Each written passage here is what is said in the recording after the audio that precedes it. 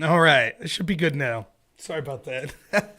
Rumble's a little different. You have to use a unique stream key every time you're live streaming it. So I should be on Rumble, Comfy, Twitch, YouTube, and Twitter right now. So hopefully I'm in all of those places. It looks like we're going to do Zoom, which is totally good for them to send that link. And then hopefully I get that running up through Zoom. I don't know that I have Zoom. But I don't know that I need to download it to use it. But I'm working on that right now. Hopefully.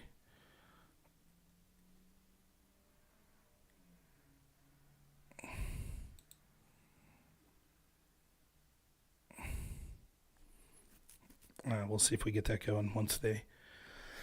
What's up, Aftershock? So one thing I did want to forewarn people, until I get a better computer and setup here at home, sometimes I've been known to have some problems with lagging and things like that when I'm live streaming with multiple people.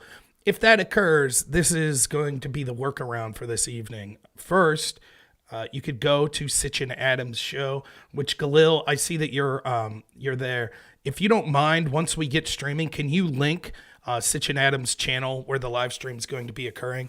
That would be wonderful if you could help me with that. And then if my stream sucks, you could just go over there and watch it. I am going to be recording the 6-hour stream on my end and uploading it as its own feature, though. So if the live stream's not working as intended, I'll shut down my live stream, merely record, and I'll continue to do the stream on Sitch and Adam's show. But I want to make sure that I'm not coming across grainy or anything like that with them. Seeing as how we'll be going 6 hours. So, but other than that, I'm good to go. Some bummy news. If you watched my show last night, you heard me mention that I was had one player left in my fantasy football league, and I needed them to get 16 points. They got 14. I lose. I'm out of the playoffs. I don't really care. It's just we do it for fun. But as long as I finish ahead of my wife in that league, which I'm comfortably ahead of her. So that's a victory. But no, I'm looking forward to this. I literally just got home from work. I hope everyone appreciates how much I appreciate you all, because I do have the best family in the world. And it's very difficult to walk in home from work and say, hi, Hankster's taking a nap. So I'm like, we'll see if Adam and Sitch get a word in rolling. It's tough to walk in after not having seen them for a while and just be like, I got to go upstairs for 6 hours. Tomorrow, my interview on, I think it's KTML radio in Montana, Lecture Fans talk radio show. That's going to be at 9 a.m. Eastern until about 10 a.m. Eastern. So, in addition to 6 hours of me tonight, you also get 6 hours of me tonight, you get another hour tomorrow morning at 9 a.m. So hopefully it should be good. So at this point, I'm just waiting for Adam to get to me with the Zoom link. Hope everything's working swimmingly after that, and we don't have any tech problems, and we could just go ahead. But please, Galil, Aftershock, Roland, those of you that are here, just let my audience know if I start lagging or dropping frames or something like that. I may just record this and upload it later, but you could watch it live on Sitch and Adam's show. If that, hopefully that doesn't become necessary, but I'm the type of person, I've been like this my entire life. I'm more worried about the things periphery to an event than the event itself. So like when I would debate, I would constantly be worried that my computer would crash in the middle of a debate, or I would lose my evidence, or that my pants would rip and I'd get a hole in my pants. And I'm always like that when I'm doing sort of streams where and there's one-on-one, I know I'm good, right? I've done that enough, but I've had enough problems trying to do panel shows and things like that. I start to get nervous, like, oh, here we go. We're going to have tech problems. So hopefully no tech problems today, and that's the sort of thing I'm thinking about.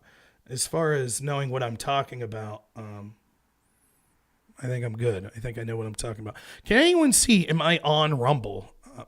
If you go to my Rumble channel, can anyone see if I'm live there right now? I hope so. And I believe I'm also live on Comfy. So excited. Hopefully I get some people on. What's up, Echo? Oh.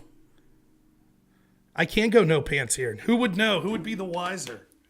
So I ate a big lunch, so hopefully I don't have to take time off for dinner. Plus, I might be able to afford missing a meal. Maybe one. I don't know.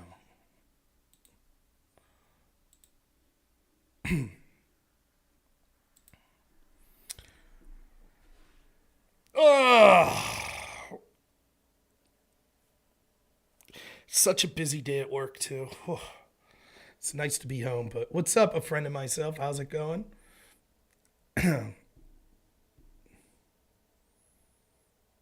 As long as it's TOS, sure, Echo. Don't send a link of anything that could get me in trouble, or I'll have to boot you. Or just link the tweet. Either way, I don't know what YouTube's policy is as far as attaching images, but you could link the tweet and then I'll check it out if you like.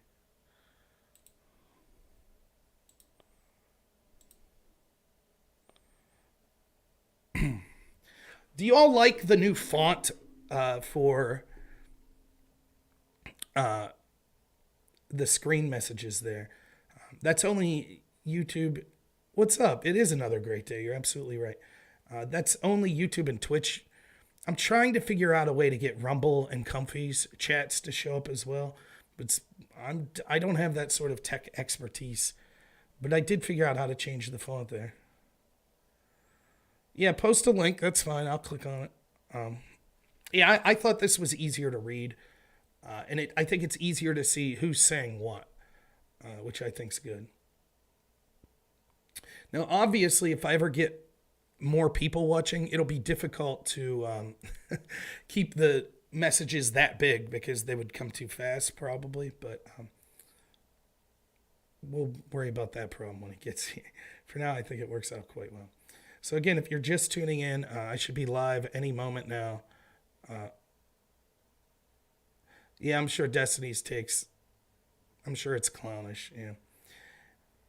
Hey, I've reached out to Destiny several times on several topics. He is unresponsive to me now. I reach out to him on his Discord, and I never hear back.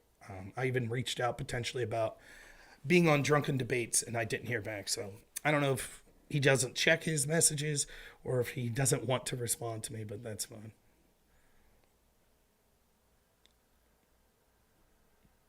But we'll talk about people like that. It can't hurt to be on a program like Sitch and Adam and call out some of the people that I want to call out. So, yeah, everyday praying mantises aren't 6 feet tall. It's a good day.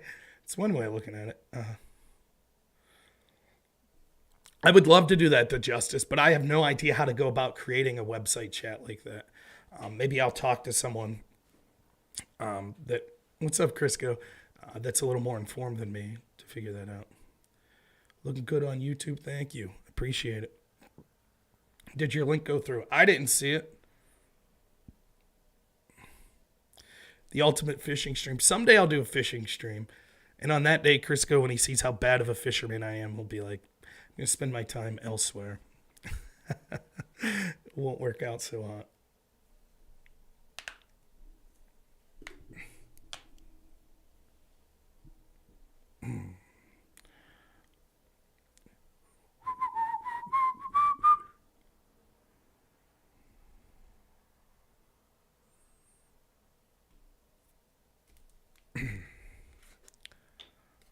So, how's everyone else doing?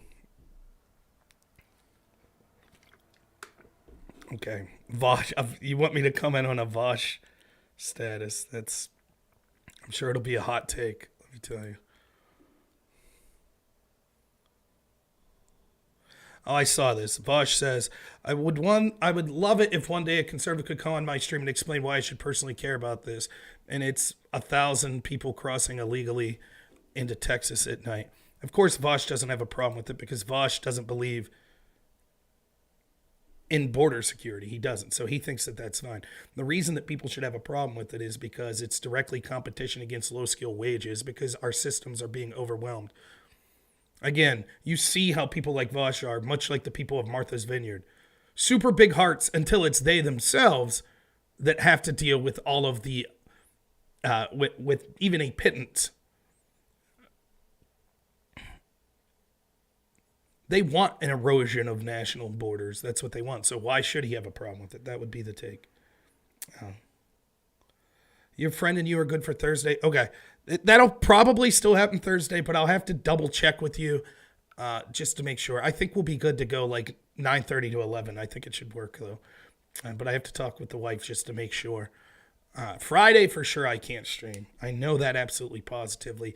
Tomorrow night I can't stream. It's just Christmas stuff. It's just I got friends coming into town, family. He'd care if they were coming to be streamers.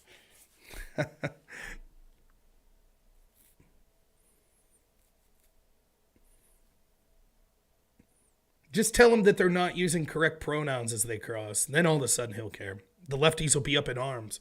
What's that? A bunch of people coming into our border that don't believe in our trans agenda? Oh! They didn't like those Cubans that were coming across in Florida, right? That were anti-socialists. They didn't care for them.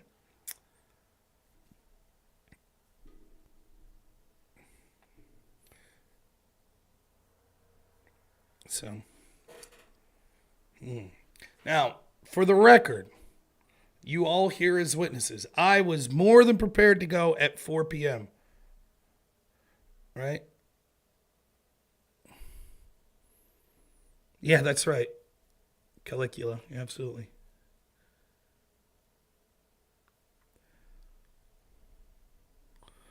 I was ready to go at 4, so let it not be said that I was not timely.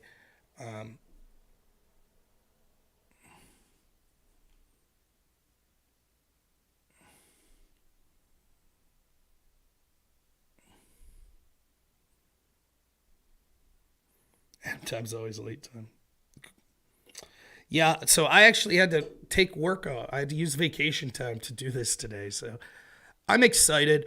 Look, I think it's important to set realistic goals. You should have goals with your hobbies or with your job that are things to strive for, but you should also have steps on the way.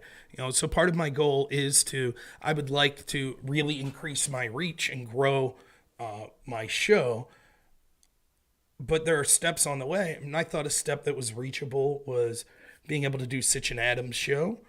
And so I'm excited because this is something that I've been pushing for a while. And I think I'll enjoy myself, and I think hopefully their audience enjoys it. Another thing would be getting on Tim Pool's show. I think that's something that is a goal that is theoretically attainable.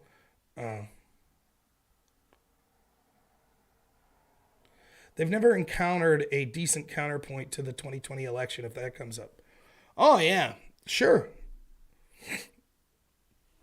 Yeah, we could talk about that. I don't know what all direction they'll want to take things, so I'm happy.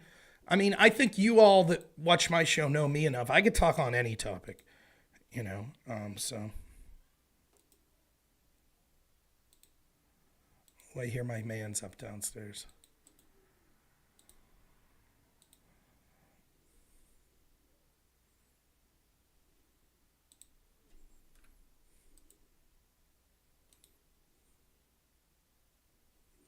All right, you're going to lose me visually. Again, last time I'll say this. If my stream starts to lag, Galil, someone who knows Sitch and Adam better than me, can you post a link to their live stream? You all could go watch it over there if my live stream starts to suck, and I will record and upload later. But hopefully it doesn't come to that. You will lose me visually here for a minute, so...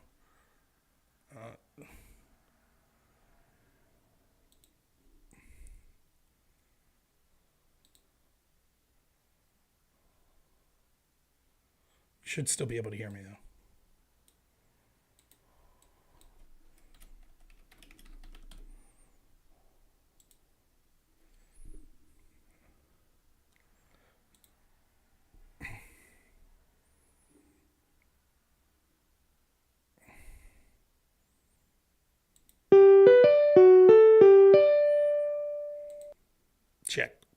Check.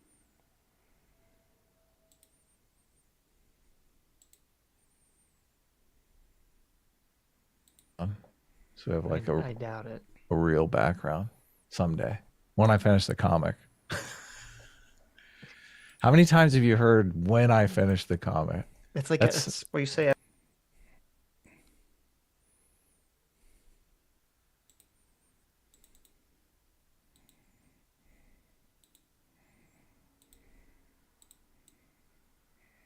Hello. Just trying to get my stupid window capture working here. What is going on? Yeah, I don't have to, though. I can record. Whatever you feel. Am I? And I only get louder, so let me turn my mic down.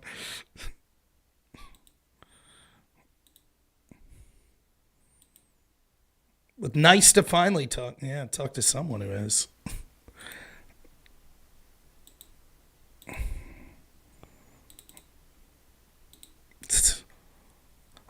I'll try to,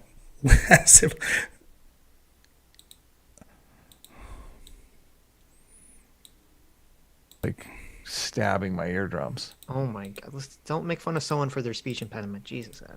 Well, it's more like a mic issue, I think. Oh, okay.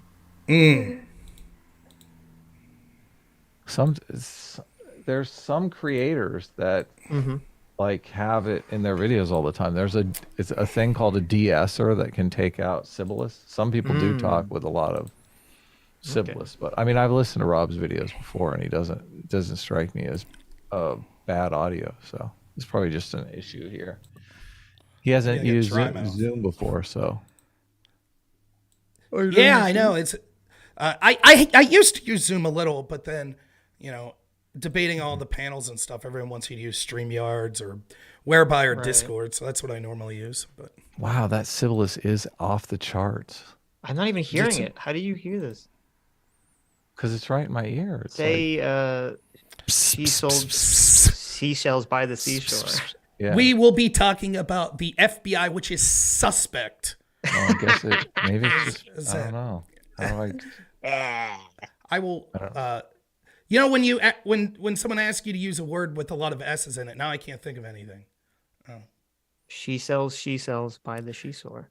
She sells seashells by the seashore. Is it too much? I'm not. It doesn't bother me at all. But we'll see. I'm looking here. Do you have your how loud do you listen to your volume, Adam? You gotta protect your hearing. Turn that shit down. I took my earpiece out. So you're just not gonna hear anything. Well, if I have to, I can't. Like I talked to Nathan the other day, and Nathan cannot talk without playing with a butterfly knife. I'm like, dude, you realize it sounds like you're like clacking silverware in my ear. Like I have a fucking headphone in. Learn some stream etiquette, for heaven's sakes. That's like funny.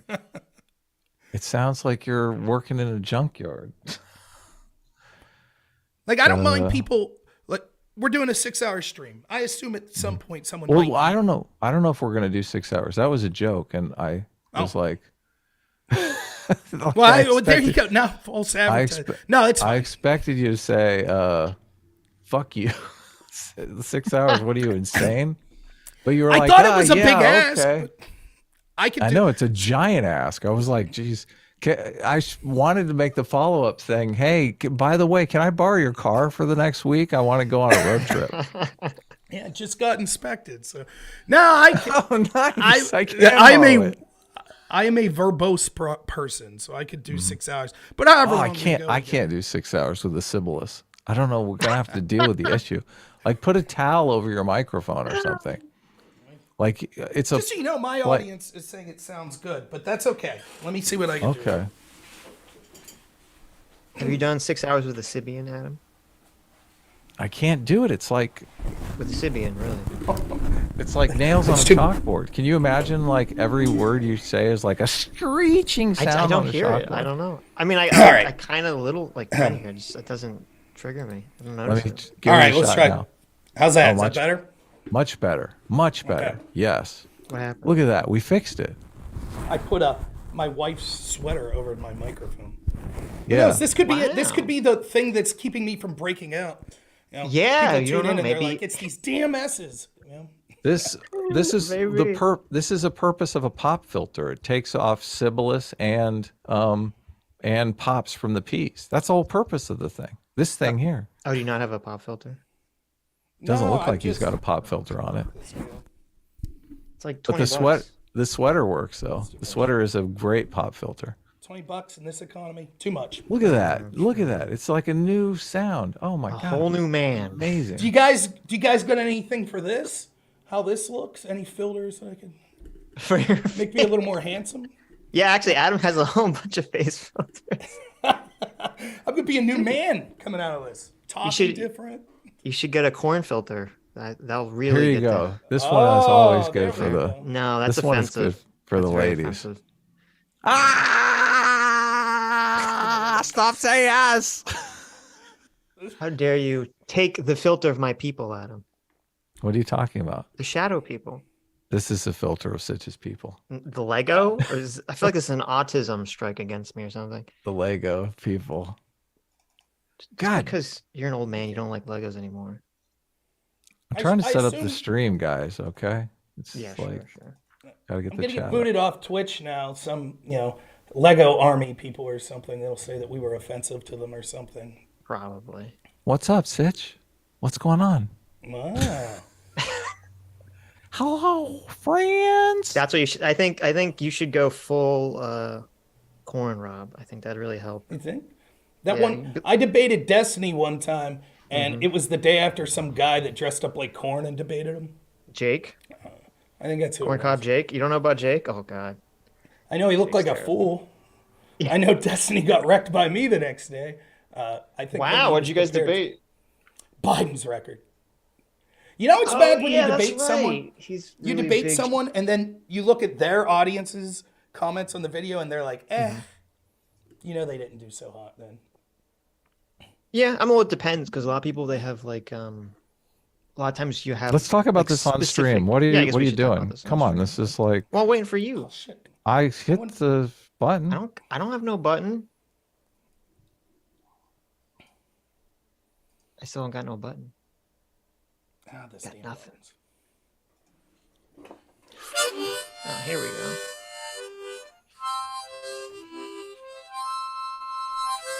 Hey now! It's your boy PSA Sitch here with everyone's favorite requires a digital beard.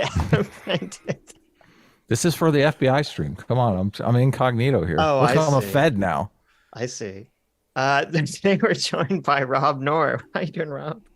Doing great. Happy to be here. Yes.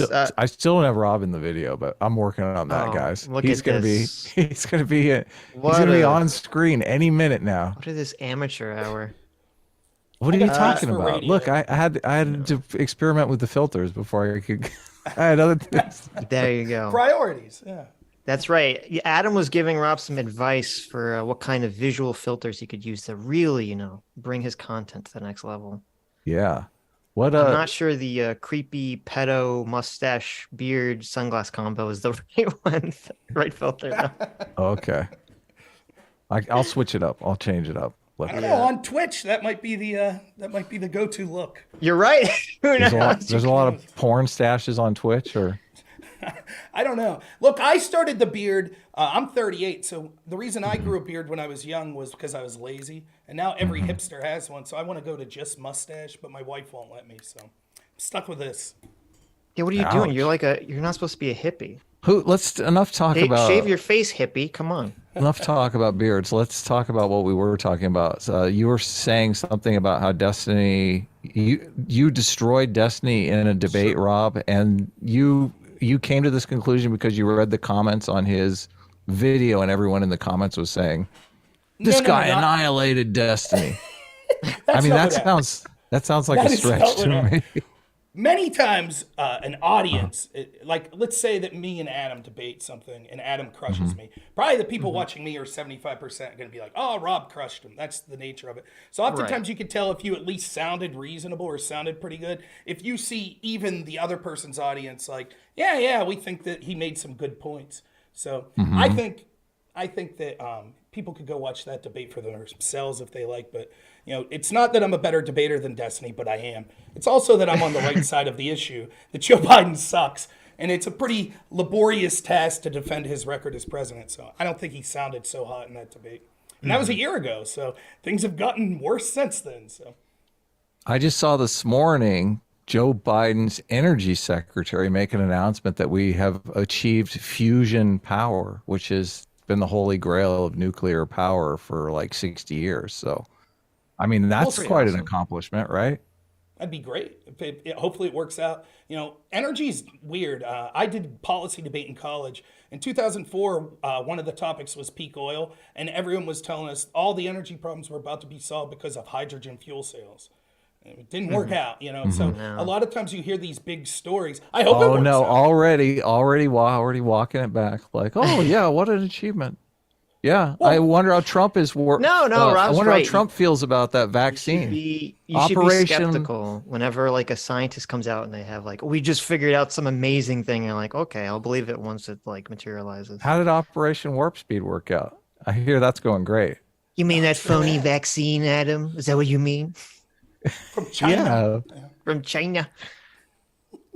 No, I'm a little, I don't know how tribalism exists. I'm certainly partisan, but I am absolutely willing to admit when someone I didn't like or vote for does great. I hope that tomorrow the economy bounces back and the war in Ukraine ends and there's free energy, and I'll be like, damn, I was wrong about Biden. He's awesome. He did all of this. I don't expect it, but Well, you know that Joe Biden personally went to whatever university laboratory did this, and he directed them, and he made fusion possible with his wits. Well, no, you didn't read the article about this?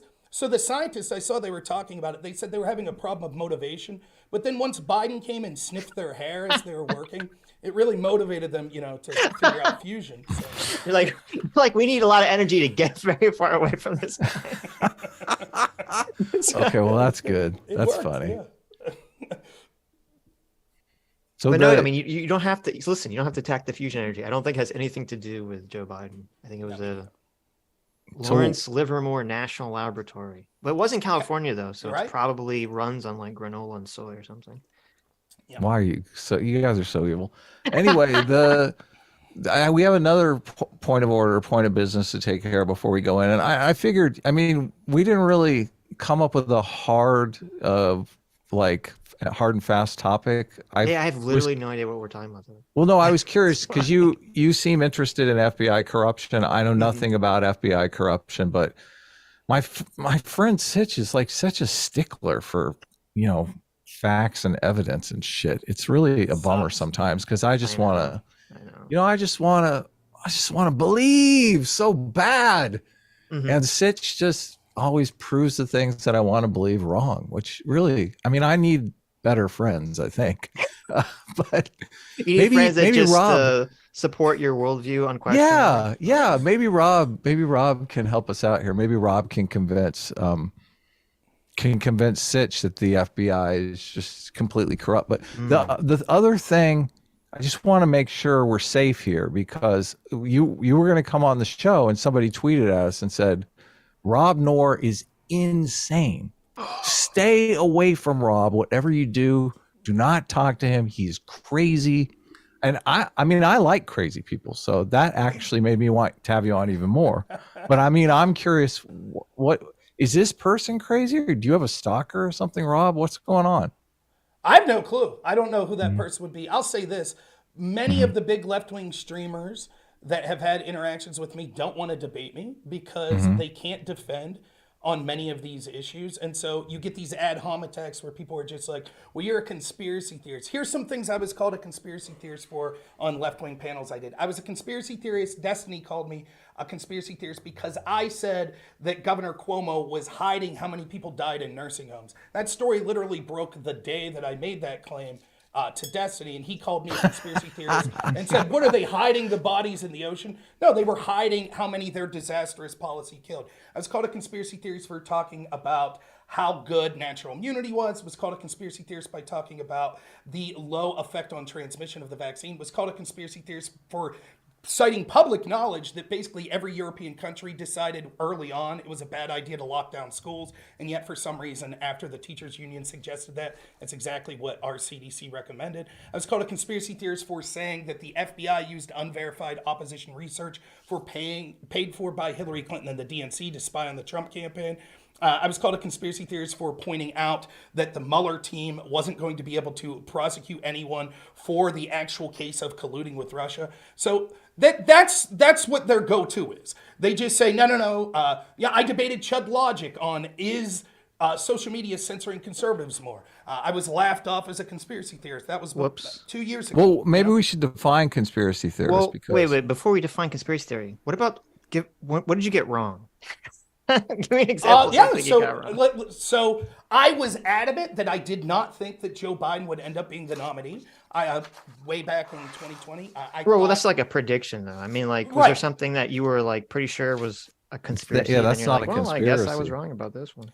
I think the closest I could come to, I was highly skeptical when the CIA and the FBI was coming out saying Russia was about to invade. I said that I did not see evidence of that, and that happened. Right.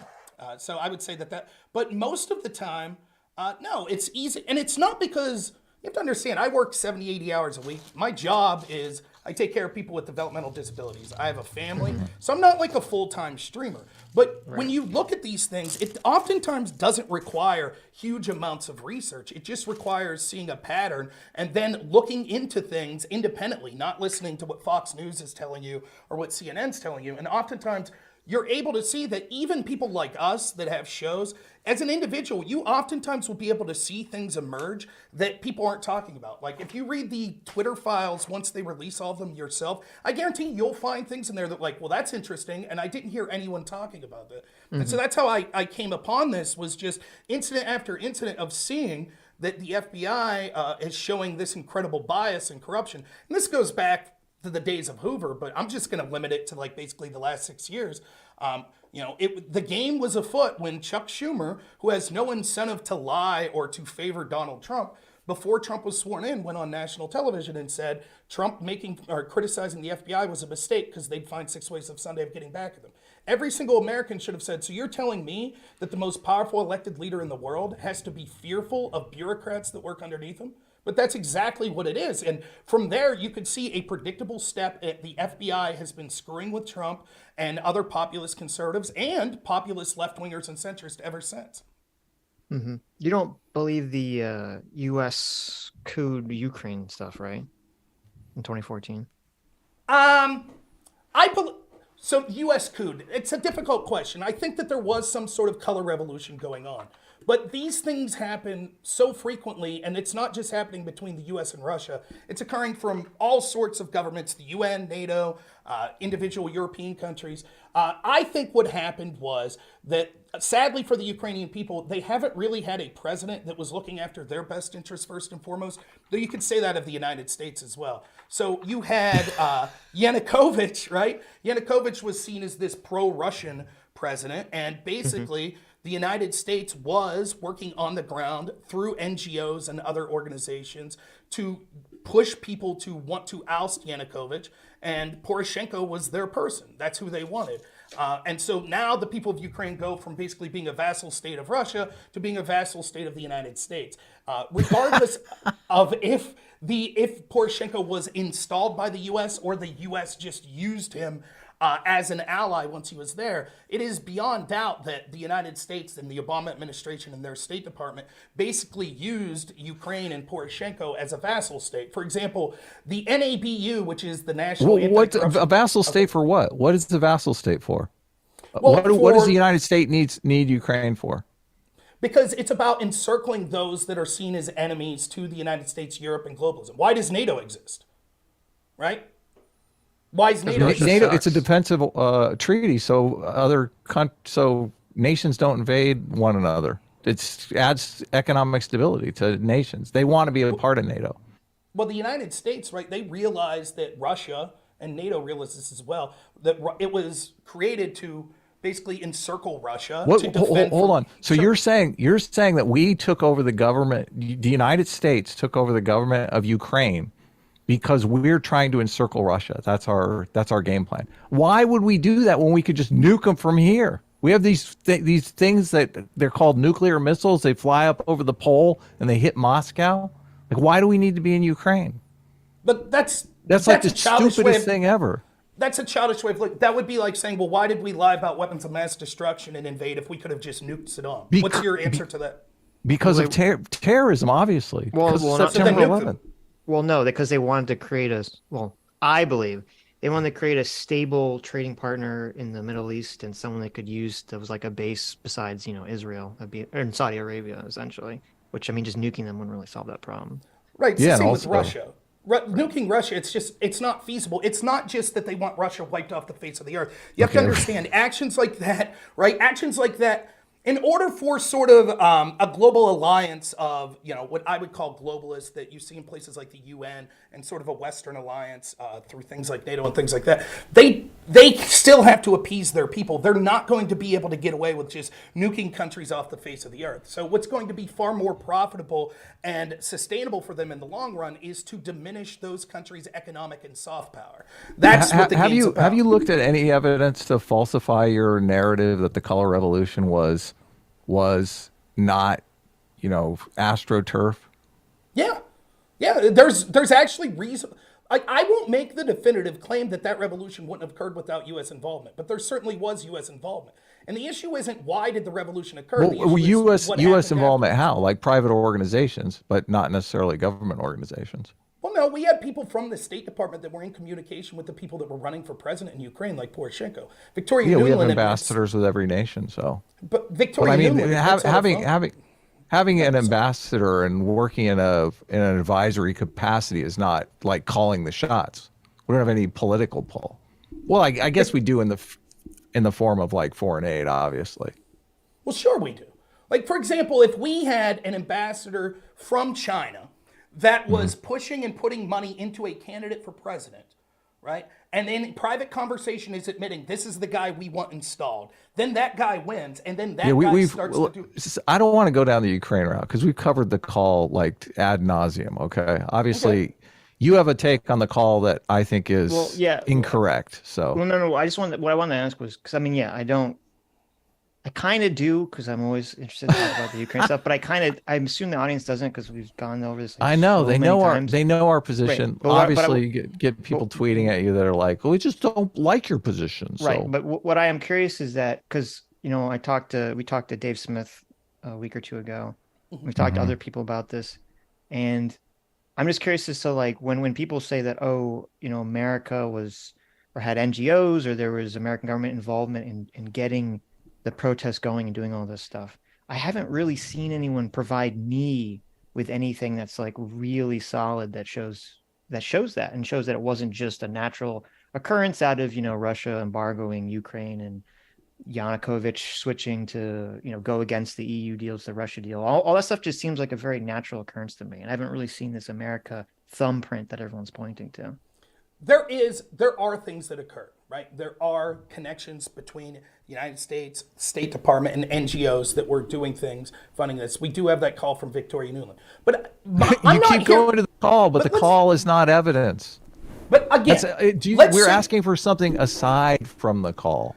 But you're missing the point that what I'm saying is... No, I'm not. You're missing the point. No, listen, because I'm not the one who definitively came on here and said, absolutely, it was a color revolution, there was nothing organic. That's not what I said. I said, but you did reference the call, and he asked you for evidence aside from the call. Okay, well, let Rob answer. Right, so there is evidence that we've seen.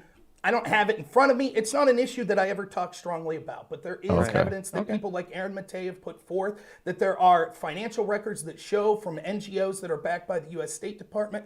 We could see afterwards, this is the part I'm interested in with Ukraine, right? How is a non-governmental organization, that's what NGO stands for, backed by the State Department? Because they get money and through the State Department to these organizations. Yeah. For example, get State Department money? Yes. So let me give you an example. Funding from the United States government? Yeah, they can give me 1 minute, and I'll explain this briefly, right? The NABU is the National Anti-Corruption Bureau of Ukraine. Once Poroshenko wins, the Obama administration agrees to basically fund the FBI of the Ukraine. It's called the NABU. Now, during the impeachment of Trump, the first impeachment surrounding the Ukraine situation, there were accusations that came from Trump and people on his team that there were people in Obama's State Department telling the equivalent of the FBI in Ukraine not to prosecute certain NGOs that had connections to the Obama State Department and George Soros. That was vehemently denied. However, if you go to actual emails from George Kent, you could see that he was actually emailing the people in the NABU telling them, we don't think you should prosecute these certain NGOs because those NGOs were actually receiving money from the United States government. And they were groups that were participants in the revolution and groups that were participating in being revolutionary afterwards. And so the government of Ukraine was listening because they're getting all this money from the United States. And the United States State Department's basically telling, we're going to pick and choose who you prosecute. So it's been a while since, I know what you're talking about. It's been a while since I looked at that. I thought there was an American set up anti-corruption task force in Ukraine, but it wasn't an NGO. I could have swore it was a direct U.S. government agency, and they wanted to investigate someone involved with that. And that's where they were saying, oh, don't investigate this person. They're involved with the U.S. government or whatever. No, they were actually, it was like the anti-corruption something, like it was the organization. I'll look, as we go on here, I'll look for the exact email from George Kent, but he actually perjured himself in testimony because he said that they never did that. And you can see the emails directly from George Kent, directly citing these NGOs saying, yeah, we don't think that you should go after these NGOs. And it gets even worse when you start to see the connection that the NABU was regularly in communication. And this was said from the former prosecutor, Viktor Shokin, who was a prosecutor of Ukraine. He said that they were constantly being told who they could go after by the United States State Department. And that starts to make sense why, not in my words, but in the words of Obama's State Department. Okay. Where's that piece of information come from? Let me find it. Well, I mean, I wouldn't trust anything Shokin says because he's horribly corrupt, but yeah, he's obviously serving.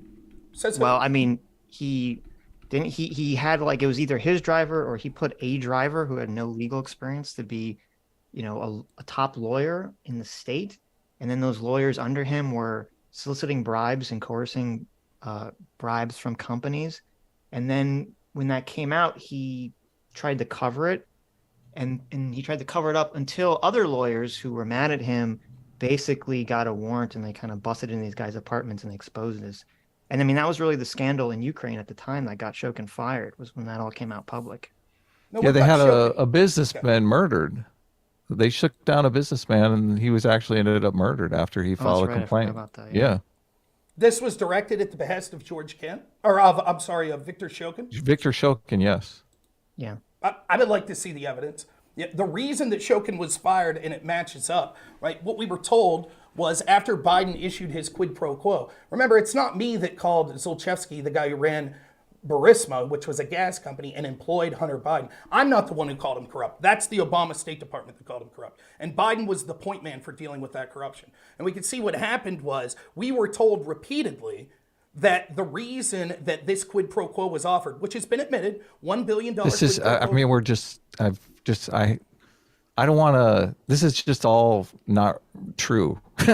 So that's why I'm like, maybe we shouldn't go down this what's route. Not true? What's not None true of this is true. Everything you're saying is untrue. Okay, so let's go step by step. Did Joe Biden issue a quid pro quo to fire everybody in the world wanted Viktor Shokin fired. The entire world. Ukraine wanted Viktor Shokin fired. So the businessman that got assassinated wanted Viktor Shokin fired because they shook him down and stole a bunch of product from his business. So it is true that Biden, I don't remember when it was, if it was in December or was it in January, he went and he said that they should fire Shokin. I mean, that's true, obviously. Biden yes, admitted to it that. is. The question, or what I don't believe, is that it was done at the behest of protecting Burisma. That is not an evidence that I've ever seen. Okay, right. So what we were told, so this is what happens. Like, let's just go through this. Do you believe based on the public, because I think what you're citing is sort of this appeal to authority. It would be no different than saying everybody said Iraq had WMDs, so they must have. And to me, that's not an argument. It's not. Wait. It's not. Everybody says the world is round too. They just so happen to be right. Okay, it's not an appeal to authority, because an appeal to authority is sort of just saying like, oh, I have a blind trust in an authority giving a fact claim or something. Right. And so exactly. the question with, oh, why did Joe Biden fire or want them to fire Shokin, is you say, well, it was the conspiracy claim is, oh, it was to protect Burisma because, the son was working there and it was corruption, yada, yada, yada. But to say, well, wait a minute, it wasn't just Joe Biden that wanted to fire Shokin. It was the EU on the fire. The EU specifically wanted to fire Shokin because, again, this was, Ukraine was trying to join the EU deal. And part of that was the fight on fighting corruption. And the EU had been trying to do, the EU and England specifically, I forget the guy's name, were doing an investigation on Burisma and other companies in the Ukraine. And they were asking for files and they're asking for information. And those companies were obviously not, going to work with the EU or the UK on any of this. And so they went to Shokin, who was the, attorney general or whatever. And they said, hey, can you force these companies to give us the data? And he basically said, fuck you, I'm not going to do that. So they're all pissed off at Shokin. And then Nuland, who had something to do with this, or she was even on, I don't remember, this U.S. anti-corruption unit in Ukraine, they all felt that he was super corrupt. And then you had, as I talked about, the local scandal where his lawyers were soliciting bribes from people and he was covering it up. So it's not an appeal to authority to say, oh, all these people wanted Shokin fired. It's just saying, look, there's all this reason for why people want Shokin fired that has nothing to do with trying to talk about a Burisma cover-up. Again, a lot of these people had a stake in wanting the Ukraine to get into the Western sphere of influence. And so a lot of them were making large amounts of money and filtering money through Ukraine and things like that. And Viktor Shokin was a prosecutor who was at least looking in to those crimes. That's so not true. It is true. Viktor Shokin. You keep saying Viktor Shokin was convicted of shaking down businessmen for bribes. He literally hired his driver, who is like a muscle man, to shake people down. Let's assume he got fired for bribery. Look, they wanted Ukraine to clean up their act with corruption because we didn't want our businesses going in and investing a bunch of money in a country that investment was going to go to waste because it was corrupt. Look, okay. I'm sure you admit that Ukraine has a problem with corruption, right? A lot of people on the right say Ukraine is as corrupt as Russia. We shouldn't be there. It's a mafia state. It's run by mob bosses. But now you're telling me Viktor Shokin, the guy who is one of these corrupt assholes that keeps shaking people down for money, oh, he's squeaky clean. Okay, now, if you'll allow me to respond here, right? Let's say that you're right. I haven't seen this evidence that you're talking about, but let's say that you're right, that he hired this driver that did shady things. Could it be that he did that and simultaneously was seeking to prosecute Zlochevsky, the person who owned Burisma? Is that a possibility? Sure, okay. because so when you say do you realize Burisma received a bribe that was like, what was it, Sitch, like $10 million or $2 million in cash? Like Burisma was corrupt. Shokin was getting paid to look the other way. So obviously, there's tons of corruption going on. They wanted people fired so that they could deal with corruption. So if you'll let me respond. So the central criticism. So put this in the perspective of, this is what we know. You tell me if I say something that you disagree with, right? I'll just try to outline the bare bones, right? Joe Biden was one of the point people to deal with Ukrainian corruption. True or not? Correct. Yeah. Okay. Joe Biden thought that Burisma and the person who owned it, Zlochevsky, was sort of corrupt pro-Russian that was kind of bilking money from that company and from the people of Ukraine. Biden thought that? Burisma is corrupt. Yeah, exactly. And Biden thought that, and the U.S. State Department thought that, correct? Yes. Let's go with the next step. The United States government was primarily the funder of the National Anti-Corruption Bureau of Ukraine, which was basically their FBI, correct? I haven't seen that, but I'll take your word for it. Sure. Okay. And lastly, you said the reason for the quid pro quo is we don't want to give $1 billion to a country where this sort of corruption is possible because maybe we send that money and then it could. Okay. So then let me ask you this. Given what we do know is Viktor Shokin got fired, right? And now the investigation into Burisma goes to the NABU, which is basically the ally of the United States. So then you expect they solved that corruption and they prosecuted Zlochevsky, correct? Well, solving corruption, whether or not Viktor Shokin could be standing in the way of solving the corruption, but the next He's guy out now. could. Well, yeah, Viktor Shokin is out, right? In corrupt countries, a new corrupt boss can take over. You can't just say just why because send the we bill? fired the. Wouldn't you hold the $1 billion back then? Wouldn't you say, geez, we got rid of the last guy, so then we gave you $1 billion, but now it turns out the new. In fact, find me one. Well, quote you from don't. the You don't Obama know. administration. I You would don't think it know. would be a You don't know on logistical- day one if the guy is corrupt or not. Obviously, Right. you gotta Yeah, I think wait it'd be a over time. logistical issue because then they would have to say, well, what they're gonna wait another year to send the money to see if this guy's corrupt.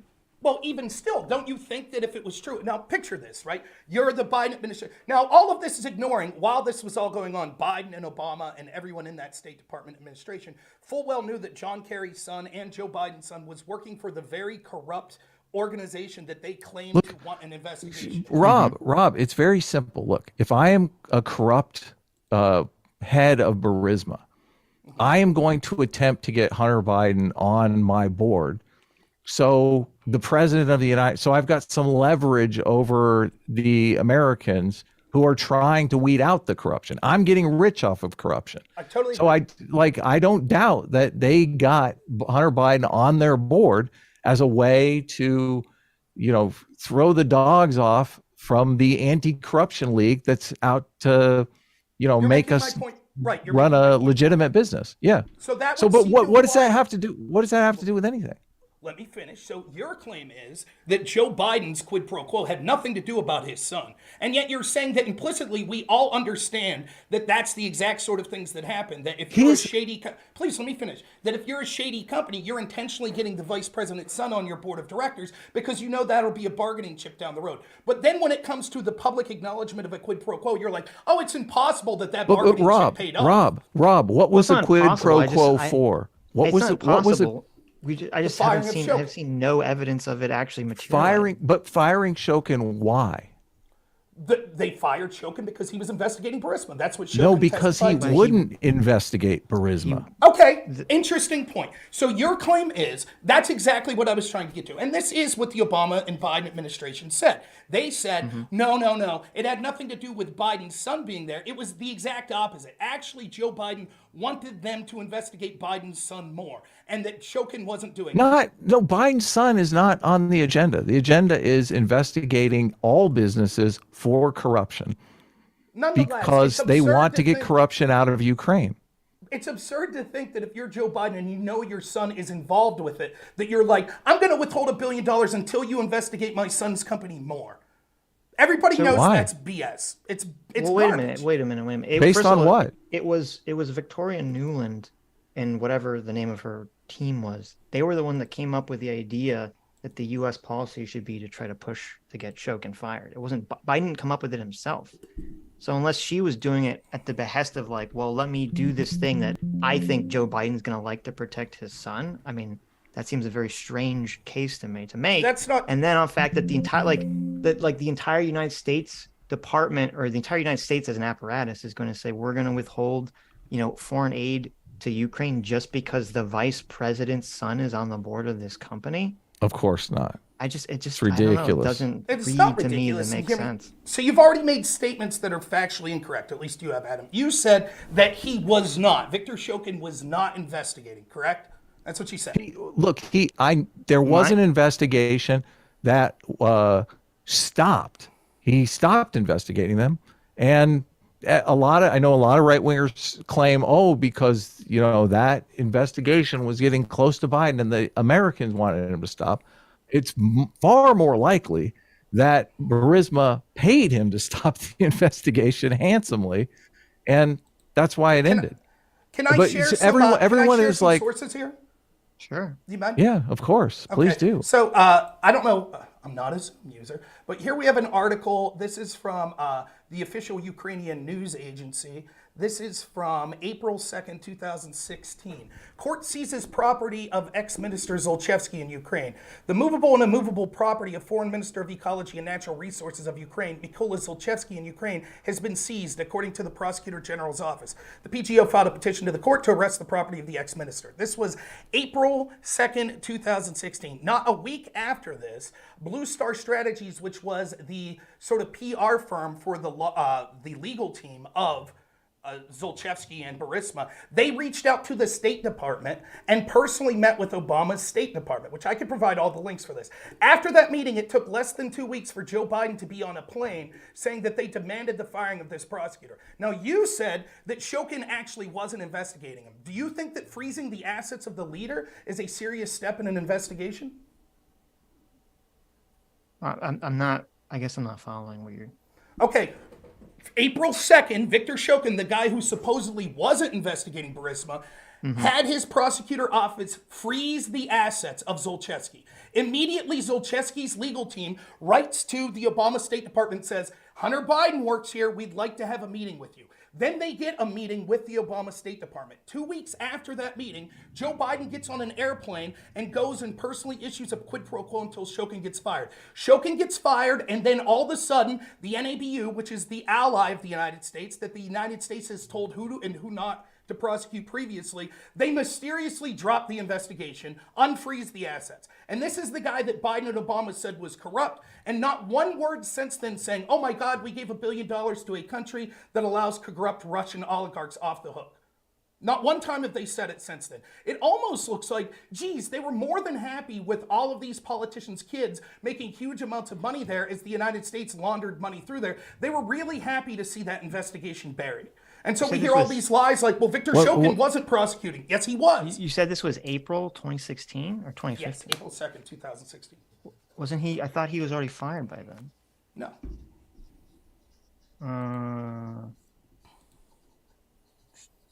Because I thought Joe... Wait. Shokin was making plans in February 2016 to interview Hunter Biden. You could read his interview here. Burisma's American representatives lobbied the State Department in late February 2016 to help the corruption. To help end the... Oh, I'm sorry. You know what I did? You may be right about... I read this wrong because... Yeah, it was like a year before. In Europe, the dates are backwards. So it says 4/2/2016, but that's actually 2/4. They put the day before the month. Yes. So this was from February 4th. Okay, that was like very... Okay. And so then you can see... So the timeline goes... And John Solomon did all of this reporting where he links everything to it, right? So... we see that Shokin was making plans to interview Hunter Biden in February 2016. He's put in a sworn deposition. Burisma's American representatives lobbied the State Department in late February 2016 to help end corruption allegations against the company. Hunter Biden's name was specifically put on the email that they sent to the State Department.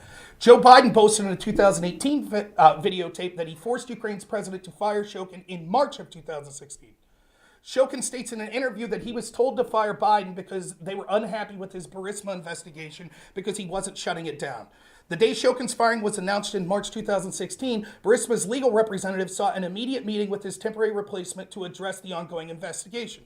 Burisma's legal representative secured that meeting on April 6, 2016, and told Ukrainian prosecutors that false information had been spread to justify Shokin's firing, according to the Ukrainian government memo. The representatives also offered to arrange remaining Ukrainian prosecutors to meet with U.S. state and justice officials. Burisma officials eventually settled the Ukraine investigations in late 2016, paying a multi-million-dollar fine. Can you, can you send me that? Yes. Well, yeah, because I thought, and it's been a while since I looked at this, I thought that Biden, I could have swore he told them that he wanted them to fire Shokin twice. And the first time was in December 2015 or January of 2016. And so it sounds like he could have told them, like, hey, you should get rid of Shokin. And then Shokin's like, oh, Joe Biden's asking me to get fired. Well, I'm going to investigate his son. Like, it sounds like it could be very retaliatory. Because then there was the whole thing where in February, they asked for his resignation. And I think Shokin gave it, but then he rescinded it. And there's like this whole thing in Ukraine about, whether he was really fired or not. And then it took another month or two to actually fire him. I don't know. I don't know if he I would be willing to look at that if Biden suggested this in December. Even if he did and it wasn't acted upon, you have to admit that the timeline is very suspect and the way things play out is very suspect. And I could go through the litany of reasons and explain it real quick if you want. But the fact the way you lay out time, like obviously, yeah, if the U.S. is just like totally fine with Shokin and then all of a sudden, he freezes this one guy's assets, suddenly the U.S. is like, oh, we got to get rid of this guy. Like, yeah, obviously that's super suspicious. Like, I would agree with that. I'm just saying I'm not sure that that's actually the timeline. I don't think the timeline actually worked out that way, but I'd have to look at it again. I put the link in the chat. It's an archive link, so hopefully it works for you. But you'll have to let me know. Yeah, It's in the sure. Zoom chat there if that works for you or not. But it has all of the documents, the emails, and everything there. You can see everything. Everything's dated, right? And that's the exact timeline of what happened. And again, you have to ask yourself this. One, would it make sense that if your son was involved in corruption, and it's not just Joe Biden's son, you have to understand this would implicate the entire Obama administration. For the vice president and John Kerry, who was someone who was still a bigwig in the Democratic Party at the time, at least partially influential, for their kids and politicians' kids elsewhere to be involved in getting these kickbacks for a company that they were claiming was corrupt. That looks really bad for the Democratic Party going into an election in 2016. I mean, it's totally insane. I've said multiple times, I know that having a politician having a son who's like a fuck up is kind of like a stereotype at this point. But to me, it's like totally insane that, Biden or anyone would not publicly, I don't know what kind of relationship he has with his son, but like, fuck, if I was vice president and my son is like fucking with my political career, I would have to publicly denounce him if he won't stop it. I mean, obviously this just looks so bad. But on the other hand, it's hard for me to imagine that for, the millions of dollars, a couple $1 million, right, that Hunter was getting for like whatever, even if the 10% to the big guy is him, that just seems like such a little amount of money for Biden to basically risk like his entire political career, risk the entire presidency of Barack Obama just for like basically chump change at this point. Peanuts, yeah. But it's not just peanuts, because think of it this way. Hunter Biden is one person. But one of the ways, if you wanted to kick back money to political, people that are on your side politically, would be to send money through the State Department to countries that need aid, and then that money to be kicked back through business interest in the European Union, in the United States, via politicians' kids, family members, businesses that they were involved in. And for that to be exposed, that's the real value of this, right? They couldn't risk that the same people that were telling us that Ukraine was corrupt in 2014, and so we're so happy that Poroshenko got installed and he's an ally of the United States, and so we had to send billions of dollars there. They can't risk the public finding out, wait a minute, you knew that these people were corrupt and your family were getting kickbacks from it and you knew it? They can't risk that. That would be a death sentence to them politically. So it's not just the money, it's once that money was flowing, once the game is on, it's on, and you have to do everything you can to cover that up, which is exactly what they did. And this sort of thing was happening at the World Bank with Christine Lagarde. It was happening in the European Union as well. And so when you hear, that's what's frustrating to me, when you hear people say, well, everyone said Shokin was corrupt. It could entirely be possible Shokin was corrupt. But let me ask you both this. Do you think the Democrats and the FBI, if the shoe's on the other foot, and it turns out that it was Don Jr. that was receiving money from a company that the United States was calling corrupt oligarchs? Oh, wait, what was the first question?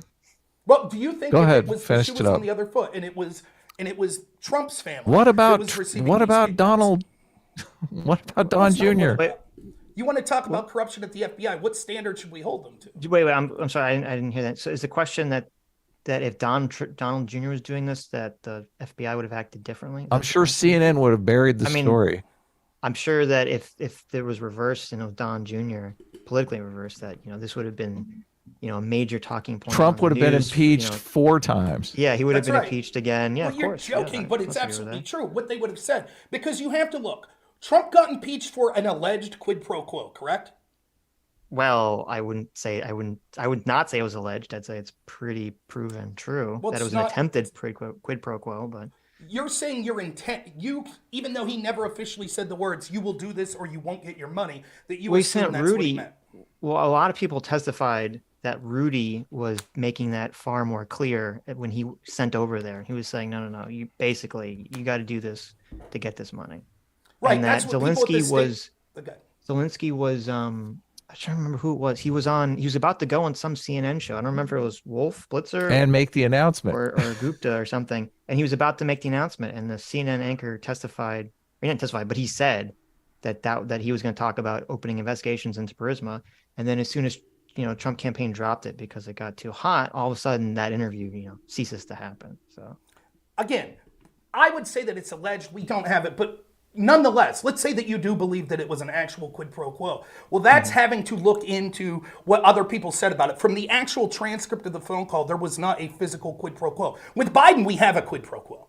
We absolutely have it. Now, the question is... You keep saying that, but... You don't think so? Well, what is a? I mean, it's a quid pro quo if you believe the narrative that he was doing it to protect himself from some investigation of his son. At the same time, though, everybody wanted Shokin fired because he was corrupt. So is it a quid pro quo if the entire nation of Ukraine wants to get rid of this prosecutor because he's corrupt and he's shaking down the citizens? You're conflating multiple things. It's not a question of it had to be that it was to help Hunter Biden if it was a quid pro quo. Yes, it does. Otherwise, it's not a quid pro quo. That's not true at all. That's not true at all. You could have quid pro quo literally means you're doing me a favor for this. Okay, so wait. We're arguing over the definition of quid pro quo. I think this is the issue. Okay, generally when someone says quid pro quo, it's meant to be personal doing gain. something for a personal reason. It doesn't have to. It doesn't have to. I understand that. Like technically, it doesn't have to be. So if say like Joe Biden says, "Hey, we're going to not give you this money unless you fire this guy because he is corrupt," and Joe Biden is 100% acting in truth and thinks that Shokin is 100% corrupt. I mean, technically, I guess that could still be a quid pro quo. Yeah, but it's not. But when you say the term, it kind of implies something more nefarious. Right. So Trump was doing it for selfish reasons. There you go. And Biden was not doing it for selfish reasons. Right, and that's the difference. Here's the point that we wanted to get to, right? This is it.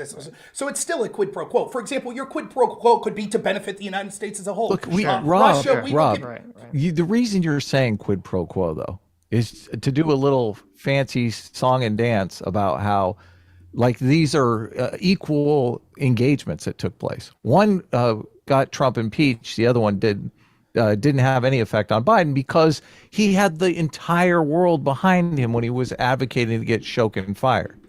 Again, you don't know. What I'm doing is laying the groundwork for exactly what happened. We said that the problem, for example, we don't have a problem if the president of the United States would look to like if Obama talked to his counterparts in the UK and then the UN and said, there are allegations of something happening with Trump. Have you heard anything? That doesn't rise to the level of corruption of if Obama said, I will give you money if you find proof of these allegations. We understand those are two different things, correct? Mm-hmm. Right. So that's why the issue of quid pro quo is so important. We're not saying that you can't have the leader of our country talk to other leaders about possible corruption. We're saying it's a problem when they attach U.S. tax dollars to it and say, if you do this, then you get something in return. We allow that quid pro quo if we think that it's not for personal reasons. So if we think it's like, for example, if we would offer Russia a quid pro quo and say, we would give you $1 million loan if you agree to leave Ukraine. That's a quid pro quo, but we would say, well, that's legitimate for a president to do. So the question that I'm trying to get to is exactly what Adam said. Adam, with no evidence whatsoever, says, I know that Biden's intentions were noble, and I know that Trump's intentions were... Look, I never said that. Stop. That is what you Look, said. I never said I knew any of these guys' intentions. Like, yes, you did. You literally said Biden did it for good reasons, and Trump did it for selfish. I said that the world wanted Shokin fired. I didn't claim to know Biden's intentions. I said that he had the entire world behind him when he did so. So the appearance is that he did it for all of these other people. The entire world was not behind Trump when Trump asked for the announcement of investigation of Burisma. Let me ask you a question that seems unrelated, but will quickly become related. Did you favor the special prosecutor of Bob Mueller looking into Trump? Sure. I think looking into things is fine, yeah. I don't know Bob Mueller like personally, but right. But do you think one of the reasons for that was because Trump fired Comey?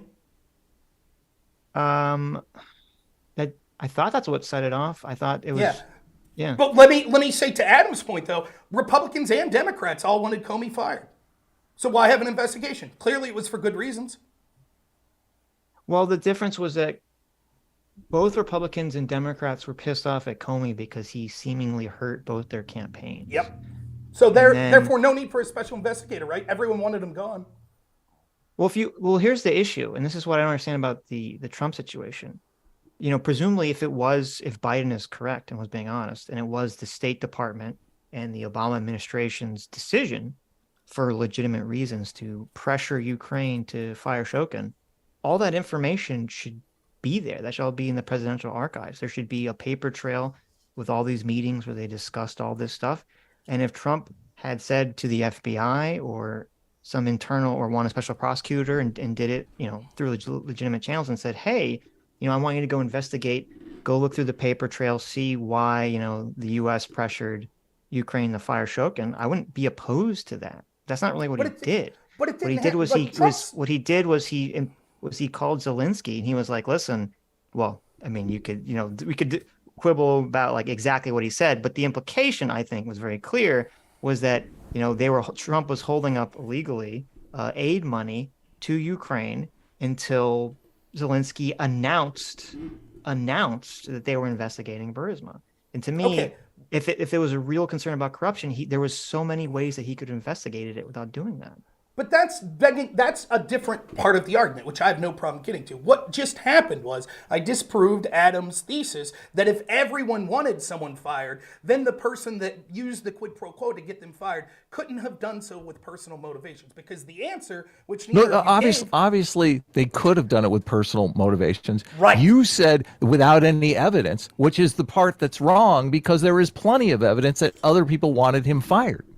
That is the evidence. That's true, but that doesn't. But the evidence that I'm saying, you're saying without evidence, I'm trying to read his mind. I'm not trying to read his mind. I'm saying there is tons of evidence that everybody wanted this guy fired. There were investigations. There were Ukrainian citizens that were making complaints against Shokin. He hired his driver. His driver was caught with a bunch of goods that were shook down from these business owners because that's basically how their scam went. They would shake down, they would start these investigations into business owners, and they would seize a bunch of property and say, okay, well, we'll stop the investigation if you forget about all the stuff we took. That was the way that they did it.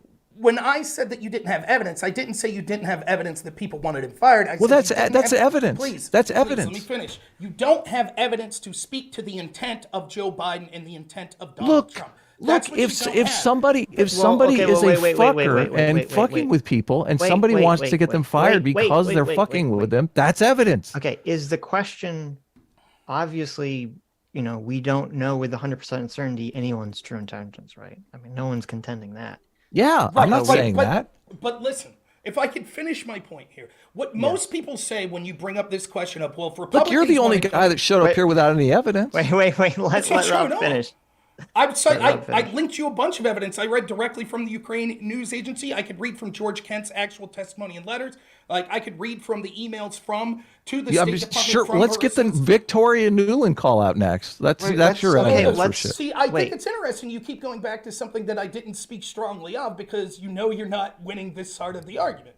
That's an interesting tactic, I understand. Well, your evidence is not really evidence, so that's all I'm saying. If I may get my point out, right? Look, if you're saying the Victoria Nuland call is evidence, then I question all of your evidence. Okay, that's fine. I'm going to keep going with what I was saying. If you listen to what people normally say about, well, yeah, Republicans and Democrats wanted Comey fired, but the reason we needed to investigate Trump doing it is because Trump stood to personally benefit by getting this guy out of office that was investigating him. So it's not just a matter of, oh my God. You mean Biden, right? No, I'm talking about Trump firing Comey. Just because all Democrats and all Republicans wanted Comey fired, or a huge swath of both, we would still say, but that doesn't mean Trump didn't do it for the wrong reasons, right? Sure, and Biden could have done it for the wrong reasons. I believe, exactly. Right, it's of course possible with Trump though. He supposedly, I don't think he ever denied saying this. Comey said that he asked him to drop the investigation into Flynn, and that was, he said he wasn't going to do that. Okay. Nonetheless, so it was far more direct evidence than I'm aware of anything we have. The argument that seems to be justifying Biden's quid pro quo was, yeah, but everybody wanted Shokin fired. And what I'm telling you is that's not the standard that we should look at, because it might be that everyone, in the sense that you're saying, had a stake in that corruption continuing. But it's irrelevant anyways, because the question should be, just because there may have been legitimate reasons to fire Shokin, should it be looked with a raised eyebrow when a vice president of the United States is using $1 billion of our tax dollars for a quid pro quo to fire a prosecutor who happens to be looking at his son's company? Yeah, I have no problem with people investigating that and to look into it. And I think if Trump wanted to do it through a legitimate way, I wouldn't have a problem with that. But the way that he did it seemed very clear to me that it was done just so that he could publicly point to this and accuse Joe Biden, his direct, who he thought was Political going to be his rival, big yeah. direct political rival, and point to him and say, look, he's corrupt, he's bad. And using the office of the presidency to do that is pretty shocking. Oh, do you think it's shocking when the office of the presidency or the administration of the presidency in their State Department was actually taking calls and meetings with this company that they were saying corrupt with their lawyers? Do you think that's shocking? And then 2 weeks later, offering a quid pro quo to get the prosecutor fired that put a hold on their accounts? Obviously, if that narrative is correct, that would be shocking too. Yeah, of course. Okay, well, so this is part of the discussion of the FBI's double standard and corruption. Are you against quid pro quo? But here again, here's the issue. So yes, I agree in theory that just because everyone wants someone fired, that alone is not evidence that, that makes it justified, obviously. But I don't think it's a fair comparison, because with Comey, everyone knew the reasons. It wasn't like a secret. And I'm not even sure that Democrats wanted him fired. I just knew they didn't like him because he came out and he made the comment about Hillary Clinton's emails right before the election. But he gave that kind of waffling middle of the ground comment where he also said that they didn't find anything. So he didn't make friends with either Democrats or the Republicans in that. And then when he was investigating Flynn, that pissed off Trump and the Republicans. And so we all knew exactly the reasons, what was going on here. And we all knew that it was purely political. But with Shokin, what at least that I'm aware of, it wasn't.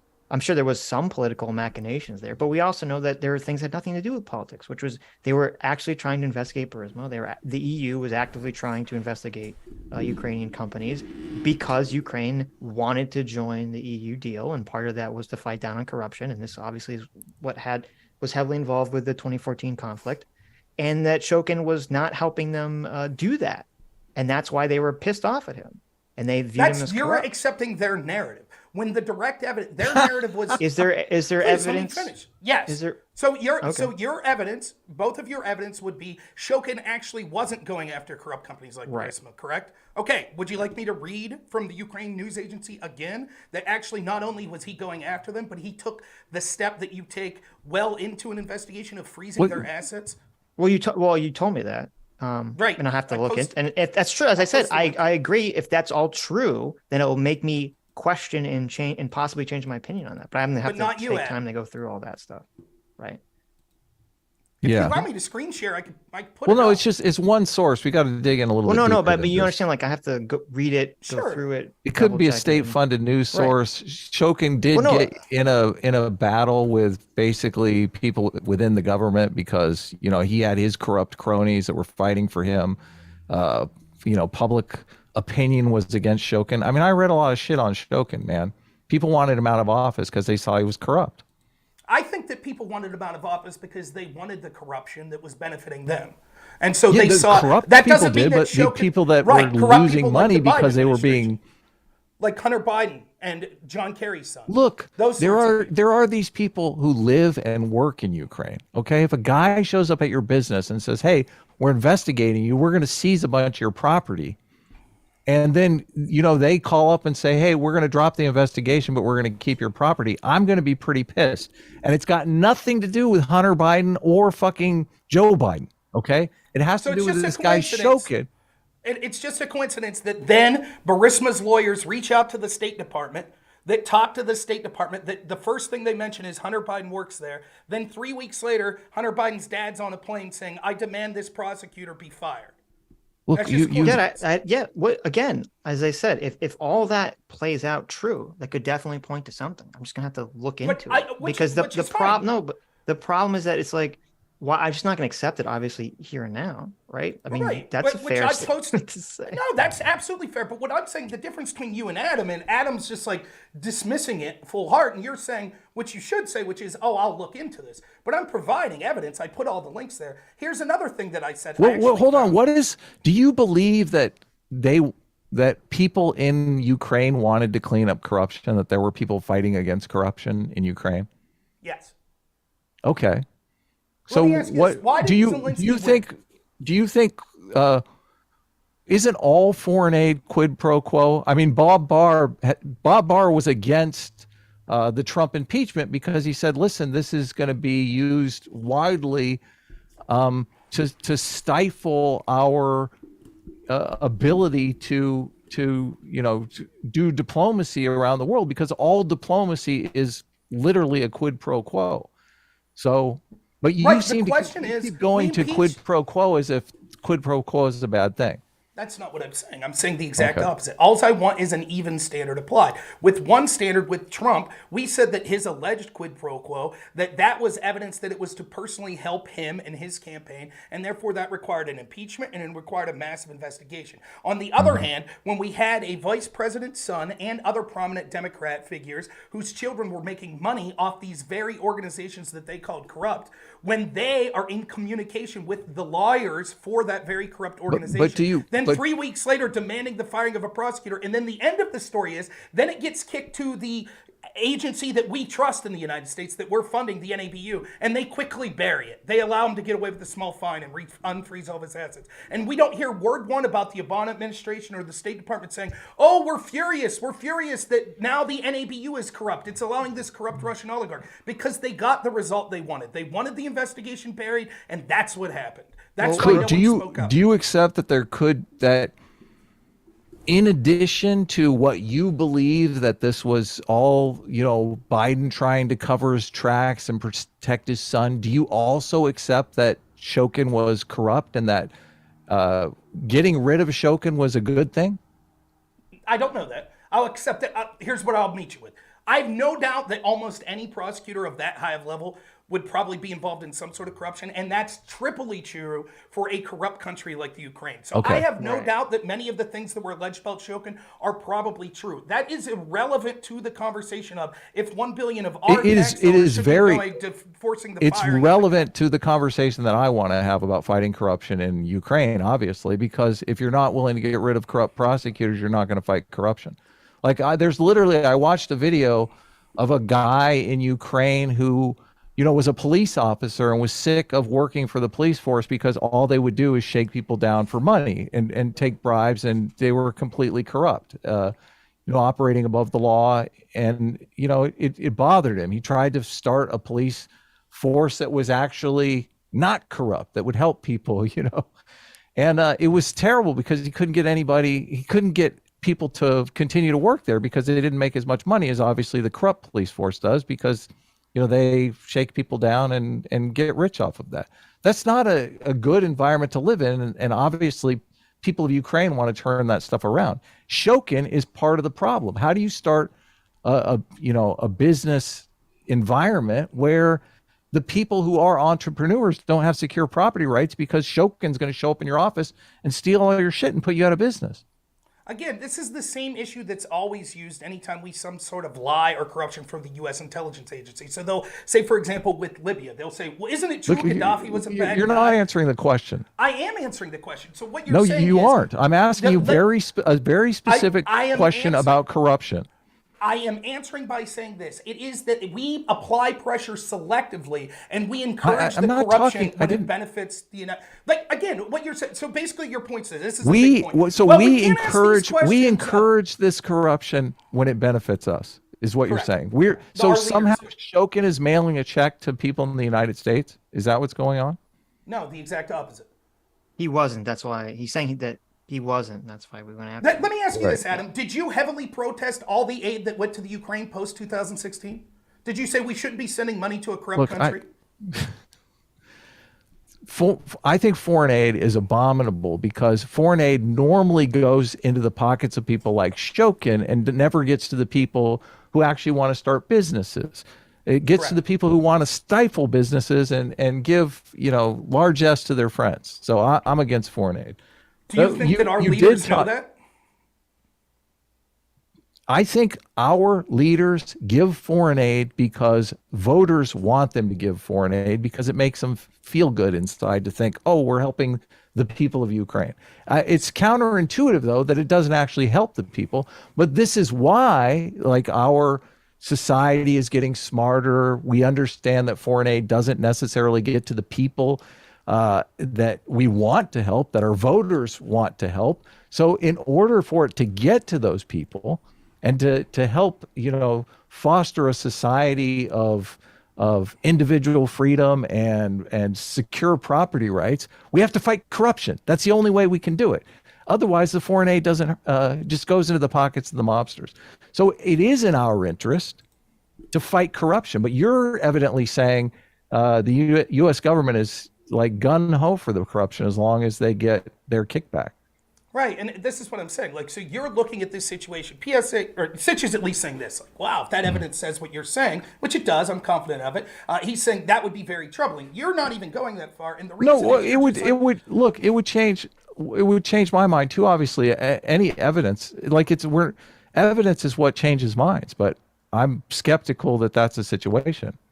But you're talking about things like in these blanket statements by saying like, well, this dude was corrupt and people in the country didn't like him. And foreign aid oftentimes doesn't get to the very people that we would want. I agree with all of that, right? But the problem I have is in this particular instance, right, was it that there were pure motivations from the Obama administration and Biden in the offering? Look, this is why it's not a defense to say people didn't like Shokin. That's not. You're doing this thing where it's like it's always America. America is somehow always involved. If I live in a corrupt country, I'm not thinking about America. I'm thinking about my problems. I'm thinking about, if America can come help me with my problems, which are corruption, I'm asking a friend to come help me. But you evidently are thinking America isn't going to help with, like, the whole narrative that America wanted to deal with the problem of corruption so that our business investment wasn't wasted. You don't accept that. No, because they continued to send billions of dollars to that country that was still engaged in corruption. What are we getting? What are we getting? Yeah, but what are we getting for those billions of dollars? But well, you tell me. You tell me. It's your theory. But I told you what. I told you that they're getting kickbacks to their children, to wealthy investments and people surrounded to them, to their business interests, etc. How do you think Nancy Pelosi's getting so rich off such a little salary? Look, Nancy Pelosi can insider trade in the stock market all day. Like it doesn't. It would be surprising to me that she would say, "Oh, let me send foreign aid to a country so that some corrupt dude in that foreign country can write a check to my son or daughter," when she could just call her daughter on the phone and say, listen, we just had a private Senate committee hearing on such and such a company. And as soon as the news announces it, the stock is going to blow up. Why don't you buy a bunch? Like, why would you do this? Well, she doesn't need to call her daughter. She can just do it herself. I don't think she could call her daughter. So why would you do this foreign aid scam when you could just do that scam and make money? Well, there's several reasons. One, because you want to diversify the amount of scams you're doing to hopefully don't attract attention. I gotcha. Secondly, so you do the one that would attract the most attention. Did it? People like you forgive it. You say it wasn't a big deal. Look, I didn't. You didn't know about it. That's bullshit. I did not say. Right. Look. Well, how much attention did it attract? Sitch literally said that Biden should disown his son. Okay. If that's saying he didn't. He said it's a no big deal. I don't know how you get that out of. He should literally disown his son. No. It's no big deal in that you guys didn't even know about it. You didn't even know. No, you don't know about it. No, this is your. Wait. Know about what? This is your theory. You did not know, for example, you did not know that Viktor Shokin froze the assets of Burisma, that Burisma's lawyers then reached out, citing Hunter Biden's name to the U.S. State Department, that 3 weeks after that, Joe Biden went and personally issued a quid pro quo, that the Obama administration funded the NABU and told them who to prosecute and who not to. And then once it got to the NABU, that they buried the investigation. I've been reading through the thing you sent. It says, it didn't say Shokin froze her assets. It said England did. No, it says the movable and immovable property of the Foreign Minister of Ecology and Natural Resources of Ukraine, Mykola Zlochevsky, in Ukraine has been seized, according to the Prosecutor General's Office of Ukraine, the PGO. The PGO filed a petition to the court to arrest the property, right? So this was the PGO, the Prosecutor General Office of Ukraine. They're the ones that filed the petition to seize these assets. And the head of that was Viktor Shokin. So, okay, wait, let me just, I'm reading okay. So you sent me that archive link, which I have. And it says if it didn't come up, let me know. And it says fact 2, Burisma was under investigation by British authorities for corruption, which is what I said, and soon came under investigation by Ukrainian authorities led by Prosecutor General Viktor Shokin. Right. And that's so then I click that link, and it brings me to a New York Times article. And in the New York But Times that's article, not the part where they froze the assets. well, it says in it, Hunter Biden, 45, a former Washington lobbyist, joined the Burisma board in April 2014. That month in 2014, as part of an investigation into money laundering, British officials froze London bank accounts containing $23 million that allegedly belonged to Mr. Zolochevsky, which is the same guy, right? Mm-hmm.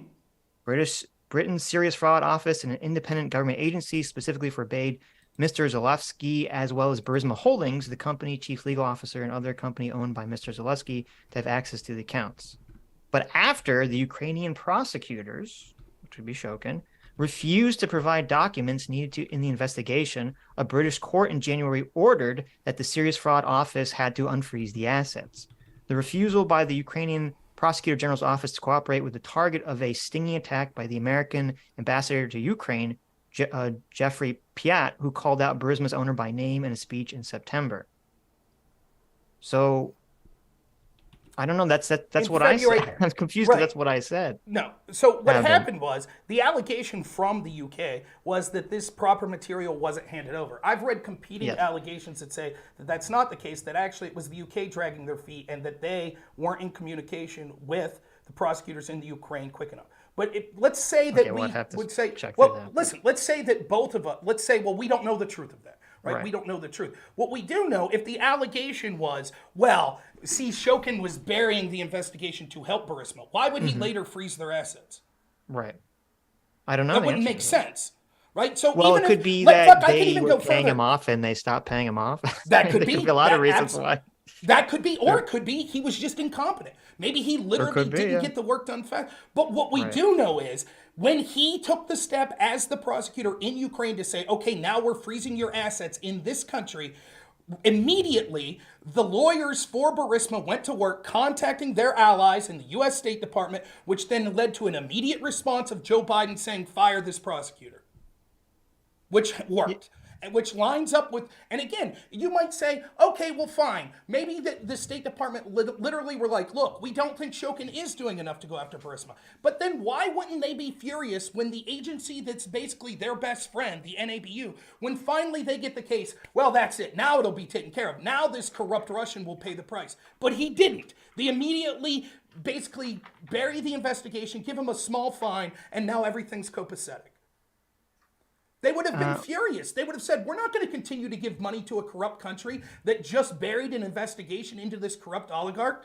And the idea that it's like, Biden is so benevolent that he would have had no interest in burying this investigation that his son was implicated in, or the Obama administration would have no interest in this. It's just nonsense. And we wouldn't give that benefit of the doubt to other politicians. I wouldn't give it to Trump. Right. Where in the thing you sent me, where does it talk about Shokin freezing it? Because I can't find it. Again, it is. Or was it in something different? No, it's point. Let's see. Yeah, that's important. Fact 6, and that will link you to Interfax Ukraine News Agency. The Ukraine. Oh, here we go. Ukraine investigation of Hunter Biden employee Burisma Holding escalated in February 2016 when Shokin's office raided the home and company owner of that guy Zalewski and seized his property. Here's the announcement of the court-approved raid. So this is after he's already been. Boy, this is February. So this is after Shokin was supposed to be fired the first time, right? But he wasn't. Well, he was asked to resign, and then I think he gave his resignation, and then he took it back, and he said, "Fuck you! You have to make Parliament fire me or something." Yeah, so this could be entirely retaliatory at this point, though. I'm unaware of that, but I would be willing to look at evidence. That's still non-responsive to the fact that he froze these assets in February. No. I understand that, but what you were saying that there was a protest outside of his fucking office. Wait. You were saying that him freezing the assets of the Burisma guy is evidence that he was investigating Burisma, and that.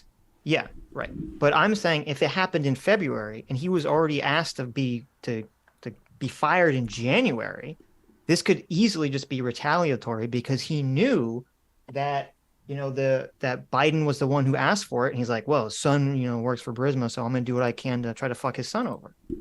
Yeah, that could be true. Payback. Let's say that that's hypothetically true. Like, I'm not conceding that because I haven't seen that evidence. But let's say for the sake of argument that that's true, right? That Biden said fire this guy in December, and then he resigned and then said, I'm not going to resign, and he came back, and now he's pissed. So he's going after Zlochevsky, who Biden himself thinks is corrupt, as a retaliation.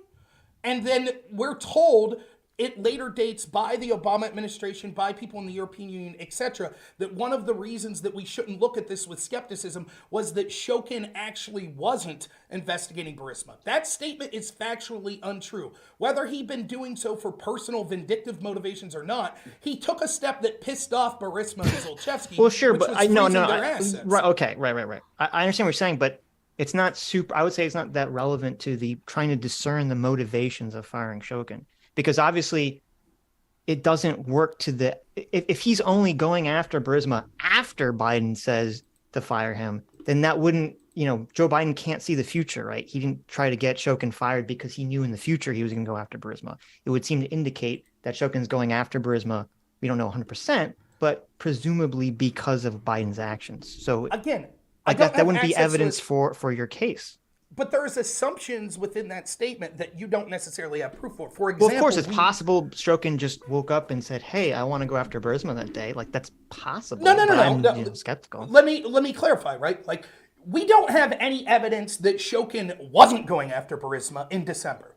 There is no evidence of that, other than the word of people that to this day say he never went after Burisma, which is a lie, right? So look at it this way, right? Like, let's say that I'm named. It's not a lie. I don't think that's really fair, but it is a lie. He seized the assets. So to say that he no, wasn't but you know what doing an they mean when they say he wasn't going after Burisma, and then it's like, well, yeah, he did once they were trying to fire him. I mean, it's like, well, no, come on, but again, that implies that he wasn't beforehand. Like, let me ask but you. I haven't seen evidence. If you have evidence of him going after them before, I'm pretty sure there was a brief seen it. investigation like 2 years before any of this happened. But Yeah, but I looked into it and it obviously, seemed right. I looked into it and it seemed like So according there was a according shakedown. to Reuters, it says on December 8th of 2015, Biden visited Kiev again and spoke out against bureaucratic corruption that he said was eating Ukraine like cancer. Biden threatened to withhold loan guarantees unless Ukraine's top prosecutor, Viktor Shokin, who had been widely accused of corruption, was removed. So that's in December. Okay, so let me ask you this. If you have a son and I'm named the head prosecutor in investigating your son's company, right? And you can't see, first off, would you be able to see what my office is doing, what the work would be? Probably not, right? Wait. See who, what? The head prosecutor who's looking into your son, would you be able to see what their work is, building their case? No, I would assume not, no. But you would know that I was the head prosecutor. So it might be that even in December, before you knew specifically what Shokin was working on, that you had motivation to say, get this guy out, because we want the investigation to be held by people. Of course, Keep ignoring the fact that he was corrupt. Of course, that could be possible, but I would have to see evidence of that. But how would you see evidence? You would have to. Who was going to have access to what this prosecutor's office was doing? Wait. You're right, maybe, but then you don't have evidence of your claim either, because then you're just saying it's unknowable. No. I have evidence because my evidence is looking at what Joe Biden would have known. Joe Biden wouldn't have had access to what Viktor Shokin was doing. Joe Biden would have merely knew this was the guy who's the top prosecutor looking at my son's company. No, because you're making the assumption that that Viktor Shokin was engaged in an active investigation of Burisma. And that's what I'm saying. I haven't seen evidence of that. It was announced. When was it announced? The investigation was announced. Wasn't it announced like years ago? And I thought that was the whole thing. And they stopped Fact doing it. 3. Vice President Joe Biden and his office were alerted in December 2015. New York Times article that Viktor Shokin's office was investigating Burisma and Hunter Biden. And so then immediately he sets out saying, I want Viktor Shokin fired. Didn't you say in December 2015? That's when Biden said he wanted Shokin fired? Let's look at the New York Times article. Okay, because that was the one that they talked about. The London people froze Zlochevsky's things, and then the London court said that they couldn't do that. And then there's a contention about who dropped the ball. Let's see. Chow follows Ukrainian policy. The Center of Strategic says the involvement of Vice President Essential sons with Zelensky's firm undermined Obama administration's anti-corruption message in Ukraine, which is true. Now you look at the Hunter Biden situation. On one hand, you can credit the father for sending the anti-corruption message, but I think unfortunately it sends a message that a lot of foreign countries want to believe about America, that we are hypocritical about these issues, which is a fair point to say. A spokesperson for the vice president said Hunter Biden's dealings have no impact, which obviously that's what they're going to say. They said Hunter Biden is a private citizen. Yeah, of course. Blah, blah, blah. It is not known how Biden came to attention the company, announcing his appointment on the board, blah, blah, blah. Joining the board at the same time was one of Biden's American business partners, Devin Archin. Then they talk about Bo, try to gain sympathy for Joe Biden. Before his father was vice president, Biden briefly served as the president of a hedge fund group. Okay. I don't know if that has to do with anything. Burisma does not disclose compensation. Okay. Asked about the British investigation, which is continuing, Mr. Tooney said not only was the case dismissed and the company vindicated by the outcome, but it speaks volumes that all his legal costs were recuperated. I'm not sure about that, but okay. In response to Mr. Pate's criticism of Ukraine handling of Mr. Zelensky's case, Mr. Toohey said, strong corporate governance and transparency are priorities shared by both the United States and Burisma, blah, blah, blah. Biden had played a leading role in American policy towards Ukraine as Washington seeks to counter Russian intervention in eastern Ukraine. Ms. Beddington said Hunter Biden never traveled to Ukraine with his father. And then the last paragraph says, I got to believe somebody in the vice presidential's office had done some due diligence on this, said Stephen Pfeiffer, who was the American ambassador to Ukraine from 1998 to 2000. There's nothing in here that says anything about Shokin opening some new investigation. It talks about the prosecutor general's office investigating through the cooperation of the investigation of Britain, right? And but that was in 2014, and it said that they didn't cooperate. Yeah, that was the brief investigation I talked about. Okay, so let me read the entire article again. But I think that, I'll say this, it beggars belief that Joe Biden did not know that there was an active investigation announced into Burisma in the Ukraine. No, he knew because that was, as we talked about earlier, that was part of the justification that the U.S. itself gave, was that there was an active investigation into Burisma by the EU and that Ukraine wasn't helping that investigation. Yep. But the idea that he was knowledge. Unaware that Ukraine had publicly announced an investigation into Burisma. Well, like if you have if there's like an article or source which is like in November or December before Biden flies out to Ukraine, where Shokin says like, I'm going to publicly investigate Burisma, we're going to go hard at them. Then I'd say, okay, like that would look really weird and bad, and you want to look into that. But I haven't seen that. I think that's a key piece of evidence that I haven't seen. So I'll look. So what we need to find is when the start of Ukraine announced that they were starting an investigation into Zlochevsky. Right. That's what you need, right? Yes. And so you would articulate that you don't think that was publicly announced until after. Well, I don't know. I'm not articulating anything. I'm not aware of it. So the problem is most of the articles when you're trying to search it are talking about the reopening of this investigation I know. by the following prosecutor, who, by the way, Joe Biden at the end of that quid pro quo speech says he seemed like a good guy, but they actually reopened that investigation in 2019 because it was the fact that it was buried by the NABU. Right, no, but here's the they fired Shokin for not investigating. Of course they're going to reopen the investigation. But he was investigating. He froze their assets. Payback for getting his ass fucking canned. Well, prove it. Well, it doesn't look good for Shokin, exactly. That makes no sense to me. So the argument would be this, that he's corrupt and that he's covering up for this corrupt guy Zlochevsky. And the Biden administration and the EU and other places are furious because he's covering up for this guy.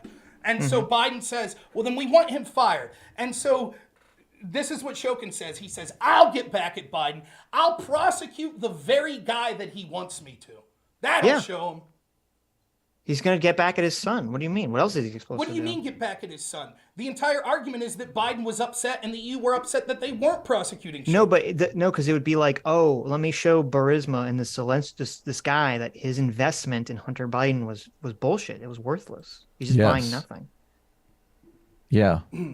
Makes perfect sense. It does not make sense. Okay. It makes no sense whatsoever, right? Why? Hold on. Why? Why? What doesn't make sense about it? Look, I am a corrupt Burisma executive, right? I knew it.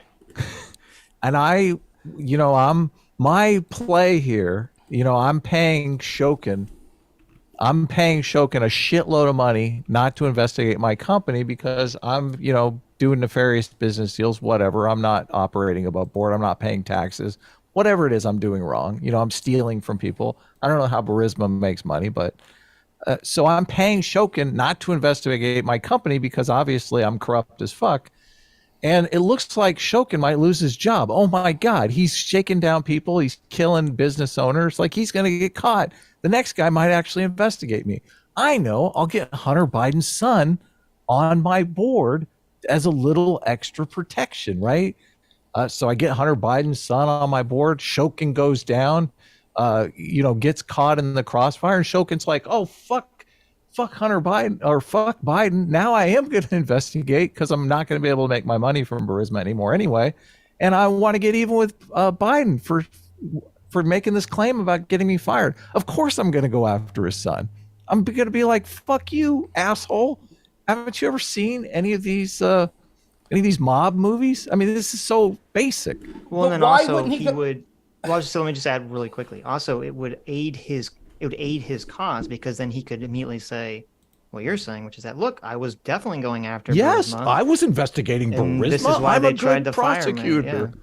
So I found an article from the Wall Street Journal from December 2015 that mentions it's from December 7, 2015. It says it's talking about the conflict of interest between them, but it says of Biden's son working for this corrupt company. It says, Mr. Zlochevsky is also under investigation in the UK on suspicion of money laundering, according to British authorities. He is also under investigation in a Ukrainian unlawful enrichment probe and separate Ukrainian investigation into alleged abuse of power, forgery, embezzlement, according to letters from the general prosecutor reviewed by Wall Street Journal. The general prosecutor is Viktor Shokin. So in December of 2015, it was public knowledge in the mainstream media of the United States that the prosecutor general's office in Ukraine was investigating Burisma. Around that time, Joe Biden looks at the person in charge of that office, Viktor Shokin, and says, I demand he be fired.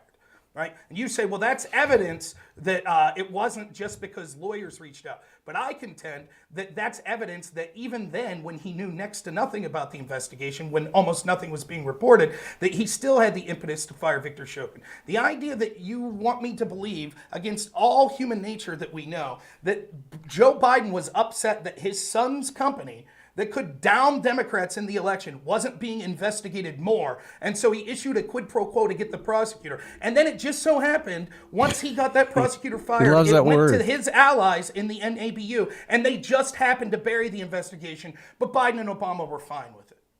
Right. So, well, first of all, the thing I asked was that we'd have to see, according to the timeline, would be if it was like, if Shokin or someone just announced, hey, we're going to start investigating that guy, Zlochevsky or Burisma or something. And then in response to that, then Biden says he wants him fired, right? Which again, all that is that there was some investigation.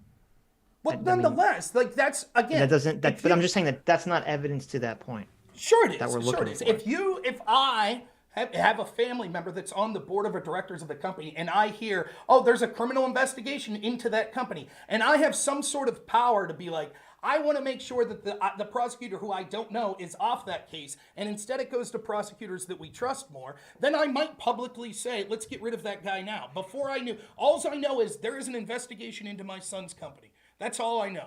Anyone else, if they did that, you would say that's something that we should look into, that we see someone in a position of power claiming that they want a prosecutor fired that is the point person for, and we know this because everyone in the Democrat world was okay when we had a special prosecutor looking into Trump. I'm not against them looking in. Yeah, I'm not against them looking into it. I know, but that's Trump's fault. They should have looked into it. They should have looked into it legitimately. But the question, but they didn't. Well, let me. But here's the thing. I'm assuming, and I could be 100% wrong. I'm assuming the reason that they didn't look into it legitimately is because they knew there was no there, or at least they couldn't prove. Of course, there was a there. Well, then why didn't wait? But Giuliani Trump, looked into it, and he didn't find enough evidence. When Trump is president, he has all the powers of the United States at his fingertips. Why would he not open an investigation from the U.S. state side into this? Yeah. In what way? What branch? What mechanism would he use? The FBI? What do you mean? Yes, the same one that Biden, the same one that Biden or the State used. Department, or he could do a special prosecutor like Mueller. he would not be able to do a special prosecutor on his own because he would be accused of the very things that he was. And if you listen to that transcript of the phone call, what he does say that he wants that announced, but that's because he's frustrated at the obvious cover-up that's going on with the Bidens. And what he says, though, is that he wants Zelensky to cooperate with U.S. authorities because he was trying to get people at the State Department to start an investigation into this. And the fact that it was covered up and wasn't looked into by the FBI for so many years, and then you say, well, Trump could have on his own as an executive demanded this and that would have been okay. It would have been the exact same calls. People would have said, oh, Trump's being political. He's weaponizing law enforcement agencies to go after his opponents. No, it would be very simple. All he has to do is do it without declaring it, because then they can't go make those statements publicly, because then they draw attention to it. But the same and then when it comes out occur publicly, he says, I was trying to do everything by the book. I wanted to make sure everything was above board. I wasn't going to announce it publicly because I didn't want to, attack Biden unless I knew it was really true.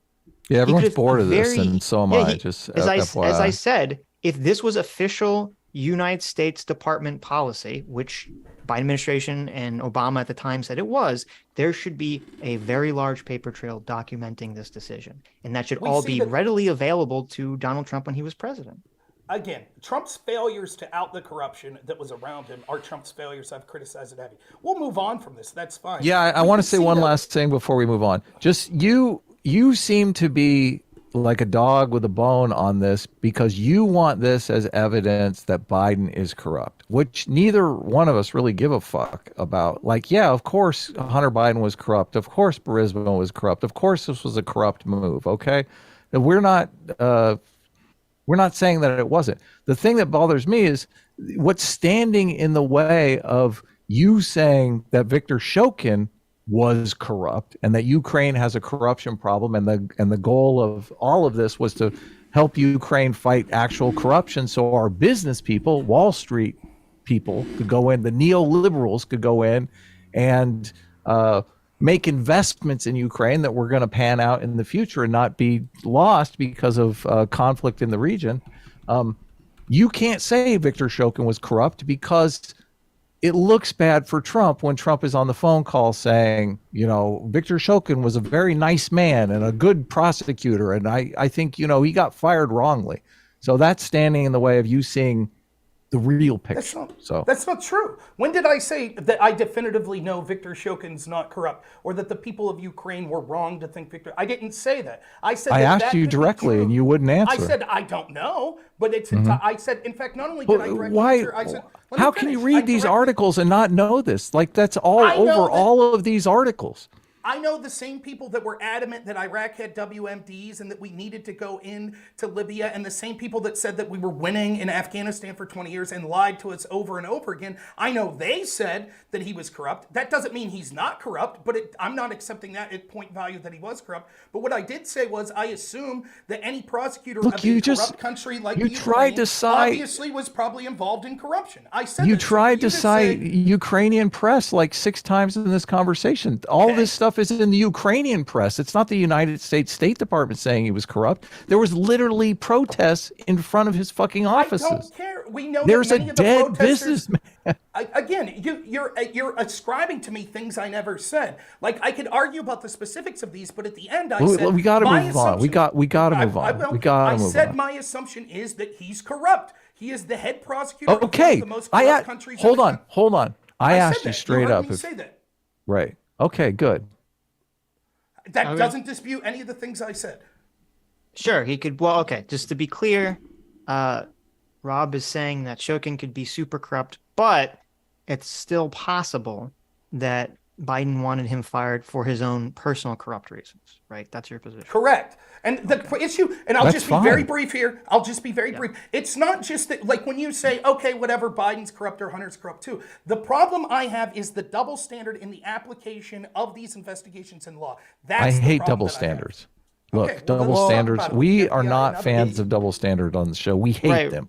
Well, in terms of, so again, in terms of the double standard of investigation, as I said, I'm not against people investigating, the firing of Shokin. I think that would be a good move, actually, because I think that you would investigate and find that nothing bad happened. Yeah, it'd be great. Maybe why didn't the FBI do it? I'm not against that. But I don't know. I mean, I think it's strange if you're going to complain about a double standard, but yet you see, I mean, I don't know, because we only talked about it kind of like secondary. It seems like you think that there was no problem with what Trump did regarding Zelensky and the phone call investigating Burisma and all that I don't think it was impeachable. I think that you would have to prove that his intent in that statement was to benefit himself politically, personally. And I think that you could say, in the same token, you could say, well, we don't have an intent from Joe Biden that the firing of a prosecutor looking into his son was intended to help him out personally or with his campaign. I think that you could say that equally about Trump. So if you're going to impeach Trump, that's fine, if that's the standard we're setting forth. But then Joe Biden should have also been impeached. So, okay, but here's I guess the problem to me. Like, you know, it's going to be very unlikely, if not possible, in a case like with either Biden or Trump. You know, you're not going to find the recording of them saying, you know, I want to fire Shokin because he's investigating my dear boy's company. Like you're not going to find that level of a smoking gun, right? And with Trump, you're not going to, presumably with Trump, you're not going to find a smoking gun of him saying, I want him to announce investigations into Burisma because I want to destroy Joe Biden's credibility. Like you're not going to find like that exact statement anywhere, right? True. So you kind of have to rely on, as you were doing when you were making the case against Biden, you have to rely on, you know, secondary evidence and other evidence and the way things look. And the thing is with Trump, I mean, if he's sending Rudy, I mean, he says in the phone call, he says, you know, I'm going to send Rudy over there. I want you to work with him. And then Rudy goes over there and he's like, you know, yeah, you got to announce that you're investigating Burisma. I mean, it's pretty clear what's happening here. I think it's equally, if not more clear, that wanting a prosecutor fired that's looking into your son's company, and then the excuse of, no, it was actually, they were just mad, they weren't looking. Well, we would need evidence that he was actively looking into Burisma, which I haven't seen. He froze the assets. And you do Rob, again, I know, but again, you acknowledge that was after Biden wanted him fired. I'm saying before Biden wants him fired, I would have to see evidence that they were actively investigating Burisma. No, it would be the opposite. You would need to see, because you have to put yourself in the position of Joe Biden, right? So the idea that, well, Biden would only want a prosecutor fired that was publicly being said to look at his son, only if he saw evidence that he wasn't looking into his son. That's nonsense. If we could assume, the best assumption is Biden didn't know the specific details of what Viktor Shokin was doing. He just knew that there was a public investigation into Burisma, and he wanted the head prosecutor fired. It beggars belief that part of Joe Biden and the Obama administration's calculus was, we're upset that Hunter Biden's company isn't being investigated more. And then the end part that you keep missing is... We got to move on. This is like ridiculously boring, okay? You're saying the same thing over and over and over again, okay? Let's move on. Let Rob finish. Well, he's saying this. We've said this like 15 times. That's fine. I said I heard you the first 7 times. Well, you didn't have a good answer the first 7 times, so maybe I kind of get into look, you've never even acknowledged that there's multiple reasons. I don't think... okay. First of all, I think we can all acknowledge that there is a world, and even a very likely world, where Joe Biden is aware that his son is a colossal fuck up, right? Yeah, he knows his son does all sorts of bad things. And that, yes, to me, it's not so outside the realms of possibility for Joe Biden to, number one, know that his fuck up son has a job at Burisma, and has a job at Burisma purely for, you know, the idea that Burisma thinks that is going to give them access to Joe, and at the same time say, well, I don't give a shit. I'm still, that's not important to me. I'm going to make decisions that have nothing to do with my son's employment because I know my son's a fuck up. I don't think that that's such a crazy thing to think. And to me, that seems very reasonable and likely. I promise I won't say another word after this. For me, I would be able to believe this if once the NABU, which was directly being financed by the United States, if they would have prosecuted Burisma and Zlochevsky, then I'd be willing to listen to what you're saying. But the Obama administration, the Biden people, none of them had a problem that this investigation went to their allies in the NABU and it was promptly buried. So I don't believe that they were really concerned with getting these corrupt people. It's possible. I mean, we'd have to, you have to go dig into what exactly happened after and why the investigation went nowhere and what exactly was going on. I mean, it could be, I think you said this earlier, I could definitely see it could be very likely that they honestly thought Shokin was corrupt. They wanted him fired, and they put a lot of faith into this NABU Ukrainian organization. and they publicly did that. And because they did that, when the NABU basically turns out to be just as corrupt or fucks up, they're just like, well, I guess this is an L for us. Let's just not talk about this anymore. So I mean, that seems very likely to me. But how about this to move on? Can we admit this? Can we all agree on this? That anytime a quid pro quo with a huge amount of tax dollars is used by a government official to force the firing of a prosecutor who happens to be looking at their son's company, there should immediately trigger an investigation, even if we suspect it wasn't for bad motivations, because the propensity to allow that to be personally beneficial would be so big that you could use billions of dollars of tax dollars to possibly benefit your son, that we should automatically investigate anytime that happens. What if there's a private investigation that finds nothing? You still want millions of dollars of tax money to go towards a public investigation? Yes. Well, I would say this: if I was President Barack Obama, and I hear from Newland and Biden that they want to fire Shokin, and then I find out that that Hunter Biden works for Burisma and all that stuff, I would say, yeah, let's conduct an internal, like quietly, obviously. Let's conduct an internal, I want an internal investigation to see all the information about why we're firing Shokin, and, does this have anything to do with Biden, trying to protect his son? Yeah, that's what I would do if I was Obama. So I'm not opposed to that idea. It should be public. The findings have to Well, be you wouldn't make it, obviously, Obama, why? He's not going to make it public, obviously. Right, but it should be independent of Obama. Right? That when you say, well, Trump should have done X, I don't disagree. Trump did an awful lot that was stupid and that I would criticize, but it shouldn't have been up to Trump. If we had a FBI that was actually interested in serving the public to make sure that there wasn't even an appearance of corruption, then they would have immediately launched a public investigation and gave public results. I'll be 100% honest. I'm not 100% aware on how the jurisdiction of the FBI would come into play here. If they can just make a determination and say, oh, well, we're going to investigate Hunter Biden because of this, or it's not what Hunter exactly Biden, it's the would quid happen. pro quo that would be investigated. That's what I'm saying. I don't know exactly how that works. This is how moving on works. I mean, I feel like we've covered. I mean, to me, that would be like. What would you like to and if they did that Adam? publicly, that would basically be like the FBI declaring war on the Obama administration, which obviously politically they would never do. So I don't think that's like a reasonable ask for them. Look, Why Rob, would they the big politically government declare guy. I've heard enough already. Rob's a big government guy. Well, they didn't even. He wants But wait a billions minute. They of didn't even. investigations Wait. They didn't even do that with Trump, because the investigation started before Trump was even president, and it was just the continuation of it. Yes, right. True. And they announced it. They leaked it. They leaked to the press quite frequently. I thought Steele leaked it to the press. I'm going to call you Big Government Rob from now on. How do you like that? That's your new nickname. Fine. And we'll call you Double Standard Adam. There's no problem. What double standard was? Wait. Didn't Steele? I thought Steele leaked the Russian investigation in the press. Are you saying? Are you saying that we need to have a Russiagate style investigation just to spend money? Is that what you're saying? Just so we avoid double standards? I'm saying that the constant application of the FBI's treatment of Trump versus the treatment of the people that were his opponents exhibits a clear double standard. This just being the tip of the iceberg with Ukraine. Since but you're fine with that because we can move on. I mean, there's a lot. I mean, the FBI definitely had a different way of handling Trump than they did of Obama. I'm not disagreeing with that. But not just Obama. There's many reasons for that. But, first of all, I'm against double standards, and I'm only joking. I figure you're probably a small government guy, so I'm obviously saying that to like. I'm not offended.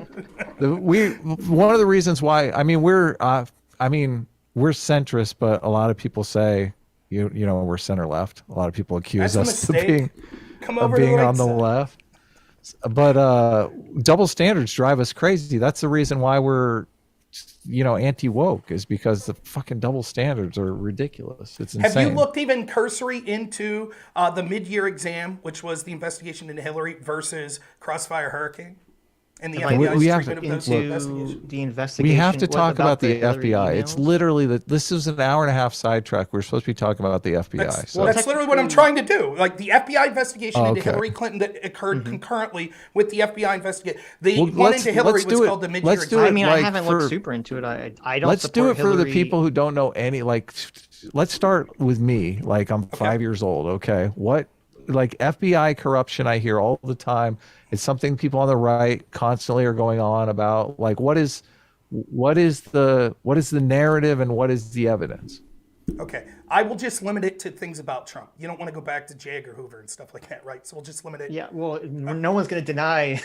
Yeah, obviously. Yeah. Okay, well, good. So it's not that this is an organization beyond reproach. So we understand it was shady stuff all throughout its history. So we'll just start there. We saw that there was an investigation that was occurring into Hillary Clinton on her email servers. That was called the mid-year exam. And that investigation basically was done in that there was an IG report on that investigation. And if you read that IG report, it was as light a touch as possible to everyone. For example, in that case, we had people that intentionally deleted subpoenaed evidence and they weren't charged for it. We had people that lied to the FBI repeatedly and they weren't charged with it. Even the IG said, and you have to understand, we could explain exactly how the IG report was doing things, but even the IG said he could not factor out with people like Peter Strzok that bias didn't mean that they prioritized the Trump investigation instead.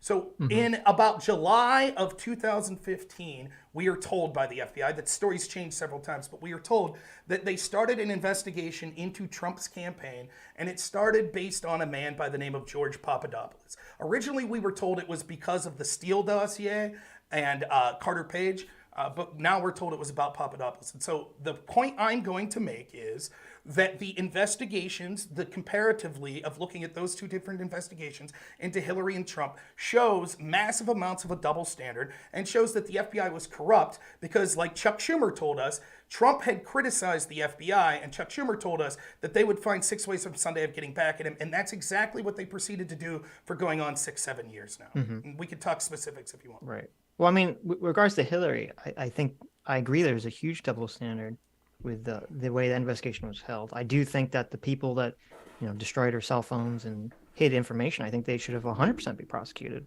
I think there was a huge double standard with that. But they weren't. I mean, that was part of why, I thought that was part of why, because we remember after, it wasn't just that, it was after that, didn't Bill Clinton have his, tarmac meeting with the Attorney General to try to get the the FBI, well, we don't know exactly, but we would imagine it was to get them to stop the investigation. And I thought that was part of why Comey felt pressured to go out and make his public statement that he did, was because of that tarmac meeting, if I recall the timeline correctly. There were two public statements. The first statement that Comey issued, people had problems with, but it was his second one that the Democrats were furious about, right? And so we could talk about those real quick. Wasn't it like Anthony Weiner's laptop? Yes. He said we were reopening to look to make sure that the laptop didn't have anything nefarious. Yes. Or something. And so the accusation was that that basically Hillary Clinton improperly stored classified information. And a lot of people on my side of the ledger don't want to hear this, but I actually don't really give a shit about that. I don't. Like, to me, I think that probably warrants an investigation. But Philip Mudd, who's a CIA agent who by no means is a Trump lover, he said when Mar-a-Lago got raided here not long ago, he was like, look, if we're honest, everyone that has a classified clearance has taken shit improperly. Everyone. You accidentally take it home or you're doing work at home. That's technically against the law. And so, the idea of, I think my bias says that Hillary did this because she wanted to keep things away from Freedom of Information Act requests, but I have no proof of that. So at the end of the day, the least worrying thing about the Hillary investigation is the accusation that she had a private server. It was a cover-up. Yeah. Right. It was the cover-up that's the worst, right? And so that first, you're right, this tarmac meeting happened, which is unbelievable. Now, everyone thinks when Loretta Lynch, who was the Attorney General, she's the person that ultimately would have prosecutorial decisions on whether or not to pursue charges. So the FBI could recommend, but it was ultimately up to the Attorney General whether or not to prosecute. And basically her meeting with the husband of the person they were investigating in private and then only having an intrepid reporter break the story, she said, well, then I'll basically recuse myself. But she never did. She never officially recused herself. She just said, I'll listen to what the FBI says. That's not a recusal. She could have officially recused, but she didn't. Nonetheless, that's what happened with that. Comey comes out and he changed language in his statement because technically the language that he first used, I forget what the term was, like extreme negligence or something. Technically that violates the language of the law, so he changed that and decided not to prosecute her. Okay, I think that sucks. I think if it was Trump, they would have, but that's the least worrying thing. The second statement that Comey gave, which is the reason that people say that he affected the election. If you read Comey's book, he talks about why he did this. He said that he assumed Hillary would win, and he was afraid that he would be accused with the FBI and Hillary Clinton of covering up, that they actually found more of her emails on a laptop. And the reason that he came out when he did was there was actually an FBI agent who was a whistleblower who went to the Southern District of New York because he repeatedly was going to Comey and the top brass at the FBI saying, when are you going to investigate this laptop? And they were trying to run out the clock and not look at it until after the election. So basically, when that whistleblower went outside the FBI to the Southern District of New York, Comey was like, well, shit, we have to say something. And so he was like, okay, we're reopening. And they were able to go through 500,000 emails in 3 days. Now, maybe they could technically go through that because a lot of them were duplicates. But it wasn't that the FBI was actively sabotaging Hillary. It may have harmed her. But the point was that Comey and the FBI were trying to help her. It just backfired. Well, I mean, he did. That was his rationale. Like you read his book, didn't you, Adam? Didn't you say that too? I didn't read Comey's book. I read Bill Barr's book. But if I'm gonna read Comey's book now. It sounds interesting. I mean, Bill Barr says Comey's like a report here, but not right. It sounds like. I mean, you could interpret it that way. It sounds to me more like he was concerned with the image of the FBI, and he's trying to preserve that image there you go. rather than help specifically Hillary Clinton. Institutional. I think both things could be true. I think both things could be right. I think, but he said he thought this would be an. It's just like Biden. Both things are true. Right. Like, so what I'm saying, because what he doesn't want is he doesn't want Hillary to win, and then this story breaks. And then everyone says, "Oh, the FBI is in Hillary Clinton's pocket." Exactly.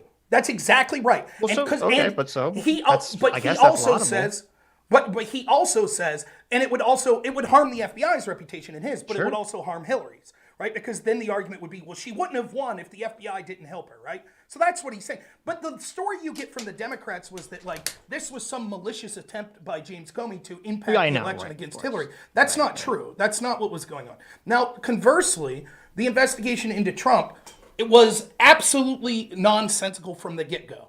The way that they were carrying about the investigation, the way that the double standard of how they gave basically everyone immunity on the Hillary side, and then said, okay, you have immunity. Do you want to flip on anyone? And they were like, no.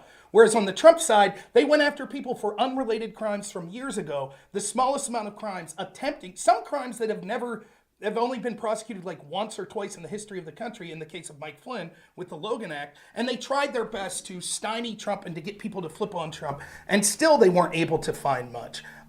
So for example, let me just ask Adam and you this, Sitch, do you think before the FBI gets a FISA warrant that they should have to attempt to verify the evidence they're getting to use that FISA warrant?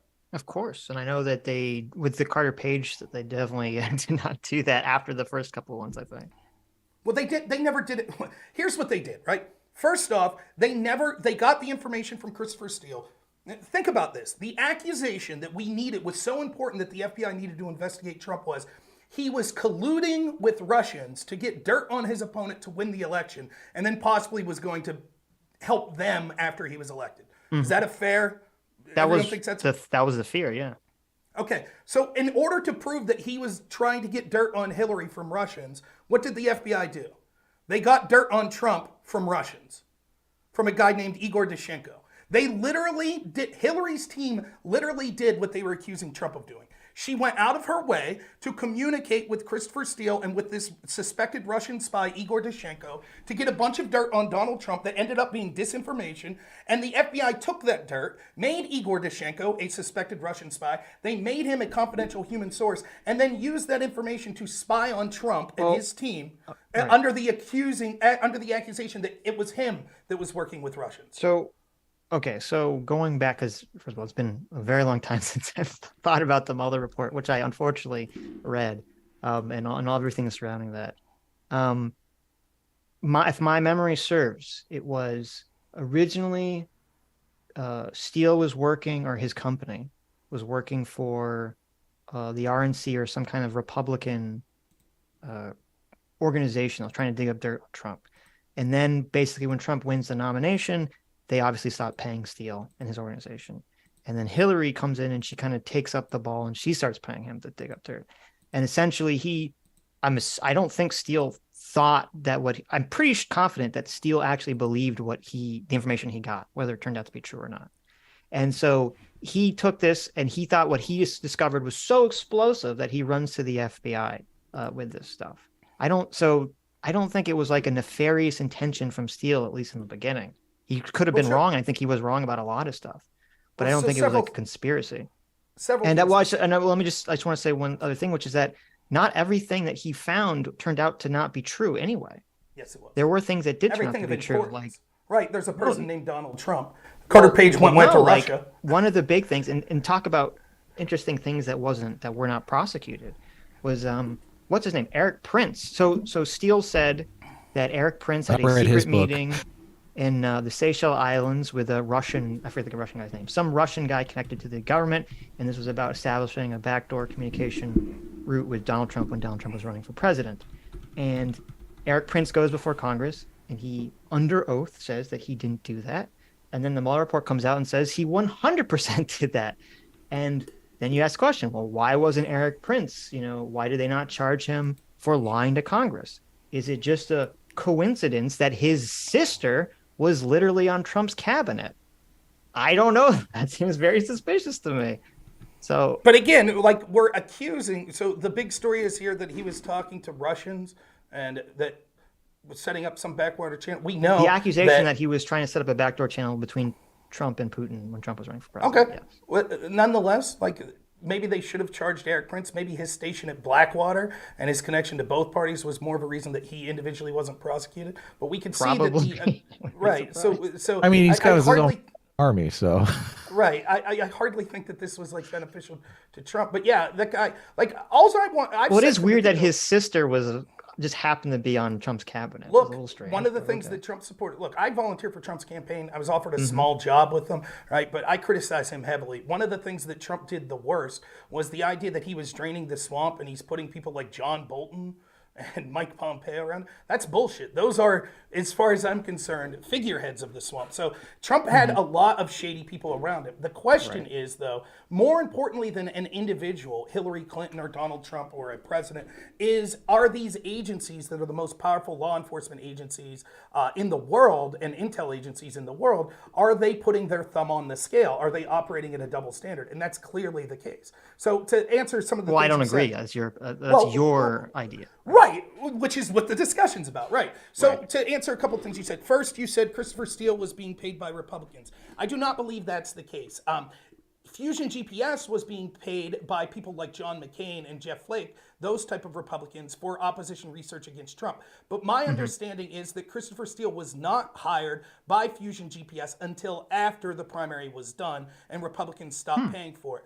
But I might be slightly wrong.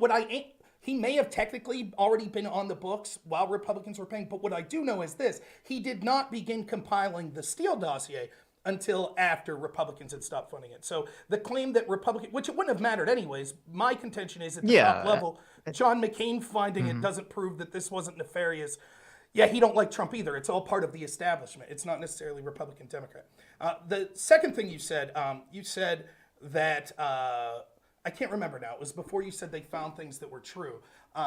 But many of the things that they found that were true were just. Oh no, I said that he thought it was. He himself did believe it. He even if it was disinformation, he believed it himself. Right. Well, we don't.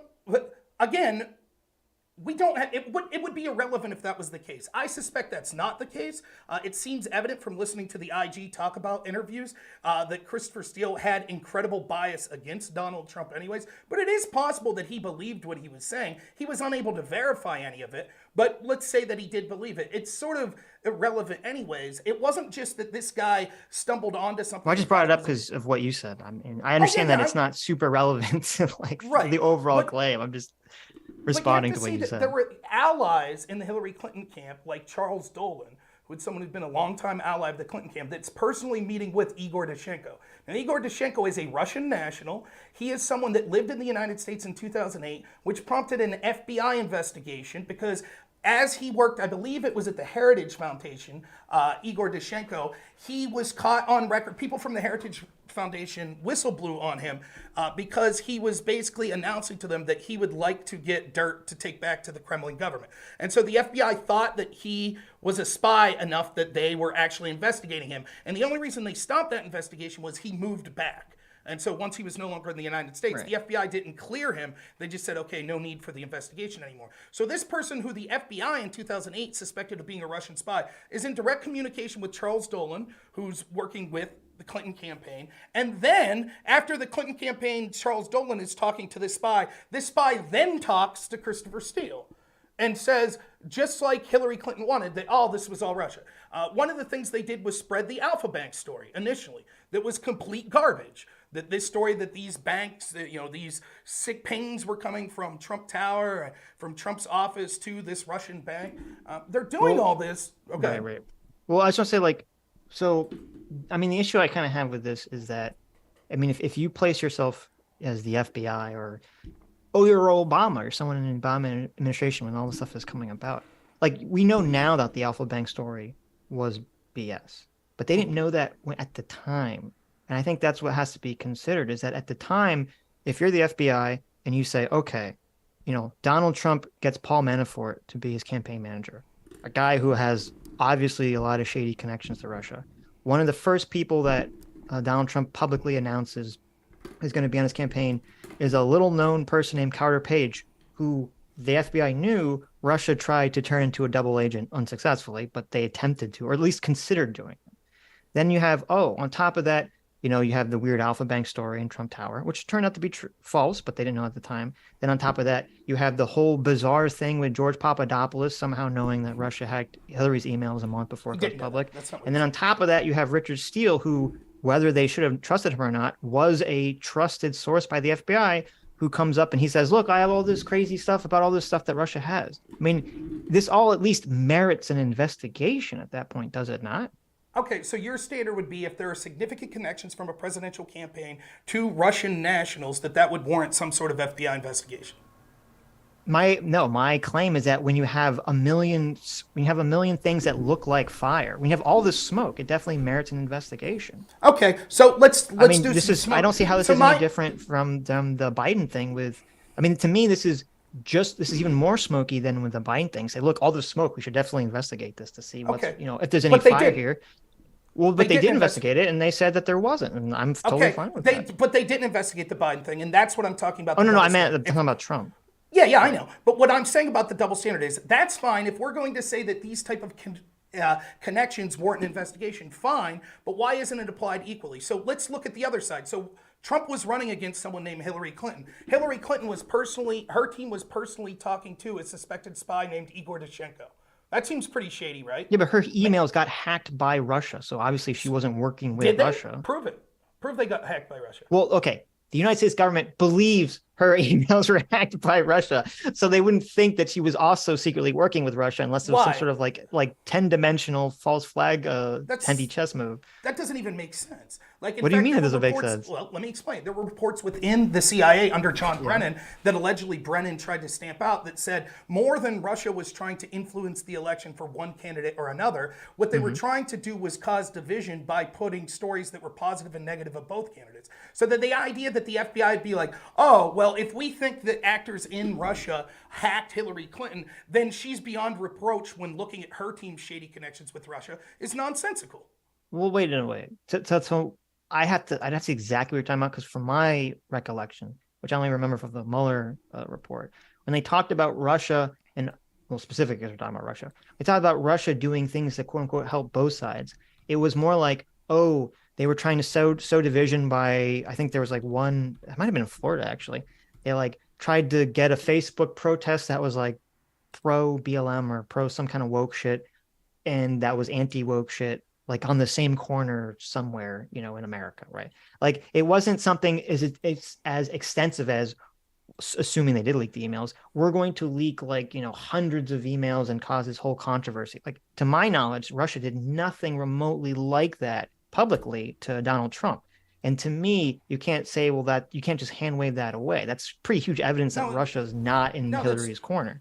So I just sent you a link, and this was from former CIA officer, National Security Council Chief of Staff Fred Fleet said Wednesday that former CIA Director John Brennan ignored intelligence that Russian President Vladimir Putin actually wanted Hillary Clinton to win the 2016 election. Fleets called Brennan the most politicized intelligence chief in American history. The document supports the U.S. intelligence community's conclusion that Russia meddled in the 2016 election that Brennan put to help Trump. It was highly edited. It does not include reference to recently declassified files that point to a possible Russian disinformation camp that attempted to malign Trump. When you talk about the most significant piece of Russian disinformation that affected our country was the Russian disinformation sourced from a suspected Russian spy, Igor Dushenko, that the FBI bought so much that they literally spied on the President of the United States for a year, starting a cascade of investigations stymieing the Trump administration. That was Russian disinformation. So the idea that Russia didn't do anything serious to harm Donald Trump is abjectly not true. They harmed Donald Trump with their disinformation far more than they harmed Hillary Clinton. There wasn't an investigation. So let's look at the connections that Hillary's Clinton had. They had the connection to suspected spy Igor Dushenko. You mentioned Paul Manafort. In the indictment, in Mueller's indictment for failing to register as a foreign lobbyist, do you remember when Manafort was charged, when that crime occurred? No, I don't remember the date. It was 2013. And he was accused of lobbying for Yanukovych, who was the pro-Russian Ukrainian president. Right? And if you read the indictment, it says that he worked with Group A and Group B. Group A was Mercury LLC, which is basically a Republican lobbying firm. Group B was, you ready for this? Drum roll, the Podesta Group. Hillary Clinton's campaign manager. Right, yeah, I do remember that, yes, right. So we're talking about, well, Manafort had shady connections to Russians. Right, working with Hillary Clinton's campaign manager. I feel like you're somewhat missing my point. My point is that from the FBI's perspective, first of all, I don't know 100% the validity of how much Steele got his information from some Russian actor, so I'd have to look into that. But secondly, assuming that's all true, the FBI obviously, well, maybe you don't believe this, but I'd say the FBI they're not aware of that. They're not aware that Steele was getting his information from some sort of Russian agent, at least at first anyway. From the FBI's point of view, then their behavior makes complete sense. The primary subsource from the outset of the Steele dossier being released, primary subsource one was Russian. They knew that. Yeah, but doesn't mean that guy is in the pocket of Putin just because he is Russian, does it? Nonetheless, that's the FBI's assumption when it comes to the people connected to Trump, right?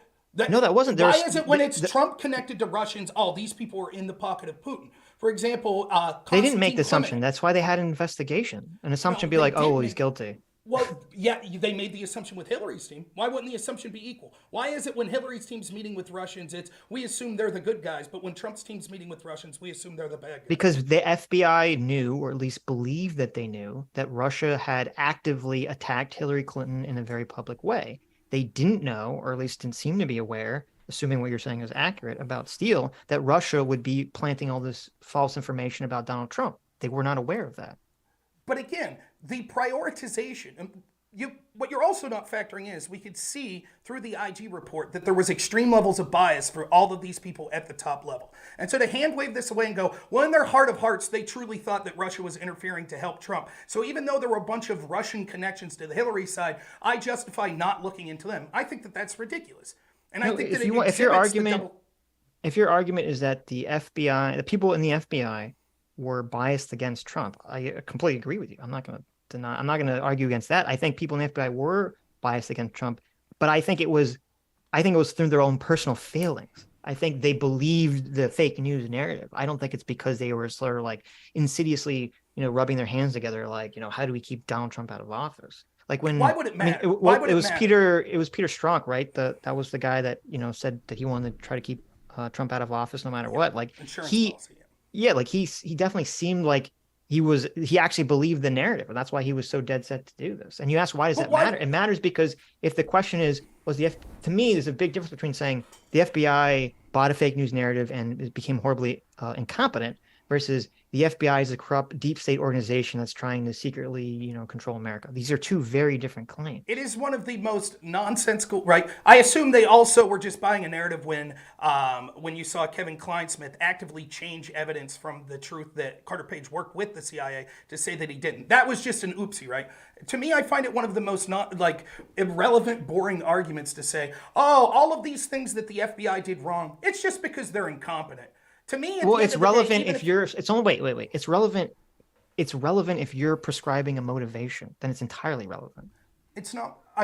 I prescribe the motivation. My assumption is that it's corruption because the preponderance of evidence shows that they're not imbeciles that are running the FBI, that they exhibited bias against Donald Trump, and that these actions were a double standard that occurred over and over. But what I'm saying is, why aren't you enacting the double standard? Because earlier you were asking for the direct smoking gun of Donald Trump, doing the quid pro quo with Ukraine, and now you're not asking for that for the FBI's motivation.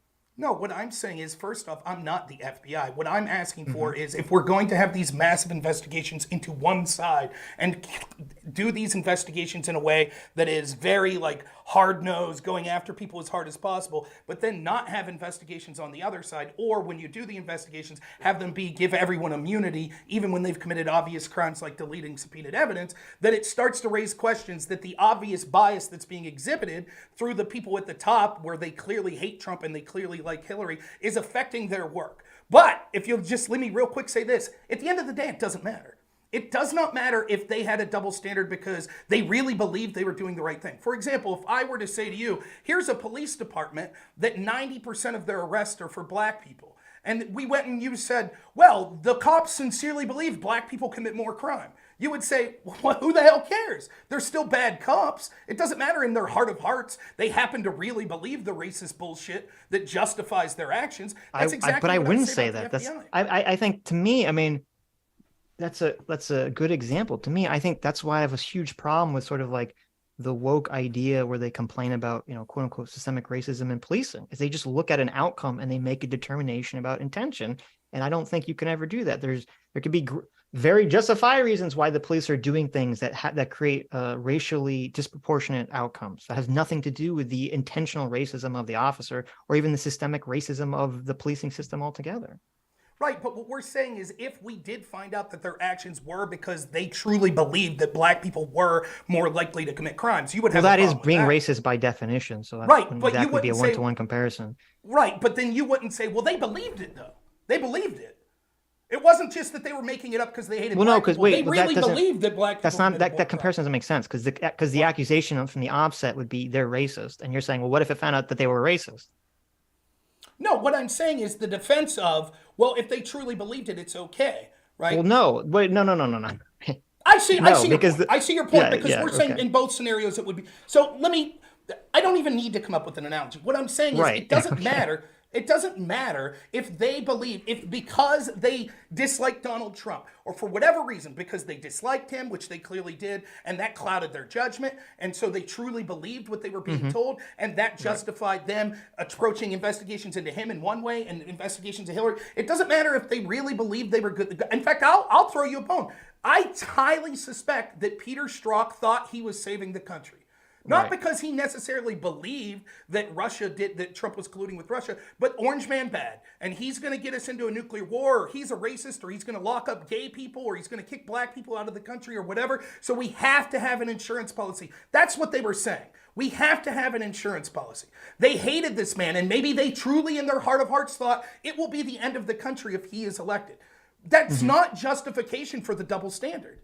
Oh, sure. I'm not saying it is. I'm not saying it is. If your claim is, or if someone makes the claim that says, the FBI, it seemed like a lot of people at the FBI sincerely bought into this, turned out to be fake news idea about Trump working with Russia. And so not only did they investigate that, but then they did do things that they shouldn't have done, like the FISA warrant stuff and, some of the other things that you mentioned.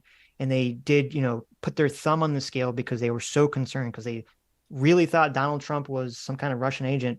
And the fact that the FBI did all this stuff is really bad and really fucked up. You could be completely right. I wouldn't even argue against it. I'd say that's entirely possible. But then my only that's the most contention, that's the most is just important part, right? Well, it depends what we're arguing. My only contention and what I thought we were arguing about is that I believe wholeheartedly that even the most even if you had a robot if you had a Vulcan with no emotion, that was the head of the FBI, at the offset of this, there were so many things that merited to be looked into that I don't fault the FBI for at least beginning the investigation. They may have totally fucked up down the road, but at least beginning it to me seems completely legitimate. Even if they dropped the ball. That would only make sense if the investigation began on the other side as well. So we got the connection to John Podesta. We got the connection to Igor Dashchenko. How about this? Did anyone in Trump's orbit ever personally meet with Vladimir Putin? I don't believe so. But we know Bill Clinton did. Bill Clinton personally met with Vladimir Putin right before the Ukrainian One decision was being applied. And then 2 weeks later, he got $500,000 from a Russian state-owned bank. Yeah, I understand. But again, since it was publicly huge and everyone was aware of it and everyone believed, maybe it wasn't true, if the FBI believes that Russia hacked Hillary's emails and released them to the public, why would the FBI think that Hillary was working with Russia? And why would, even if Hillary had been working at Russia before that point, wouldn't they immediately think, well, if she was, she's definitely not doing it now because they just fucked her over?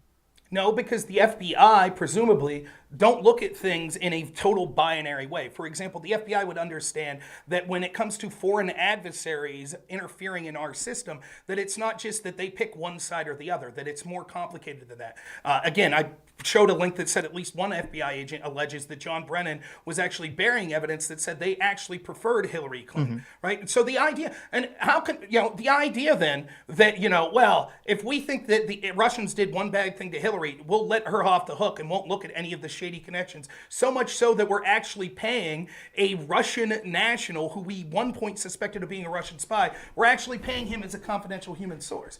And none of this justifies behavior such as not verifying opposition research to spy on a presidential campaign and then president. Okay, well, let me ask this. So, let's say hypothetically, everything that you're pointing to, or that you believe you're pointing to with Hillary Clinton, say that none of that existed. That's all gone, okay? And Hillary Clinton is the most squeaky clean fucking person in human existence. I know it's a huge stretch, but just for the sake of the thought experiment, imagine. Do you think that then, if there's not a comparison, do you think that it's fair for the FBI to look at everything that's going on with Trump and say, hey, because of Paul Manafort, because of Carter Page, because of what Steele is claiming, because of the George Papadopoulos, who somehow knew about the emails being leaked a month in advance, do you not think that merits the FBI, or at least seemingly justifies the FBI to look into any of this? So I'll give you as straight as an answer I can, but then I want to kind of explain it. Yes, they could look into it, right? Here's the problem. It's not just Trump vis-a-vis Hillary. One of the worst kept secrets in our country is how deep lobbying connects to foreign adversaries, foreign interests, right? The problem is it wasn't just, well, they're going after Manafort, they're looking into Trump because his campaign's connections. If you would look at almost any national candidacy for presidency, you would see all sorts of connections to China, to Russia, to Iran, to all of these places, right? And the fact that just this one time the FBI was like, well, we're going to look into this. All I want is, let me give you an easy example, right? Do we think it should have been a crime for Don Jr. to meet with a Russian national, a woman by the name of Vetselnetskaya, in Trump Tower? An argument that the Democrats made was this should be a crime. Oh, yeah, I completely forgot about that. Yeah, that was that too. Right. So Trump met with this woman who was a Russian national, Don Jr. did, and he sat in the meeting for 15 minutes. Who said she had information damaging to Hillary Clinton, yes. Right. Do you think that should be a crime? No. Right, me neither. Yeah, but it's still... When you have 6 or 5 or 6 different things that look very suspicious, I could say, well, that merits at least looking into. Right, but again, I could say the same about the Hillary camp. We could talk about all the things that look suspicious with them. Okay, but I'm just trying to say, for just hypothetically, if you assume all the Hillary stuff is not a factor here, you agree that there was enough there to look into Donald Trump. What I'm trying to say is this. To me, but this is why I have a problem with this argument, is that to me, if the FBI didn't look into Donald Trump, and maybe you make the same argument with Hillary, it would be such a dropping of the ball, because there was so much smoke there. There's so many weird things that happened with the Trump campaign that definitely merited to look into. And again, what I'm saying, if the reason I bring up the Trump Jr., I don't have a problem saying, yes, he should have been looked into and possibly charged with a crime, as long as we say, and the Hillary camp that was meeting with Igor Dushenko should also be looked into and charged with a crime. My personal preference is neither should have been. So what I'm saying in your specific example here is, why should they not be investigated? When it hinges on what terms like investigation mean, right? Like theoretically, the FBI should be investigating any foreign national from an adversarial country when they're talking to any person that's involved in politics. Theoretically, that's what I believe. The problem I have is the double standard. So in an ideal country, if the FBI for 10 years leading up to this had been investigating people for acting as foreign lobbyists for foreign nationals from adversarial countries and had been investigating campaigns that had connections to foreign nationals and things like that, I would say absolutely keep that ball going. If we set the precedent that no, the FBI is not going to really do those things, then it shouldn't change just because the one guy, and there's all these coincidences. We see the obvious bias that the agents had. We see Chuck Schumer admitting, oh boy, he shouldn't have criticized the FBI. Now they're going to come after him. And the fact that I have to ignore that, plus then how light they went after Hillary Clinton with the things she did, it just, again, it defies belief that this is just like they had to look into it. Again, I wouldn't have a problem if we set the standard. We're going to go after people that fail to register as foreign lobbyists really hard. That's fine. That's good for me. That'll get rid of so many corrupt people in Washington. But what you can't do is just target people on one side. That's I don't. The problem. Yeah, I don't disagree. And again, I mean, that's why I said I do believe that the FBI, totally for BS reasons, probably went very soft on Hillary, in regards to the email stuff completely, and that whoever deleted industry, and like if they have evidence that fucking Hillary Clinton's aide, took a hammer to the phone, like then that guy should be in jail, obviously for doing that. But he's not. Yeah, I understand that, and obviously that's a huge double standard. Completely. That's right. And that's my only right, but. So I don't disagree with that. My only point is that that is without respect to a double standard or some idea about a double standard, which I would argue in some respects acts as a whataboutism in this exact situation, is that there was so many crazy things, again, related to Trump that looked like weird connections to Russia that it 100% at least merited an investigation. And if you want to say that they handled the investigation poorly, maybe they did. But I don't see how anyone, if you're the FBI, could make the determination that with all this crazy shit, with the Russia leaking Hillary's emails, with Papadopoulos knowing about it, with Trump for some bizarre reason naming Page, to be like one of the first, like I think it was like literally one of the first people he named, with him getting Paul Manafort. There were just so many fucking weird things. You're like, what is going on here with Donald Trump? And so that's just one by one. It just seemed like it was like they had to look into this. Let's go one by one. First, Papadopoulos knowing about the emails. He did not. Right. That's not what he said. Papadopoulos, first off, Papadopoulos was set up because Joseph Mifsud, the Maltese professor, all of his friends and family said that they always thought he was involved in Western intelligence. And at the end of the day, if we ever get to the truth of it, that's what it's going to be. Joseph Mifsud was working for Western intelligence, UK intelligence in the United States. Yeah, well, that's a huge if, though. Well, it's an if, but that's what we'll find out. But let's say we didn't. Well, wait. First of all, wait. You can't say he was set up. You could say, well, I believe he's set up. There's no evidence that he was set up. That's a belief for a specific narrative. Okay. Sure, there's evidence he set up. For example, we know afterwards that he was talked with Stefan Halper, who we actually know was a spy that was sent, who had a honeypot by the name of Azra Turk that met with him, trying to get him to do illegal things. We know that the FBI gave him a briefcase, or we know that he was given a briefcase full of cash to get on an airplane, and when he got back, he was met by the FBI, who arrested him because it would be illegal to carry that briefcase full of cash. You're talking about Papadopoulos? Who's the they? Yeah, Papadopoulos. Yeah, Papadopoulos. Papadopoulos was given a briefcase of cash by an FBI agent? He alleges that he was given a briefcase full of cash, and then as soon he chose to not bring that case on the airplane, and he was immediately met by the FBI when he got off because they were trying to arrest him for that. He alleges this. Yes.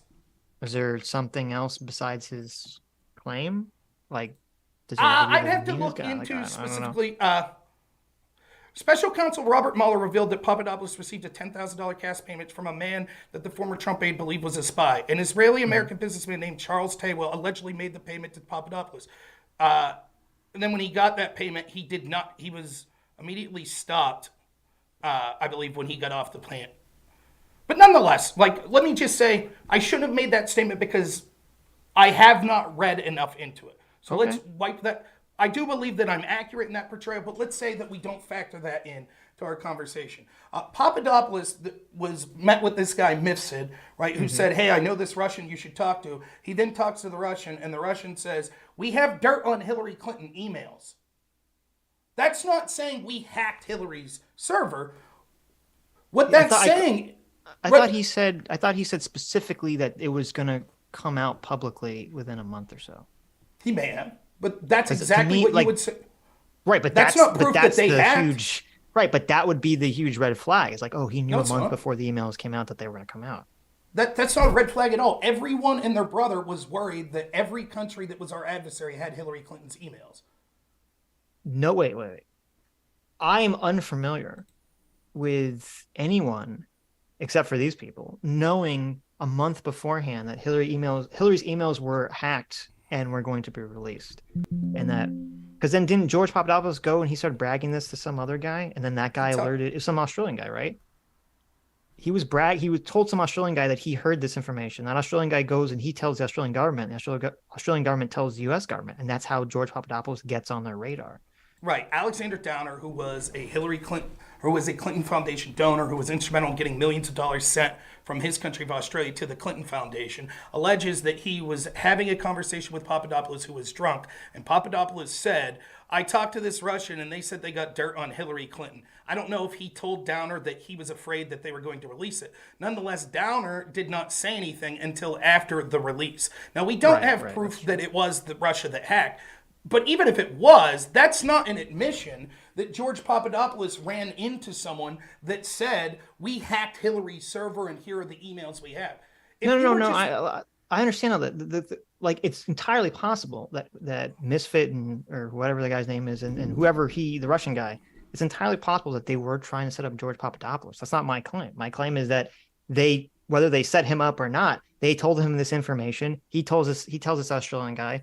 And so this comes back to the FBI and the US government, and it looks very fucking suspicious. That's like, if they set him up, that was the point, to make him look very suspicious. Well, nonetheless, what is the investigation? He didn't say, I did something shady. He said some Russians said they had information that was dirty on Hillary. How does that justify starting an investigation into a presidential campaign? They would say two things. They would say, number one, why the fuck is some Russian guy telling this to someone that works for the Donald Trump campaign in the first place? Is very suspicious. And number two, why the fuck doesn't he tell the US government or Hillary campaign? Well, why would you? Maybe if he would have seen the emails, he would have.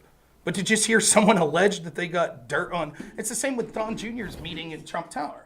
Yeah, but when that lady showed up, it turned out she didn't have dirt on Clinton. Right. If it turned out that she did, right, and then Donald Trump Jr. did nothing about it, or he just used it to his own advantage, I would say that's horrible. That should definitely be like prosecuted at that point, depending on what they told him. Well, but that's what I'm saying. We don't know. He may very well have got the information and then once it was released, went to the FBI. Nonetheless, there's not a crime there's no crime that warrants investigating. Well, he wasn't charged. Some random person told you that they had what everyone already suspected. That because Hillary had a non-private server. It wasn't what everyone suspected. It wasn't what everyone suspected. Sure. No one knew Hillary's emails were going to be leaked a month before they were leaked. That wasn't like a widely I would be interested to see. I would be interested to see that Papadopoulos alleged to Alexander Downer that they're going to be released within a month. That's what I was told. I'd be interested to see that. We'll have to look up the conversation.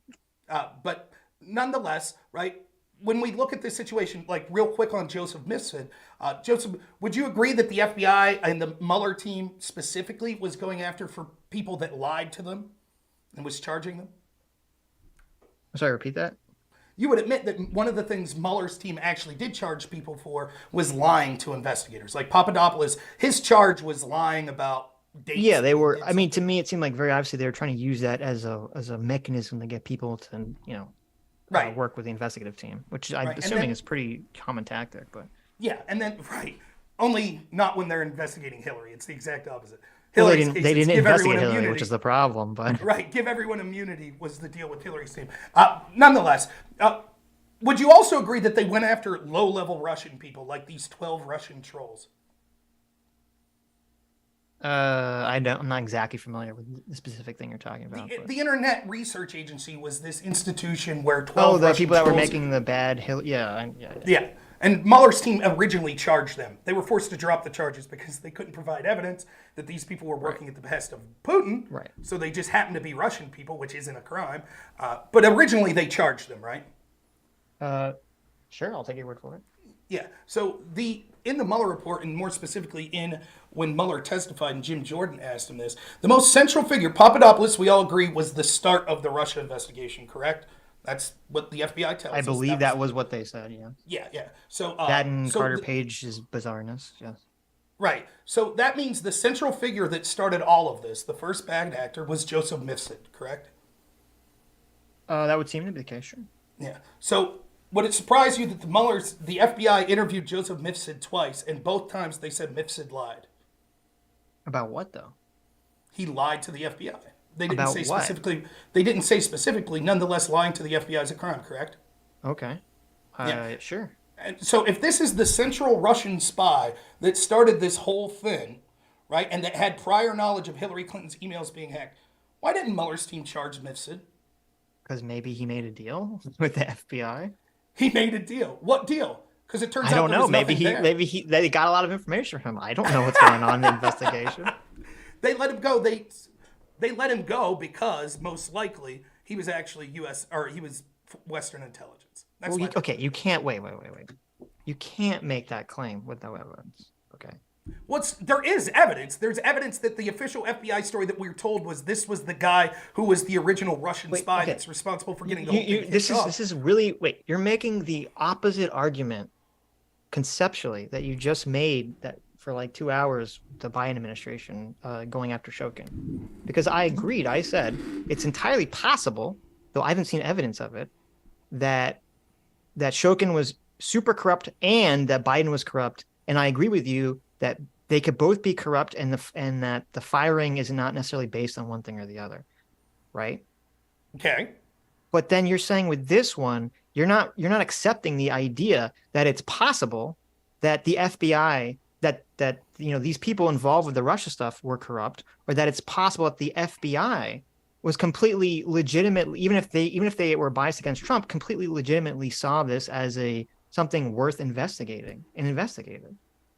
Like these two, like it doesn't just because they didn't go after Hillary doesn't negate the fact that they wouldn't look at what's going on with Trump and say, this is something to investigate. Doesn't mean that the FBI is acting corruptly in the opening of the investigation. The problem is that you're actually doing the thing in inverse. You're assuming such positive motivations by the FBI that anytime there's something that's a glaring red flag, like the central spy in the FBI's version, who admittedly lied to the FBI twice, not being charged, you're like, well, then it must be because they made. I don't know. No, I don't. No, wait. I didn't say it has to be anything. I said I don't know. I don't know what the specifics were of that situation. Right, but you can't blame. But wait a minute. To me, and this is why you'd have to look into the specifics. This is like, as I said, the very common tactic that the FBI or any investigative body that has the authority to, what they do is they ask people questions, and then if the person lied, which they probably did, they say, hey, we got you lying. We're going to charge you with this unless you flip on somebody, unless you give us more information.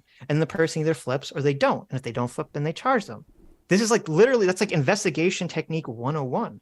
And so I'm asking, so just because they caught George in a lie and didn't charge him, that doesn't mean anything, because if they went back to him and he flipped, then that was the entire point of them trying to catch him in a lie in the first place. So you think that he flipped, the investigation's over, but they're going to keep I that don't secret? know. I said I don't know. You think I'd have it's to a see possibility information one way that or the he other. flipped, but the FBI is keeping it secret? I think that it's too generous of a view of what the FBI. What do you mean? has Of course they exhibited. keep it secret. What do you mean? They're not going to publicly all say of like, this. oh, by the way. No, that's not true. Thanks for Eventually they'll be- flipping. Let's make public all the Yeah, secrets that you exactly. gave to us. Thanks. Let's put a big Well, what do you think target on your happened? back So- for Russia. Like, of course. So, they're for not gonna tell. example, with the January 6th stuff, your argument is people flipped, but they never used that testimony or used their name. Oh, wait, they did the exact opposite. That's why we're hearing about the vice president of the oath. They Keeper. do in some cases, not in others. but then Obviously. you're- Wait. Your derision I don't know that what it was I don't know nonsensical, what that example would be the you're case. relating this to with January 6th. The vice president of the Oath Keepers allegedly was an informant that flipped. There were other people that allegedly flipped, and their testimony was used in order to help prosecute people. Well, but don't they have to name them if they actually testify? Right. So then that's what I'm saying. So then when we saw the prosecution of but that didn't happen with the Papadopoulos- Russian investigation. There was no... Right. If we saw it, right. Well, sure. Plus, he'd be a double agent with a nation. Well, no, okay, has a history say... of killing people. Okay, say the assassination FBI... style. Wait, so say the FBI... Say Mueller did say that they should bring charges against Trump, and then the Attorney General does so, okay. And this goes to court. Then you would find out who flipped and who didn't flip, because they'd have to tell everyone. But until that happens, you don't know any of this information. But listen, you'll admit that they didn't charge anyone with the hack, right? They were charging Russians, right? They charged these 12 Russian trolls. They charged Russians, they couldn't prove it. Well, they couldn't prove it, right. Now, if Joseph Mifsud, who was this central figure, who was the one who knew that they had hacked Hillary's emails, if he flipped, right, and was like, okay, this is what you do, why have we never heard that information that said we could prove that it was actually Russia that did hack? Because we don't know. We have a confidential source that told us. Wait. We don't know what I never said that he knew who did the hack or anything like that. We don't know what exactly he told the FBI. He could have just said, he could have just said, I got this information from this person. He could have totally complied with whatever information they wanted to know regarding something specific. But again, we know that he originally... Why would the treatment of him be vastly different than, say, the treatment of someone like Mike Flynn, who was actually a hero? Because Mike Flynn was like, fuck you. He was completely not working with the FBI. He was like super against them. It's not true at all. In fact, he met them without a lawyer. Yeah, and then... Well, that's true. The first time he did, yeah. Right. He's become very violently against them, which I guess is fair. Well, no shit. They used the Logan Act to go right. after him, which John Kerry publicly acknowledges to violating on a regular basis before he was with the Biden administration. So no shit. After they threw the book at him, no shit, he wasn't very cooperative. But that's the thing. I don't know what they were charging, what they thought Flynn was doing specifically, and what information they want from him. Because if you remember, they even had there was that note. I don't know if it was Strunk again or someone else who said like, oh, they caught Flynn lying, were they going to leverage this to try to get him? Didn't they literally say that? Didn't they literally say that when they caught him lying, are we going to charge him? Are we going to like leverage to flip him? Papadopoulos? No, Flynn. Yeah, that was the point. The whole point was... But he didn't flip it, so then they charged him. That's exactly what I'm saying. Flip? What was there to I don't know whatever they were asking him. Right. But the point is, that was what a judge said. He thought that it was never about getting Flynn and these low-level people, that the FBI was constantly doing whatever they could to get Donald Trump. That's exactly obviously. I don't disagree with that. That's the entire point of the investigation. That's the entire point of any of these investigations. Rob, will you just acknowledge the investigation strategy that Sitch just articulated? Yes, I will. Okay. In fact, so then we all acknowledge what it. happens? Okay, good. Okay, so then now, I'm not sure I follow what the issue is. The issue that they shouldn't use this technique? Is that what the issue? No, the issue is the double standard. Now let's do the Hillary investigation. That's what okay, but I'm okay. But what? Real quick, I don't care about the double standard. I don't care about the what about it. That's right. That's the point. You don't care about the double standard. No, in terms no. Whoa, calm down. And I already opened this conversation by admitting and agreeing with you that they should have investigated Hillary. I've already ceded that entire position. I'm saying it doesn't matter, and I don't care in the argument of whether they should have investigated Donald Trump, which it doesn't matter. It has nothing to do with it. And your position is they shouldn't investigate any political people? How are we going to get rid of the deep state if there's no investigations? That is not my position. Nor has it been. Well, you did say that. You said your preference was nobody gets investigated. No, that's not what I said. What? I said that my preference in the situation of Don Jr. and Hillary Clinton talking to Russians would be that they're not charged with crimes with that. When it comes to issues of failing to edge, I already said when it comes to FISA violations, I'm glad we made it. I'm glad we made it clear then, because we need to investigate. How are we going to keep these people honest? But again, the problem is, and this is the problem, I hear this all the time. It's like, I guess they should have done something different. It's not as if the double standard. You don't hear that. You don't hear that. Everyone's very partisan on this. Oh no, that's not true. This is the defense I hear from lefties all the time, right? Mm-hmm. All the time. Well, they all hate Hillary though, so maybe they do say that. But it's even like they do this with everything, right? Right? When you're like, hashtag believe all women, you're like, oh well. Should we have done that with Bill Clinton? Would it have been different? And they're like, yeah, maybe we should have done it. Or they'll say, any litany of things. Nah, Bill Clinton did nothing January wrong. 6th. We should all January aspire to 6th getting a blowjob in the Oval Office. Well, I mean, obviously, Hell I don't have a yeah. problem with that. But the problem is like the accusations of like Juanita Broderick that said that. I know. I was just But yeah, you know what I'm saying. But it's constantly this thing where I talk to people now and they act like RussiaGate never happened. Yeah, I thought it was a red herring. It was too much time invested in it. Whatever. Let's move on. Because what it shows is a massive double standard. And then at the same time, we're finding out day by day that the FBI is involved in other things that massively influence our elections, such as communications with social media companies at Twitter and things like that. They haven't changed their double standard. They raided Mar-a-Lago. And it's every one of these situations in a vacuum, you could say, well, was there an appearance of impropriety that would justify the FBI investigation? I guess. And yeah, I guess that sometimes there's a double standard. And yeah, I guess the way they did the investigation was a little, off the books and it wasn't done properly. Well, at some point you have to say there's a pattern, that we see this constantly. And we can see the bias of the language they have in private. We can see even like people like Chuck Schumer admitting that this is exactly what was going to happen. And yet still, I'm frustrated when I talk to centrists and they're like, well, I guess fire one or two people, it'll be all right. Anyways, moving ahead. If we don't solve this double standard and this corruption of the most powerful intel and law enforcement agency in the history of the country, they could have more of an influence on our day-to-day culture and our elections than anything Russia collusion is accused of doing. Do you? I mean, I would agree in theory. Obviously, if the FBI is horribly biased in favor of the Democrats, or horribly biased as maybe they're just anti-Trump, specifically, it would be more likely in my mind than them being really in favor of the Democrats. I mean, I'm not in favor of the FBI or any of these institutions being corrupt, and I'm in favor of that not being the case. These should all be neutral arbiters of information. Blah blah blah blah blah. Right? I'm not against any of this stuff.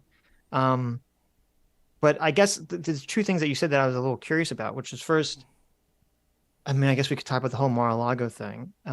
But then before we talked about that, I mean, do you have a problem with everything Trump did regarding like trying to pressure Pence to throw out the votes and like all that stuff and trying to replace the attorney general with some environmental lawyer so that he would then tell the states that they would be okay to throw out their own slates of electors? I mean, does that stuff bother you as well? There are things that specifically, looking at specifically what Trump said, there are some things that he said that bother me. Like, I'll never understand the impetus for people to hate. I don't like Mike Pence for varying reasons, but the idea that there was any sort of practical way in which Mike Pence wouldn't accept the electors is total abject bullshit. It's just stupid. It literally couldn't happen. And it comes from people that were also trying to tell you that the Supreme Court was going to overturn the election with that Texas case. It's bullshit. It's not going to happen. And those same people are trying to tell you now, when Donald Trump says that we need to redo the election because of, FBI interference on Twitter, that's bullshit. It's not going to happen, nor should it happen. People should be held accountable if corruption occurred. There should be investigations, for example, into election malfeasance in 2020, loss of chain of custody of ballots and things like that. That does not justify saying, without proving that you would change electors. Now, I don't think it rises to the level of a crime for a president to talk about that stuff. Had he done it, we would be in a different situation. But well, he did do it, but he got talked out of it. Well, so he didn't do it. Well, no, he attempted to do it, and then with Pence refused to do it. Then it didn't get done, right? And there's a question, like, do you think? Well, it's still pretty bad, right? Like, I don't know. Look, attempted murder is still a crime. Okay, that's just fine. As long as I just was curious if it was good or not. It's not the equivalent of attempted murder. If you truly thought that the election was stolen and talking through the mechanisms that you think that you could make it so that steal didn't occur, that's different than attempted murder. That doesn't mean that I agree with his attempts to do it, but I don't think it rises to the level of a crime. I would say the problem is that I don't know if you listened to all the January 6th hearings or anything, but listening to Bill Barr and listening to the other attorney general that replaced Bill Barr, it didn't seem like when this was all happening, I didn't hugely buy into the election was stolen narrative, but I didn't make like a huge statement on it or a big deal about it, because every time I tried to look into all the election fraud claims, it's like this. I'm sure you know this. It's like this never-ending rabbit hole of someone makes a claim, someone makes a counterclaim, someone makes a claim. It's just like never ends. Yeah. I just I don't have the patience or really care enough. Well, let's be clear. Some of the stuff.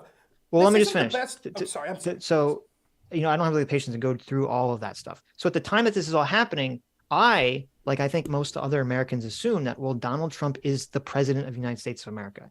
He has access to information that we don't have when he was making claims that the election was stolen. Yeah, that's what I assumed. I think that's what everyone assumed. And I think that's a totally normal and fair assumption. Yep. And the problem is that we found out that he didn't, that wasn't the case, that all the access to information that he would have had, that the private citizen wouldn't have, they all told him the election wasn't stolen. And they all told them that there was no evidence of this. And the problem was that he had Giuliani and Flynn and Powell that were basically just giving him a bunch of bullshit, a lot of which would turn out to literally be bullshit. And he was just listening to them. Yeah. He did have access to more information. He had access to the Attorney General of the United States, who looked into all the claims and went down the list and showed him why they were all fake. Right. That's not true. Barr did not look into this. That's not true. Yes, he did. Well, he claimed he did. I mean, right? He claimed he did, but he didn't. And there are significant problems that don't know. Hold on. How do you know? Lie about it. I mean, he was very pro-Trump. So look, I can't read Hunter Biden. I can't read. Well, I can read Hunter Biden's mind. It's all drugs and fucking hookers. But I can't read Joe Biden's mind. How can you read Bill Barr's mind? Like, how do you know? It has nothing to do with reading the mind. It's the fact that he did not have a trial, get discovery on both sides. Yeah, but we just talked about. Look, we just talked about how investigators work. Okay, you don't necessarily need to have a trial to start an investigation. So I just want to be clear here. You two are operating on the assumption that every claim of election fraud that was heard, there was some 47 cases that were attempted to be brought. There were things that we know that were shady about the election, like chain of custody. You're saying Bill Barr personally looked into every one of those. That's your claim. I'm not saying that. Bill Barr, in his book, says that he looked into all those claims, and Trump came out with a laundry list.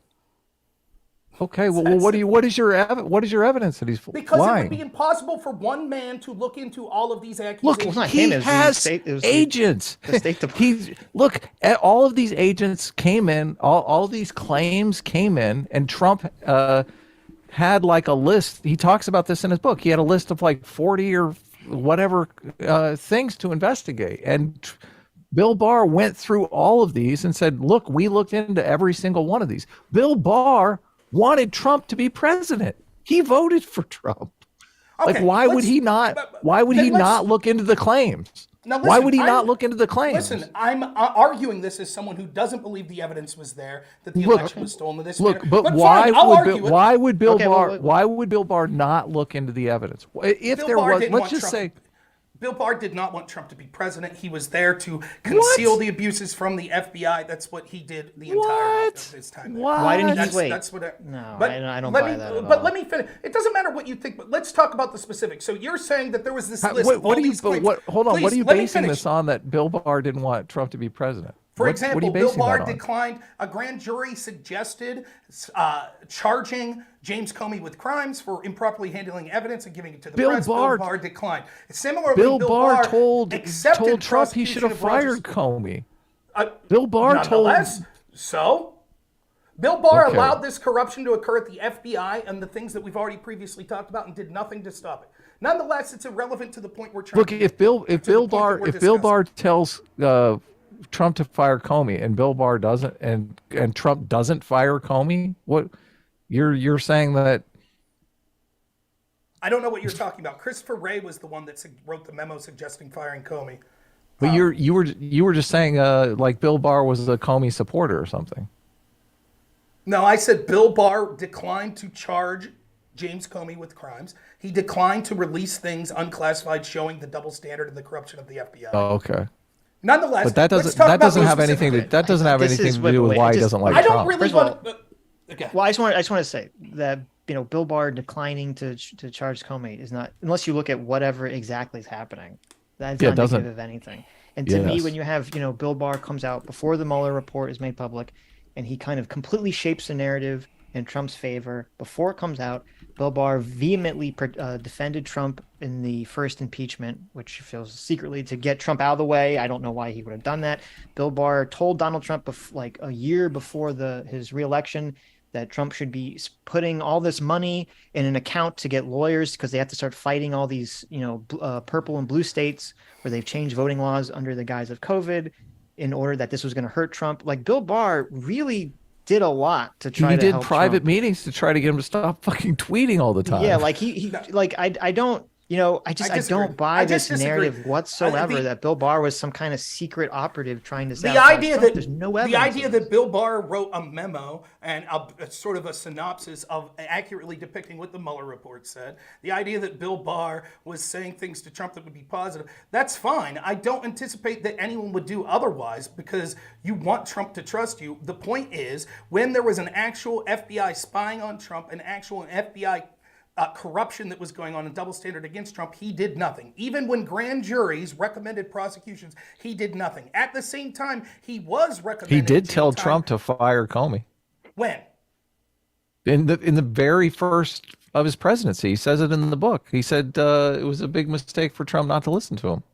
But maybe, and maybe they would have listened to Bill Barr just like, remember, Trump fired Comey, which resulted in Mueller, right? Who appointed Mueller? Who wrote the memo appointing the special counsel? Do you know who it was?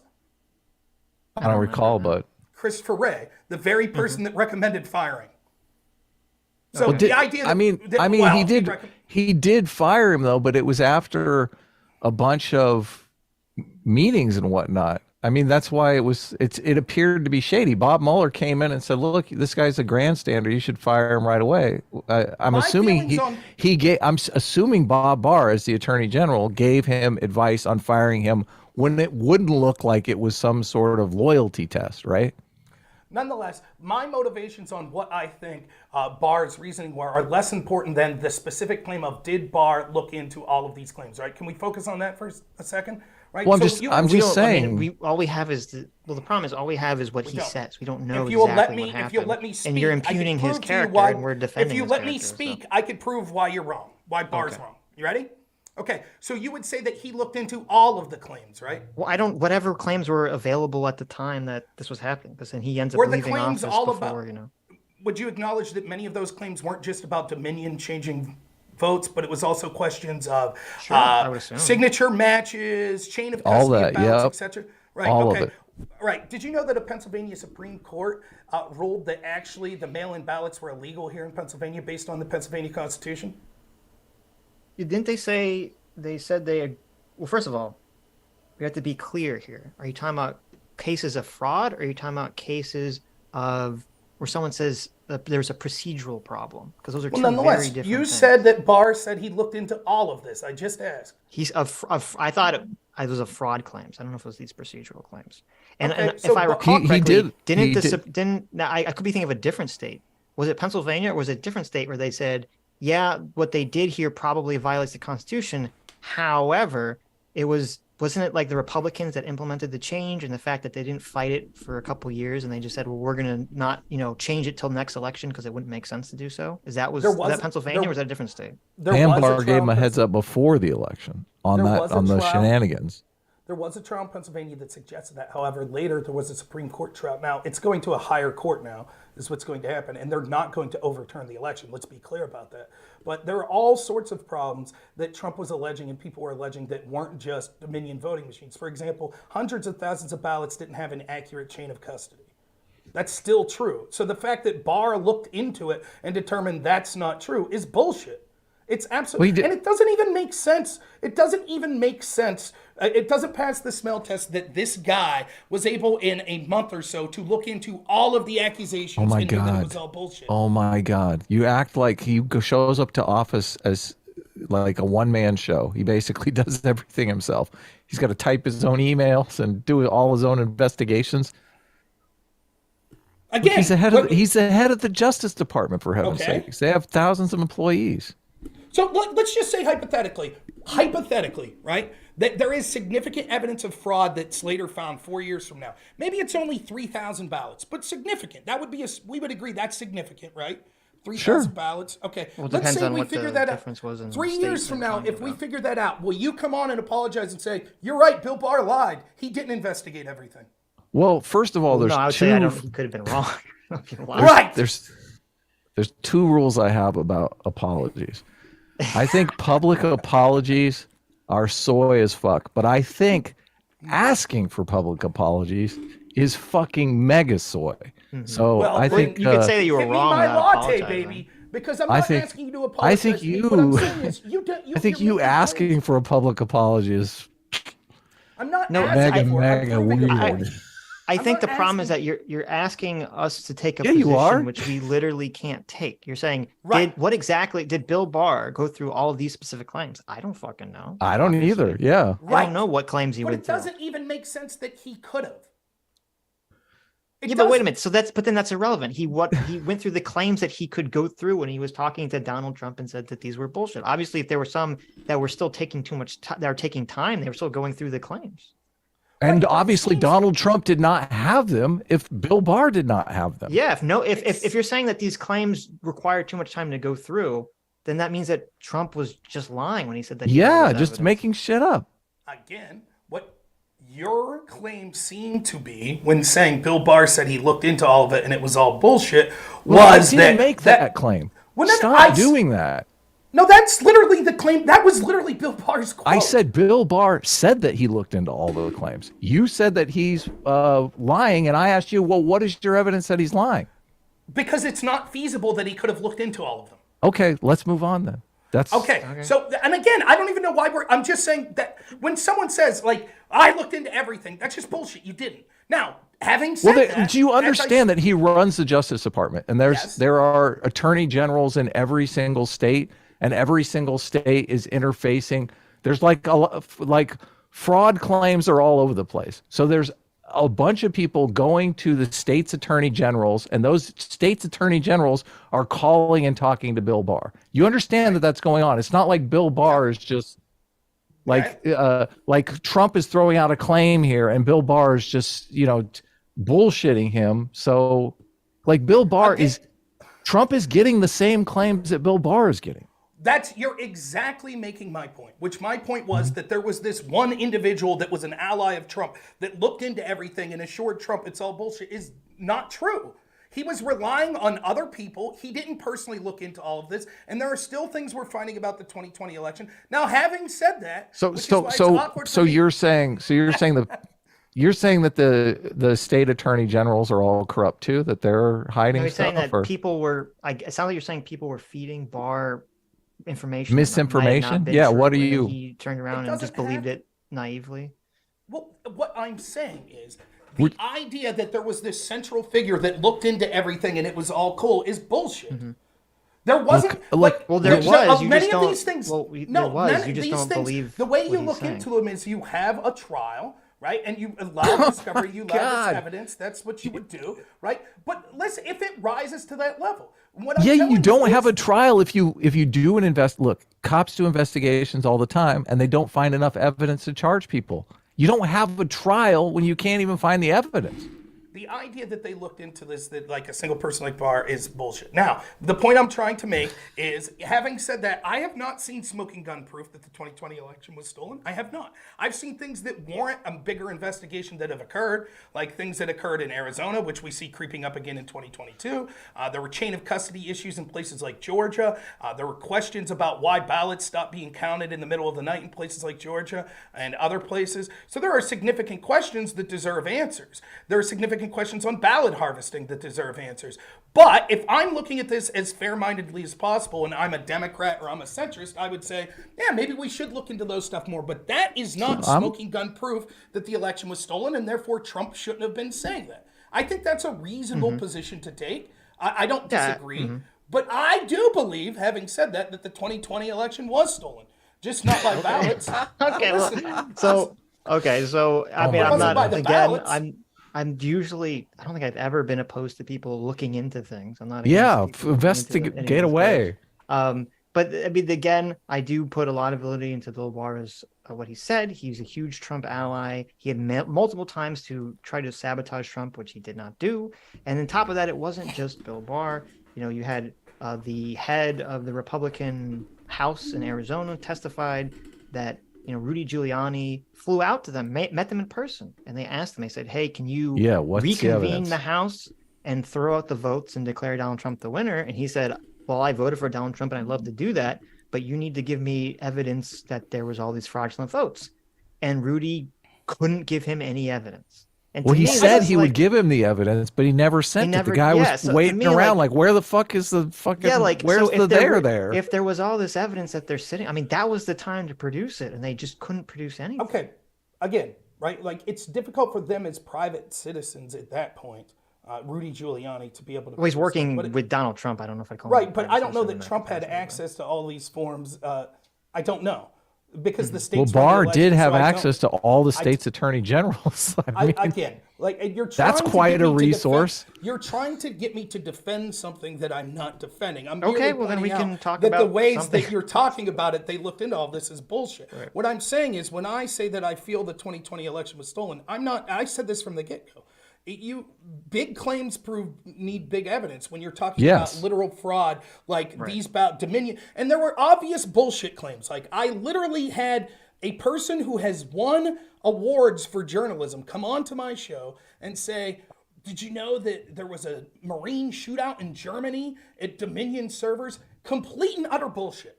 Absolute bullshit that people were peddling. People were peddling shit like this. They were saying more people voted in this particular district in Wisconsin that are registered voters.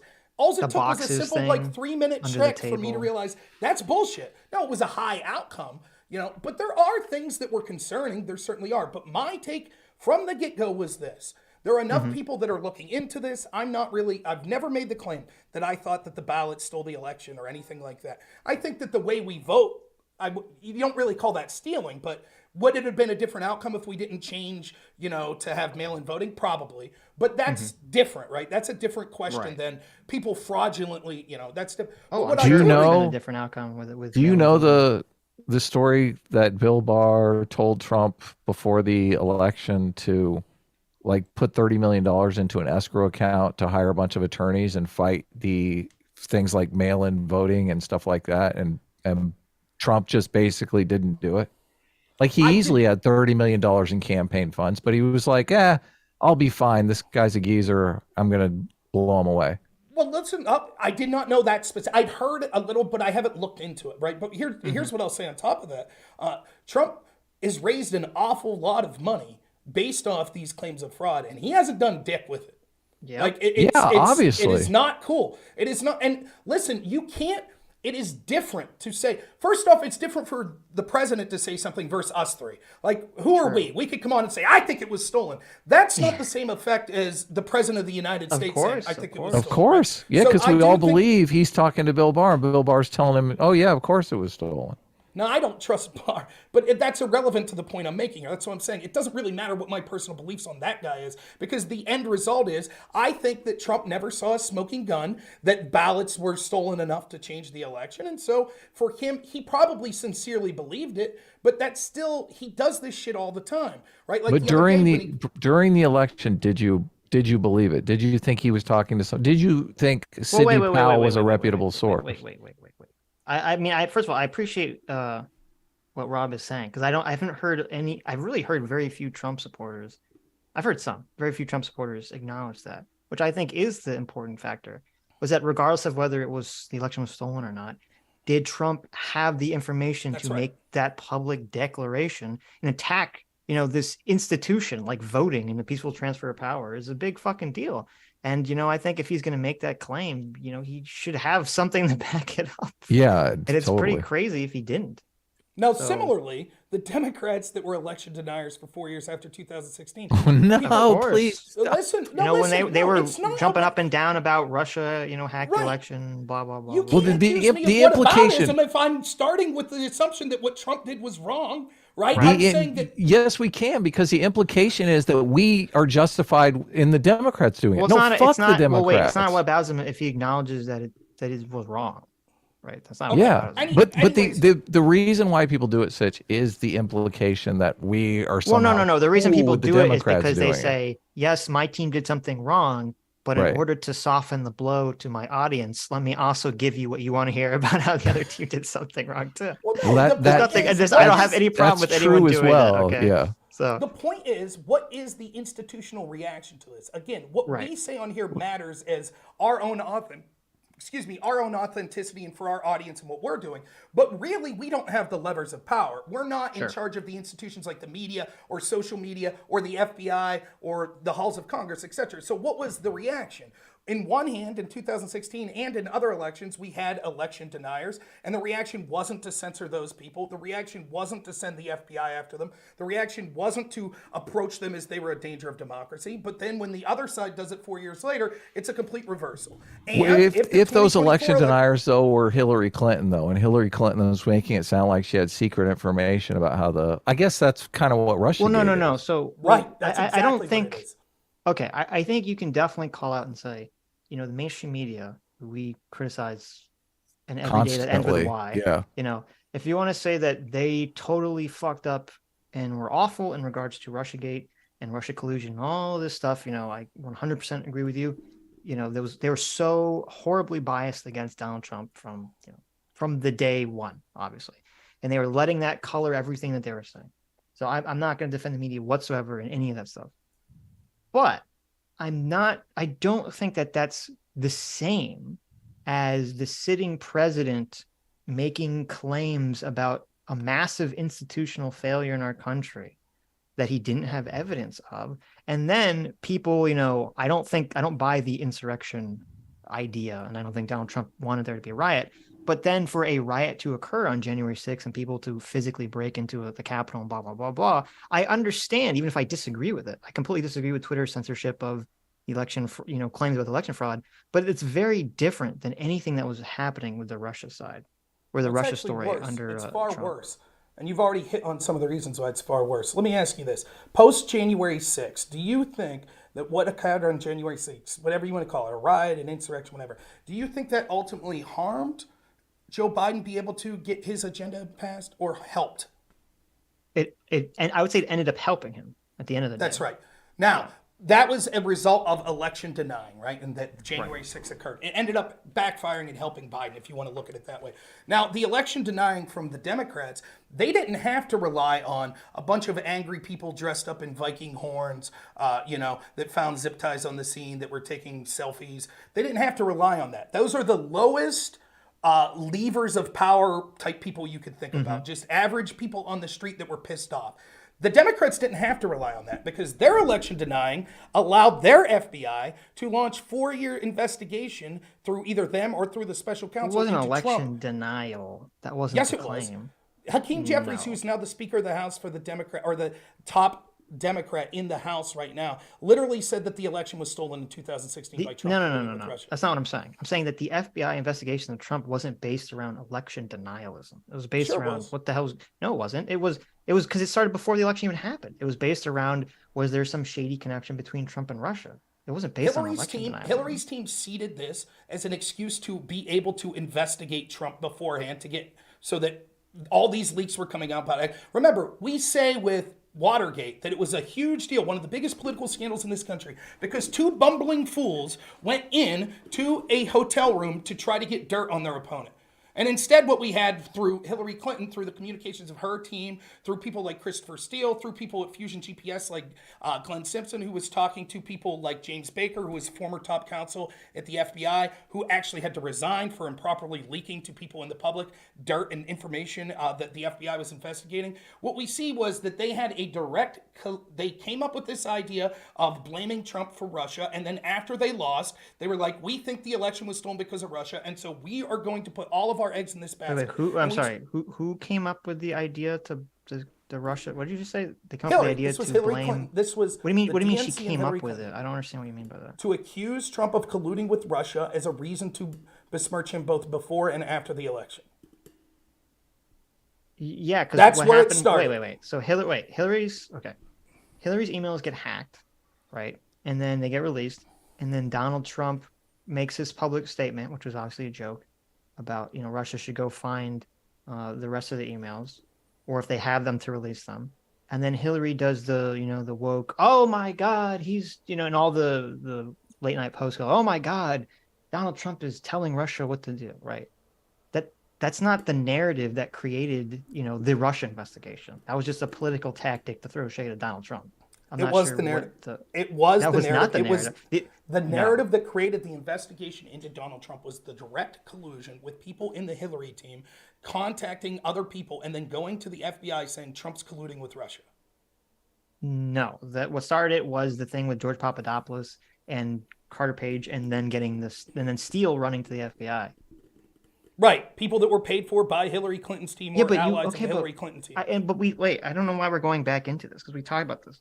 There's a difference. Like if there was some evidence that Hillary Clinton hired Steele and sat him in a room and said, "Okay, I want you to tell the FBI that there's a secret Russian P-tape, you know, blah blah blah blah blah." If this was all just bullshit that he just made up to help Hillary Clinton, that would be like fucking insane. That'd be a horrible, like, that guy should be in jail forever. There's no evidence for that whatsoever. And I thought you acknowledged that earlier. That he thought that he was, like, he thought that what he got was real, whether it was real or not. That's completely different than saying like he was paid by Hillary to do X. I didn't acknowledge that he thought that. I said it's a possibility that he thought that, but it's irrelevant to the story, right? He could have. Well, no, it is relevant because there's a huge difference. Wait, there's a huge difference between Steele going out there, finding information. Some of it turns out to be true. Some of it turns out to be false. Versus saying, "Oh, Hillary like paid him to go lie to the FBI." Like that's a completely different claim. But that I'm not saying that she paid him to go lie to the FBI. That's not I what I said. That's what you're implying. So let me put it in this analogy. Like, let's say, Sitch, I'm trying to dig up dirt on you. So I pay Adam, and I know it's bullshit. And I say, Adam, talk to my friend Bob. You don't have to pay me. Well, right. I'll just give you the dirt. He'd give all the. But if I was like, talk to my friend Bob, Adam could really believe what Bob's saying. But that doesn't mean that I didn't concoct the plan.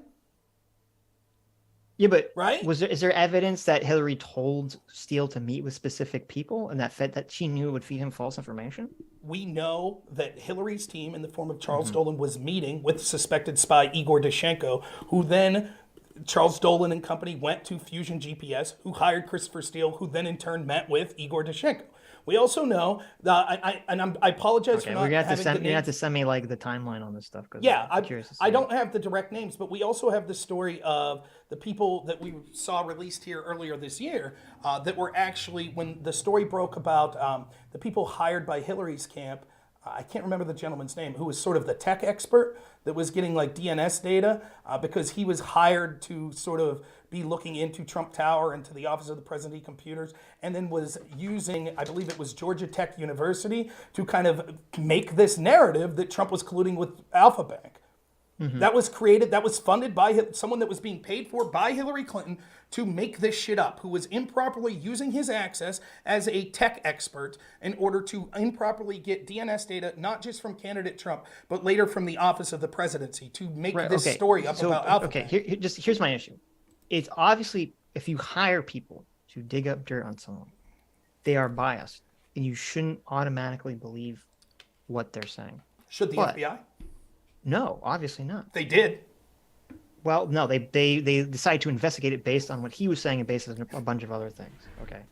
And obviously, I remember that they either unwittingly or I think it was unwittingly. They didn't realize, because didn't Steele say like, "Oh, I have a secondary source," but it turned out he was a secondary source and the FBI was unaware. Well, no, I don't know that Steele said that, but the secondary source was the guy from Yahoo News, whose name I forget. But yeah, but he was sourcing Steele, and the himself, FBI appeared to not be aware of this. But anyway, yes.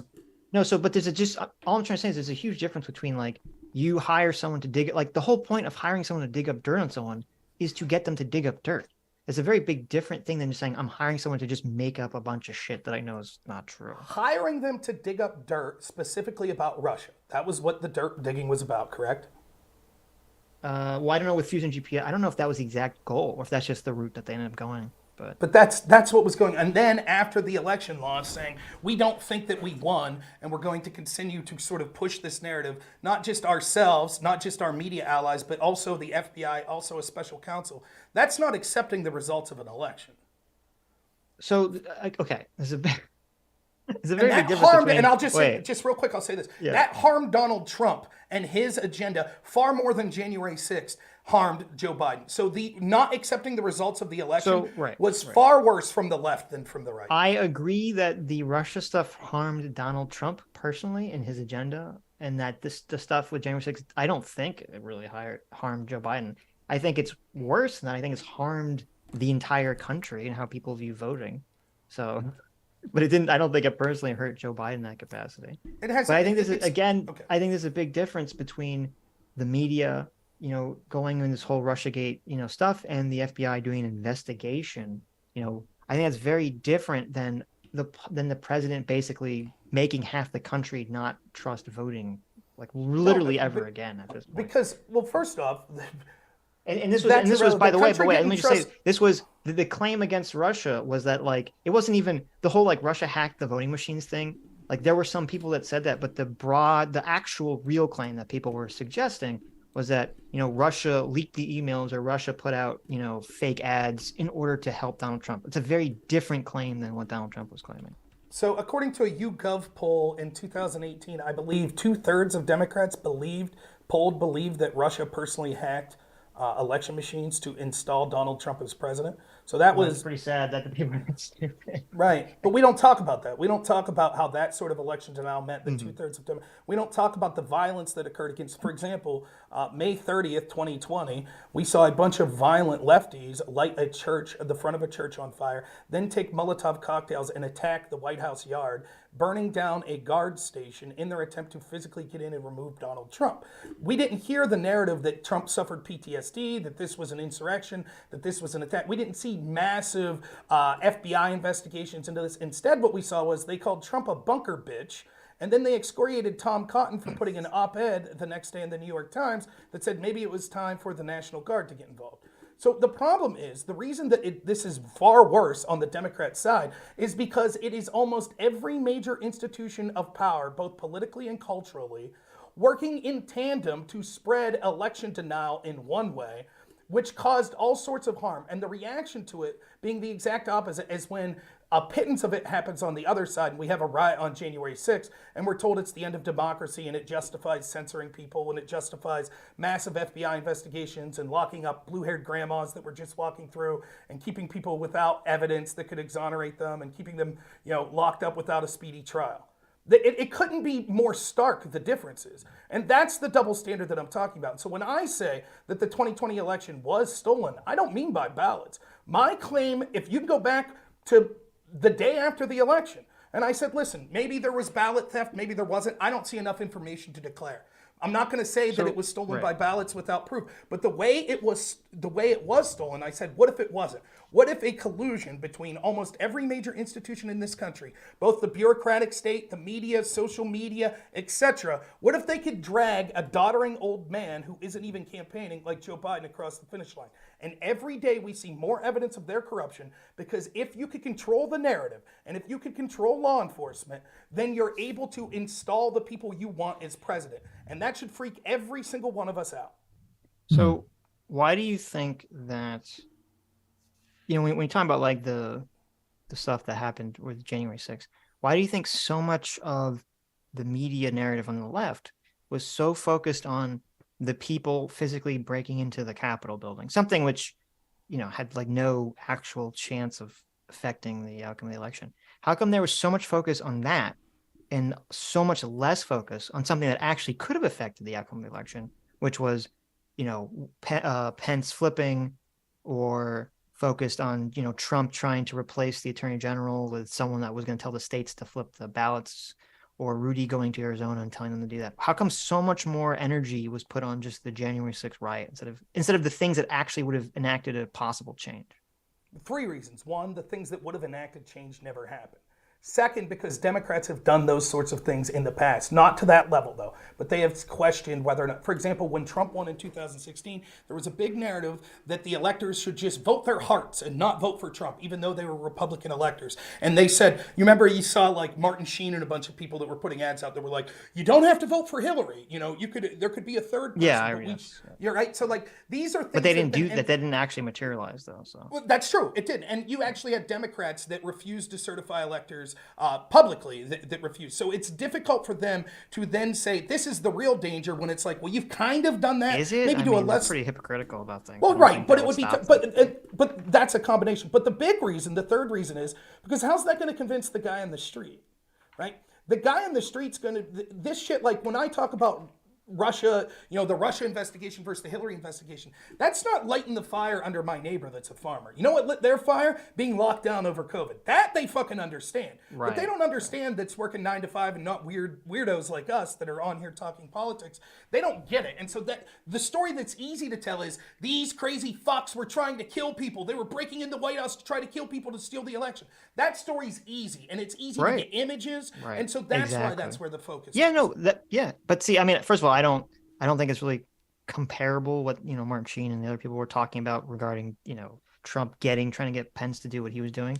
But I agree with the last reason. I think that's the main reason, and not the big reason, is because it's this photographic, visceral image of having people storming a Capitol building. Everyone sees that image, they see this on TV, and it just instantly locks in their mind this emotional feeling of whatever side you're on, whether it's joy or anger or disgust. People, I mean, I saw so many people, and I remember watching this at the time. I kind of watched it then, like, wow, that's really fucked up, but I wasn't really concerned about anything. But I remember seeing all the people around me who were on the left. They were like just like this was like the most insane thing that's ever happened to them. Their brains were melting. They were foaming at the mouth. That's why. It wasn't a question of being hypocrites. They're just seeing this visual image. They're seeing this thing happen. And it's invoking all these feelings in them. Well, when you talk about the difference, well, let me just say, what my point is that when you're talking about like the difference in how the public perceives these events, it's because of the psychology of this. It's because just that image of having these people run into this building, even though I agree with like no fucking chance of changing anything and actually hurt Donald Trump. And I would have been, I wish that they hadn't stopped Trump from showing up at the Capitol building, because I would have been curious to see if he would have tried to stop the people from going in. And I think that would have been, beneficial to the country. But it's just that image had such a psychological effect on people that's why everyone acted the way that they're acting. It's not like a conspiracy or anything. No. Yeah, but here's why. Because if that was true, then there would have been a commiserate psychological effect on those same people when we saw the left committing similar offenses over and over again. They didn't do any. There was no psychological visual image. Because what you're talking about is like, oh, the FBI investigated someone. And we've just been going over this for like the last 4 hours. It's this super complicated rabbit hole where we have to argue back and forth about whether the FBI should have investigated Russia and what exactly is true about the Russia. That's not what I'm saying. And it's boring. Me. Jesus. You're misunderstanding. Okay, right? You think it's the important stuff. Like that double standard is actually what means all the issues that you care about and want to talk about are irrelevant, because as long as we have a corrupt FBI and these corrupt institutions, then you better hope they agree with you. Because no, I'm only making. Okay, I was only making a narrow point about why the public perception of these two things are very different. Totally agree. But I do, and that's what I said. It's hard to convince my neighbor. Right? This. But what I'm saying is the reason that I know that that's sort of bullshit, because it still requires a control of the flow of information and controlling the public narrative. Because for example, if a bunch of right-wingers controlled the majority of the mainstream media and the FBI, and of course, that we'd be in the exact inverse situation. Yeah, they would have. People would have been looking and saying, "Holy shit! They literally are lighting a church on fire outside the White House. Now they're taking Molotov cocktails. They burned down a guard station. They're attacking the fence." Yes, it would have been the same, and that's what I'm saying. Well, the fact it wouldn't be quite the same, but you're right. In theory, you're right in practice. Yes, they would have been highlighting things that would hurt the left instead of downplaying them, which is what the mainstream media does. And the problem is not just, let's say for the sake of argument, I say, well, January 6th was the single worst event out of 3 years of political violence. Let's say that we've said that, right? But the quantity of the events that occurred on the left far outpaced the right. And so if all of these institutions, social media and the FBI, etc., would have been making task force and saying, here's our 50 most wanted people at the Milwaukee protest, and who's this person if you know them, and shame them, and report your neighbor if you see them on these pictures, and it would have been on all of the media and all the late night comedy shows and things like that, it would have been the exact invert. And the problem I have is that these institutions of power are all going in the same direction. These cultural institutions, these bureaucratic institutions are all pushing for the establishment, and in particular, the establishment Democrat left at this point. Maybe it's just because they hate Trump. Maybe it's because they really embrace it. But whatever, that's what's happening. And that is enough in an election with 40,000 people to change the results of the election. Well, before you ask your question, I just want to say that I agree with a lot of what you're saying. I agree that a lot of our institutions have become incredibly biased in favor of the left. and been completely blind to a lot of the problems on the left. And I mean, I think the greatest example of this is, all the BLM stuff. I mean, the BLM riots it was just so crazy. I'm sure you talked about this. It's like you had people protesting, you had all these people protesting the COVID lockdowns. And what was the narrative? Oh, these people are so selfish. They're going out there in these protests and they're just spreading COVID, blah, blah, blah, blah, blah. And it's like, 20 people protesting. And then when the BLM riots like explode and you have like literally like millions of people in the streets, in close proximity protesting, suddenly, what do we hear? Oh, well, you're not going to catch COVID if you're protesting outside. Racism is the real pandemic. Racism is the real pandemic. Yeah, you hear all this like bullshit. So, I mean, I completely agree that there has been this institutional capture, unfortunately, for many of our institutions in terms of, this kind of like left-wing bias. So I'm not disagreeing with that point at all. That to me is what the stealing of the election's about. It's not literally you don't have to steal ballots because here's what people stop. Well, no, I'm saying I'm not. That's why I don't talk about the ballot. I have a question. How do we fix it? Like everything you're saying. I mean, we do a weekly show on all the fucking overreach of the left, all the institutional capture of the left. Like our whole show is based on that. Like I don't want to be in a situation where I'm just sitting here, crying my eyes out about it. Like what's the plan here? Well, so it's a complicated question. There's not an easy answer, right? A lot of this comes about. More importantly, like how do we stop the right from doing this exact same thing when they have the cultural power? Because that happens. Wait, hold on. Okay, well, two things. First of all, I mean, I am curious if you have a solution. I mean, I don't have a solution for this either. So I don't think it's fair to be like, what's your solution? Because I don't know what the answer to this question is anyway.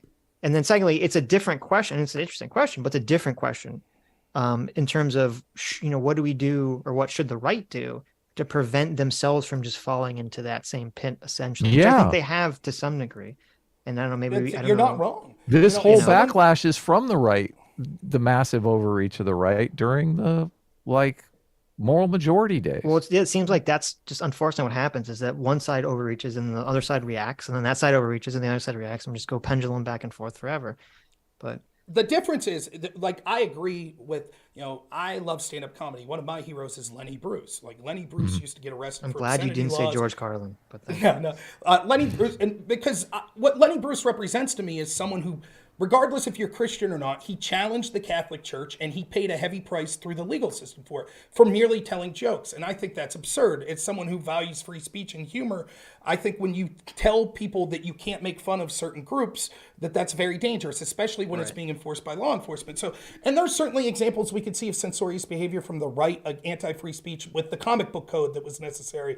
Or, Great what was that point. guy's name? Jack Thompson. I'm 38. So there was this lawyer in the 90s that was trying to censor every video game, right? He was this right-wing lawyer that was like, Mortal Kombat needs to end, or the original Grand Theft Auto, when we had pixelated violence. But it wasn't as bad as it is now, because what separates it now is it's almost every institution. So there were the hip and cool people back in the day in the entertainment industry, for example, that were like, screw this censorship. Now they're all for it.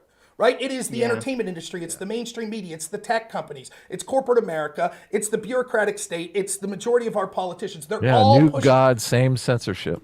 Now, and I'll say this real quick. It is something to be worried about, though. For me, coming on the right, it's something that I'm worried about way down here. But it is true that you'll see the pendulum swing back and it could be bad. You know how many times I've debated Christian nationalist here lately? And I'm saying this as a Christian. I do not want an authoritarian Christian government. I don't. Yeah. But the people are looking at it and they're saying shit is so bad. Fine, let's play the game they're playing. Except we'll install our people that are censorious and that use law enforcement to go after the people we don't like. Yes. And that is a worry. To me, the answer, and this is a bullshit answer, there's two answers. One, it's going to take decades because the establishment is using the language of the left, which they have indoctrinated in schools for 30 years. While people were concerned with winning elections, they understood, you could look at Yuri Brezhnev and people that talk about this. When you indoctrinate children in these sort of, call it what you want, communist, woke, whatever ideology, those children grow up to then, whatever they do, inflict that ideology. So one, it's going to take a long time. But in general, the best thing, it's an overarching answer that we could do now is free speech. That's why the Elon Musk story is so important, because the only possibility you have of ending this is people in the middle seeing how insane it is. And if they control the flow of information and control the public discourse, then the average person, they're just trying to survive. They're just trying, gas prices are going up. They're working 2 jobs now. They're trying to get their kids through school.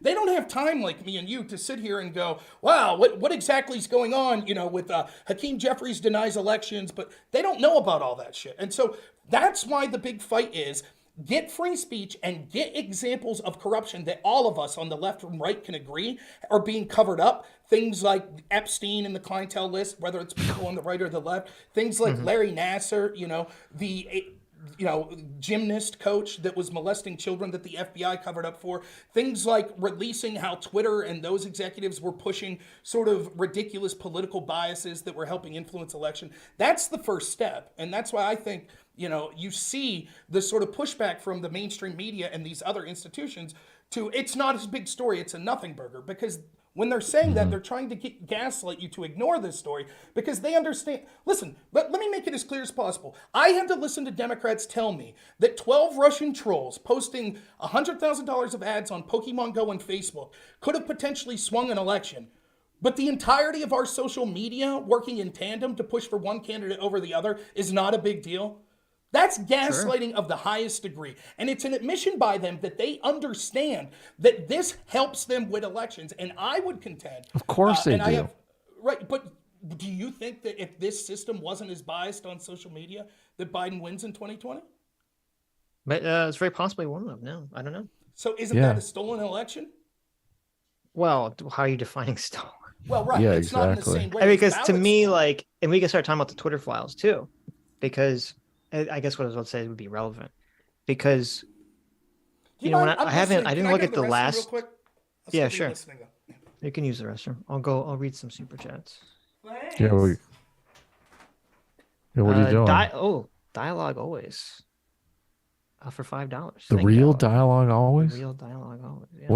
When are you coming on, man? Come on, we miss arguing with you. Dialogue always for $5 says, someone please carry a stopwatch at a ledger to see how many topic shifts are introduced by Rob in a 5-minute period. I know. Jeez. Oh, man. Dialogue always on our side for once. It's like lift the glass. To be fair to Rob, I don't know if so much topic shifts, just that he throws out a lot of information to back up a point. So it's not really like a topic shift. It's just like, here's a bunch of different little things that you could address. So yeah. That's called gish galloping, but if it's done maliciously, I don't view Rob as acting maliciously, in my opinion. So, I mean, not maliciously, but he is definitely trying to win this debate. I mean, of course, it's a debate / conversation. Is that malicious? I mean, I wouldn't call it malicious, but it is. I mean, it is what it is. It would only be malicious if you're intentionally trying to win a debate. Well, no, if you're intentionally trying to obfuscate or hide information that you know is true in order to appear that you're winning a debate. Which I don't think, I haven't seen any evidence that Rob is behaving in any sort of untoward way, in my opinion. I still, if someone asked me tomorrow and said, look, you just did a 6-hour live stream on FBI corruption. Can you tell me where the fire is? I would say, I have no idea. Well, I would say I'm not convinced, but that's not what we're talking about. The FBI didn't verify. Yeah, but I could not even give them the broad strokes. Your technique of debating is, let me throw out a million factoids, which I agree on the internet. That sounds reasonable and people will believe that know what you're talking about. We're getting off. Oh my God. I don't want to talk about this again. I want to move on. We're just going to go into a circle. Okay. This is a pointless conversation. We only brought it up because I was reading the super chat. Read the super chat. I don't believe that I believe that Rob is acting in good faith completely, even if we disagree with him. Hold on. I believe Rob is totally acting in good faith. I'm not saying he's acting in bad faith. So if that's where you thought I was going, then no, I'm not going. Okay. There.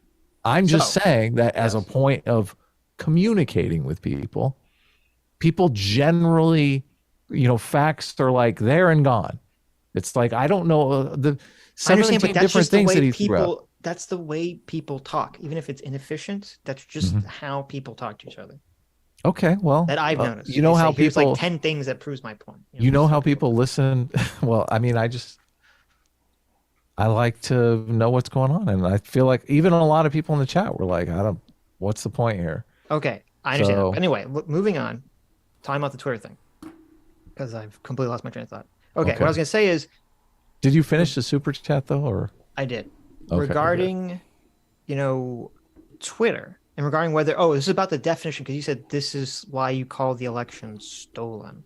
And I guess this will be a definitions argument about how we define stolen. Because to me, stolen requires malicious intention in it. And so if a bunch of people on the left, including people at Twitter, buy into a narrative that turns out to be fake, or they just convince themselves, which is what I generally think most people do. I think most people tend to lie to themselves unconsciously before they lie to anyone else. I wouldn't consider that a stolen election at all. I would just say, well, that they're just heavily politically biased against Donald Trump. Yep. And that influenced their decisions, could be wrongly, but that influenced their decisions. I don't know that would necessarily fly, though, because let's say hypothetically, I'm not saying this happened, but let's say that there was a poll worker who also really believed that Trump was a really bad guy, and so they changed ballots. You would say that's stolen, right? That's 100% stolen, yeah. Right. Hell yeah. So then the question is, it's not just whether they believed they were justified in taking an action. It is, were those actions not warranted based on the information that we know? And if they weren't warranted, then those actions affected the outcome, then it's stolen. Right, but that's why we'd have to. Right, that's what I'm saying. We have to get into specifics of which you're talking about when you're saying something is stolen or not. Well, and so we could see like the most specific situation would be the Hunter Biden laptop story. That would be the most specific, and we could go through polling and stuff as much as you want to trust polling. But okay. So using Hunter Biden's laptop, we can actually. That's a good example. Okay, so and I think the example you brought is a good example. You have a poll worker. Poll worker honestly believes that Donald Trump is Hitler 2.0, and so they say, I'm gonna throw out a bunch of Donald Trump ballots, right? Even if they honestly believe Trump was doing something wrong, they're doing a wrong action. They know that it's wrong to throw out ballots, right? They specifically know that action is illegal and wrong. They shouldn't be doing it, but they just justify it in their mind because they say, well, they're being consequentialist. They're saying it's okay for me to do something wrong because the ends justify the means, right? To my knowledge, looking at the Twitter files so far, I think that Barry Weiss has shown that Twitter was lying, that they were shadow banning people, they were shadow banning conservatives, and that there was no way for Twitter users to find this information out officially. There's no way for them to redress this in any capacity. And I think Twitter is totally fucking wrong for doing that, et cetera, et cetera, et cetera, et cetera. And I think that the people that worked at Twitter were incredibly biased to the left wing. But what I haven't seen yet, which I'm shocked, I really thought I was going to see going into this, was the smoking gun, was the poll worker intentionally throwing out ballots. And so far, I haven't really seen evidence of that regarding Hunter Biden's laptop or really anything to my knowledge. Well, before we get to Hunter Biden's laptop, let's talk what you've already said, which was you think that Twitter was wrong in shadow banning conservatives and that they lied. Or really anybody, right? But we only saw evidence of conservatives. But it was overwhelmingly conservative. You would agree with it? I would assume. I don't know if they. I don't. Okay. I mean, we don't know that until they release a list or something. Okay. So given that, wouldn't that itself, if that had the potential to swing enough votes, wouldn't that itself, that they took an action that was incorrect and lied about it, wouldn't you then say, well, if that would have resulted in the election having a different outcome, that you would qualify that as a stolen election? No, I would say, so if it depends. So if you had like with the person throwing out ballots, if you had like Twitter saying, oh, we think Charlie Kirk is too persuasive, because he was one of the accounts that was like shadow banned. We think he's way too persuasive at getting people to support Donald Trump. And we think Donald Trump is Hitler. So we're going to shadow ban Charlie Kirk's account. Then I would agree with you. I'd say, holy shit. But that's not what I'm saying. What I'm saying is like, oh, some conservative says something anti-trans, and then they, which I'm fine with them saying it, but Twitter does a problem with it. And then they, they ban them or whatever. Or James Woods posts, that, pornographic image of, Biden, which Twitter already said you can't post, and then he gets yeeted. So it's more like these are people that are basically biased against Trump, and then someone violates something, and then they say, oh well, you violated the rules. Boom. And they're letting their ideological bias essentially craft their worldview for them. But what you're leaving out is the part where you admit that they lied about it. They lied about the existence of shadow banning, yeah. Well, right, which is the same as saying they lied about it. They said we're not. No, but they were accused. I already said from my definition to accept the narrative that it was stolen would require them intentionally knowing that they're doing something wrong in order to achieve an outcome that they agree with. Well, and when it comes to who that was banned, I haven't seen that smoking gun yet from the Twitter files. Lying would imply that they knew it was wrong. If they didn't think it was wrong, they wouldn't have lied. But no, the concept of messing with the algorithm. YouTube lies about this too. They all lie about the monkeying with the algorithm. Right. And we all know that they do it. Right. But that's the point, right? So to say, because you're like, well, the defense of it would be, even if we think it's wrong and even if we think it switched the outcome of the election, we would say it wouldn't technically be called stolen if they thought they were operating in good faith. If they thought, well, we legitimately think this stuff is disinformation. And I would buy that excuse if they then didn't lie and say, oh, no, we don't do that. The fact that they're lying belies the fact that they were operating on the What is so when I say I don't see evidence that you could say that it was stolen, but if you want to say that Twitter influenced it, I obviously agree. Why is it very important to you that you have this distinction between the word stolen and the word influence? It's not.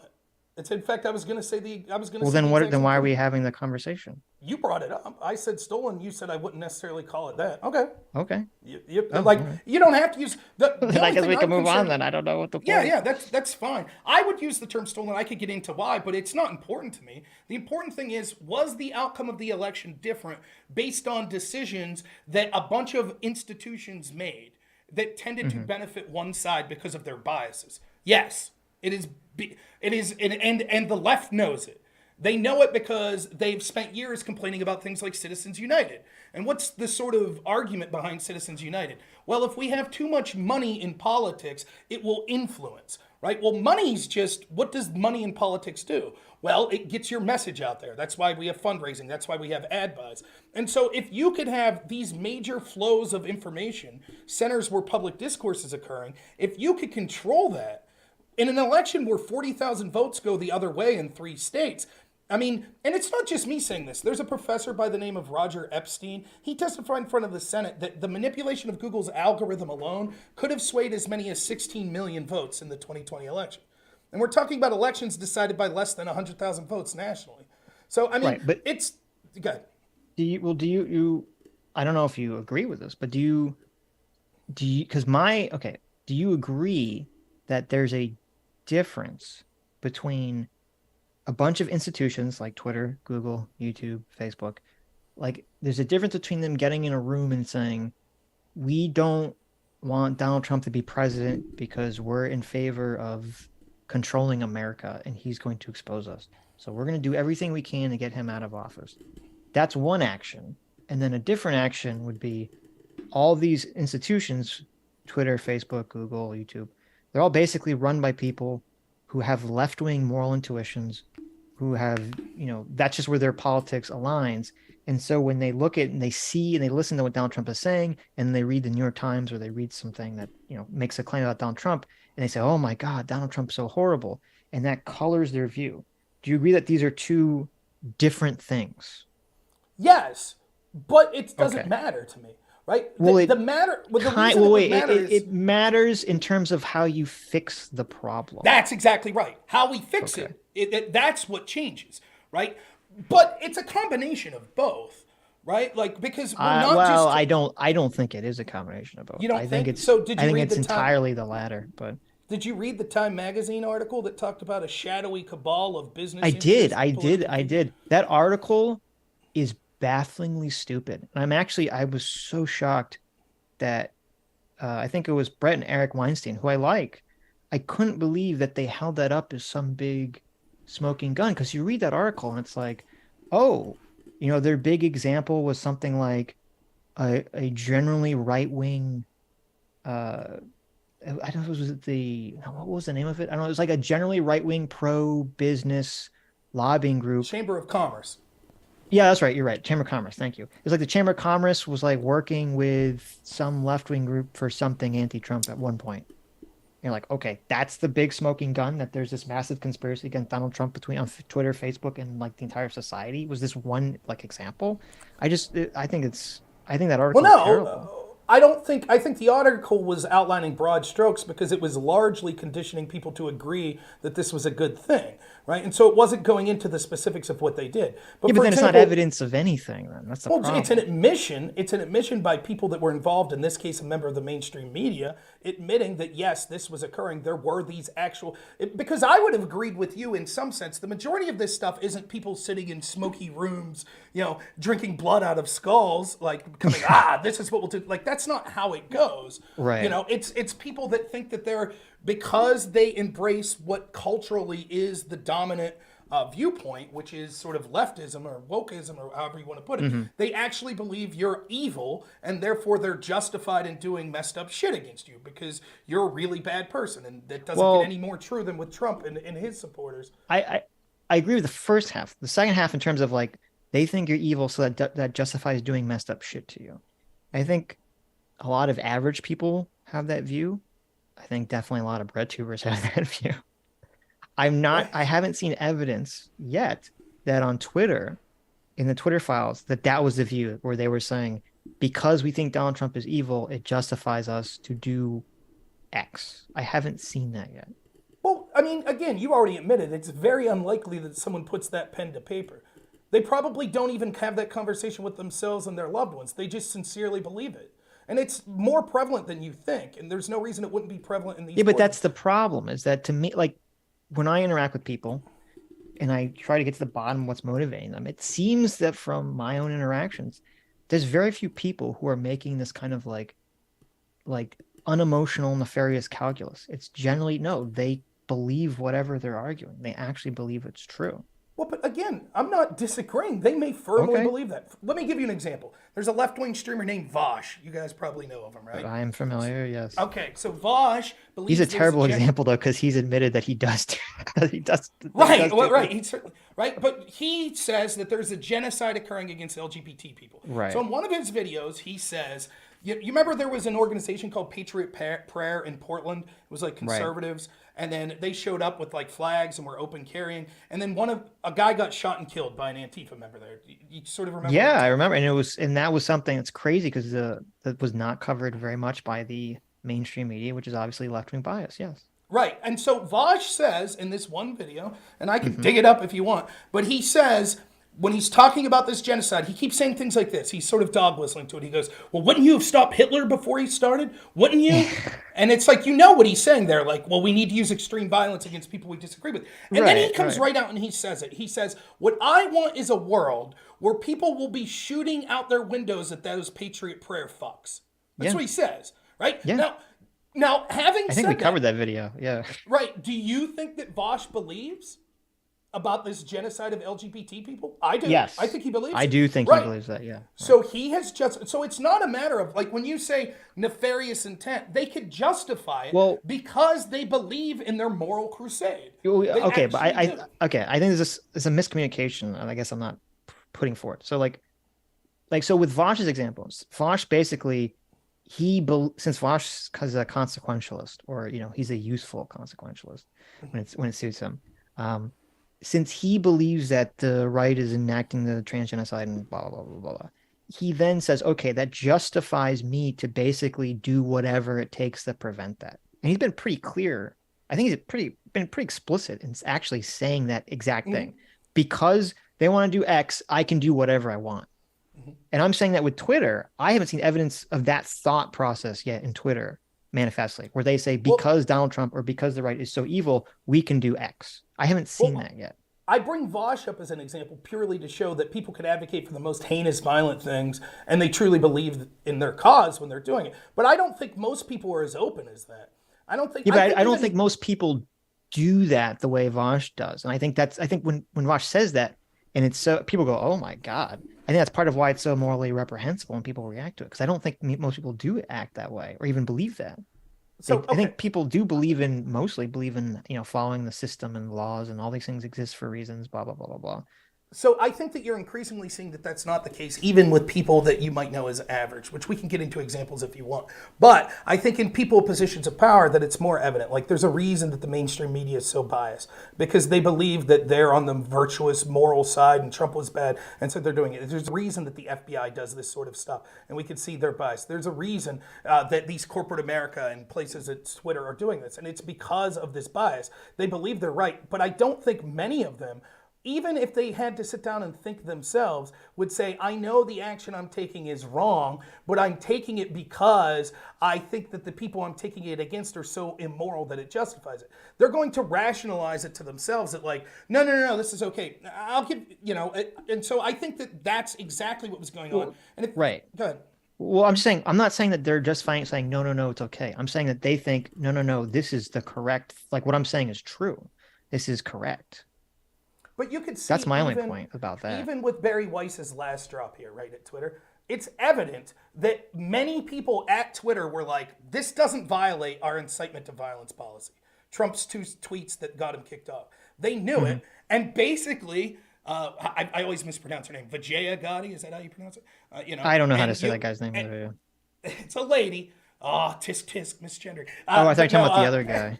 No, I thought you were talking about the head of trust and safety. Yeah, that's Yoel Roth. And it's evident that they knew that who's the GAD guy? That's a woman, Vijaya Gotti. That's a woman? Oh, well, excuse me. She was the one that was on Tim Pool's show with Oh, Jack right. Dorsey. That's Vijaya. Or you mean Yoel Roth Joe Rogan, yeah. Yeah, Yoel Roth is the guy. But it's evident that they knew that technically this didn't violate the incitement, but they wanted him off anyways. And you can see with the even leading up, Barry Weiss does a good job of showing internal communications leading up to the decision to ban Trump, where they're constantly looking for a rationale to be able to ban him. That's what they want. And so they might say, here's something loose enough that we could grab on. But that's the problem in the first place, that this sort of bias exists to where, look at it this way. The bias might exist to a point where it wouldn't affect them saying, I'm going to personally punch Donald Trump. That would be a bridge too far. But it might exist to get them to justify in their head to bend the rules to shut Trump up. And that's the problem. And you're right, though, to point out that it's not necessarily this smoky room thing, because go back to like Lois I'm Lerner. still unsure of your position, Rob. Do you understand that Sitch is saying that they really believe the things that they're saying and doing, and there are people who say no, they're just lying, that they know what they're doing is acceptable, unacceptable, but they're lying to everyone dishonestly? I think that there's a combination of the two, and what I'm saying specifically here is that even those that think, no, this isn't an unvirtuous act, I know when I'm allowed to ban people or shadow ban them or not, and this time I really think I can ban Trump. I think that's belied by the statements we see that have been released in internal communications in Twitter, and even those that come to that conclusion do so because of extreme bias.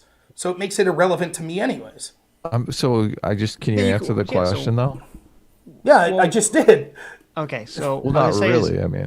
Yeah, if you want to say that like the consequences of it is the same, I agree. Well, I'm asking, are they lying? I was just making a very narrow argument, which I was very surprised with the Twitter files. I was really expecting there to be, we all know Twitter is obviously biased against the right, and I just really expected there to be some massive smoking gun. Just one little answer. What? Yes, I will. Are they dirty liars? Is the question. I will repeat and try to clarify my answer. Yes, some of them are dirty liars. However, so some of them aren't dirty liars. Right. Some of them aren't dirty liars, but they have convinced Are themselves most of them dirty liars? I don't know. The ones in positions of power are. Are 10% of them dirty liars? What does it matter if Yoel Roth and Gotti? Well, I'm asking you. It's like a personal question on where are you setting your view of the world? Obviously, I'm guessing based on my intuitions. But I would guess that, maybe not even 1% of people are dirty liars. I think they're captured by their own. It's like a religion thing to them.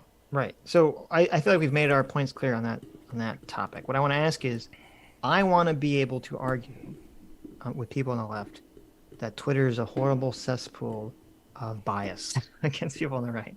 So what is But then the problem is when I point to a lot of the stuff in the Twitter files, I feel like it's not the smoking gun yet. Now, I haven't read the last Barry Weiss thread.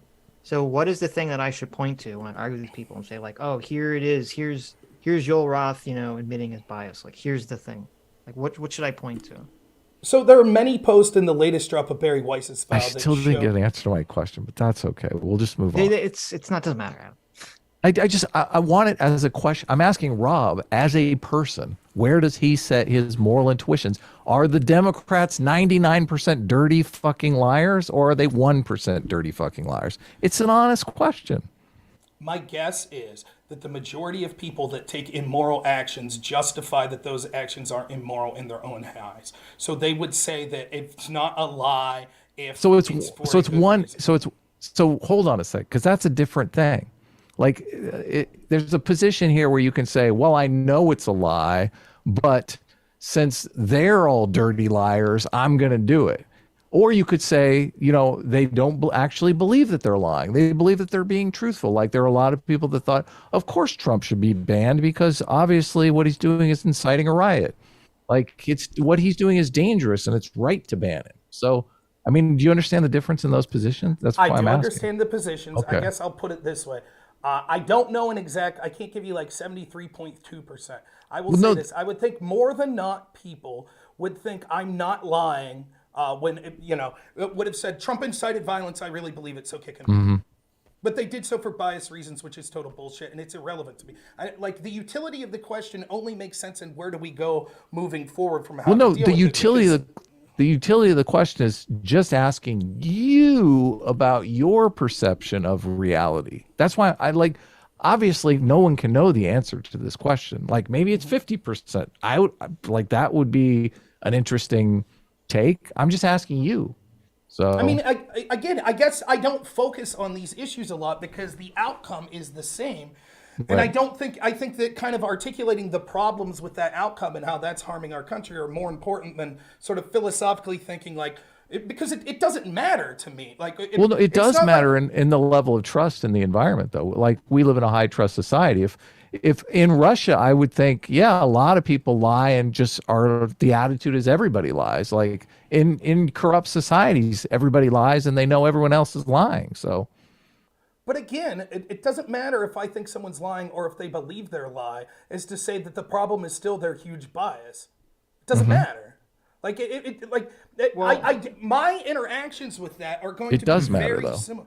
So for example, explain to me, let's say it's scenario 1. Let's say that they're lying and they know they're lying. How do we deal with that compared to scenario 2, where they're so biased that they're actually wrong, but they believe? Go ahead. Very differently, because one is the Vaush type and one is the person who actually is like the righteous crusader type. Both of them come to that conclusion because of their worldview and their insane bias. Yeah, but one is willing to lie. Well, okay. Well, hold on. There's two reasons why that we're even talking about this distinction. The first is that I think we both agree overall that the mainstream media right now, the mainstream culture, is very biased in favor of wokeness. Of course. We all agree with that. So just for the sake of having a conversation with you, I guess we're going to talk about what we disagree with, which is why things are the way they are. Okay. Yeah, that's a big question. Okay. The second thing of why I think it's important, beyond just because then we can really have a conversation, is what do you do about it? Because as you said, how's that look differently? Because if it does turn out, if it is true that Google and Facebook and Twitter are all sitting in the smoke room somewhere saying, we don't like Donald Trump because he's gonna, expose the deep state, he's gonna expose the swamp that we're all, corrupt in. Okay, the solution to that is essentially to throw all those people in jail. Yes, right. True. That's the solution of that. But if it's like, well, no, unfortunately it's a more, complicated and difficult to deal with, which is that people are just incredibly politically biased right now, and people just, I don't know if you've ever watched Scott Adams, but people are very much in, it's like the Covington Kids is the perfect example. People saw that, and they, instantaneously came up with a narrative in their mind that fit their pre-existing, political idea, and then that creates the behavior afterwards. And if that's what's going on, that's so much more complicated and difficult to fix. And I don't think the answer is just, throw all these people in jail. Well, you're not going to throw people in jail for lying, right? It would have to be a crime more significant than just lying. So saying, do I think someone believes they're lying? The answer to that's never going to be, oh, that person lied, throw them to jail. Unless it's a very specific, like lying in front of Congress, which, they lied when they said they weren't. Fraud is lying, so Sam Bankman-Fried is like going to jail for lying.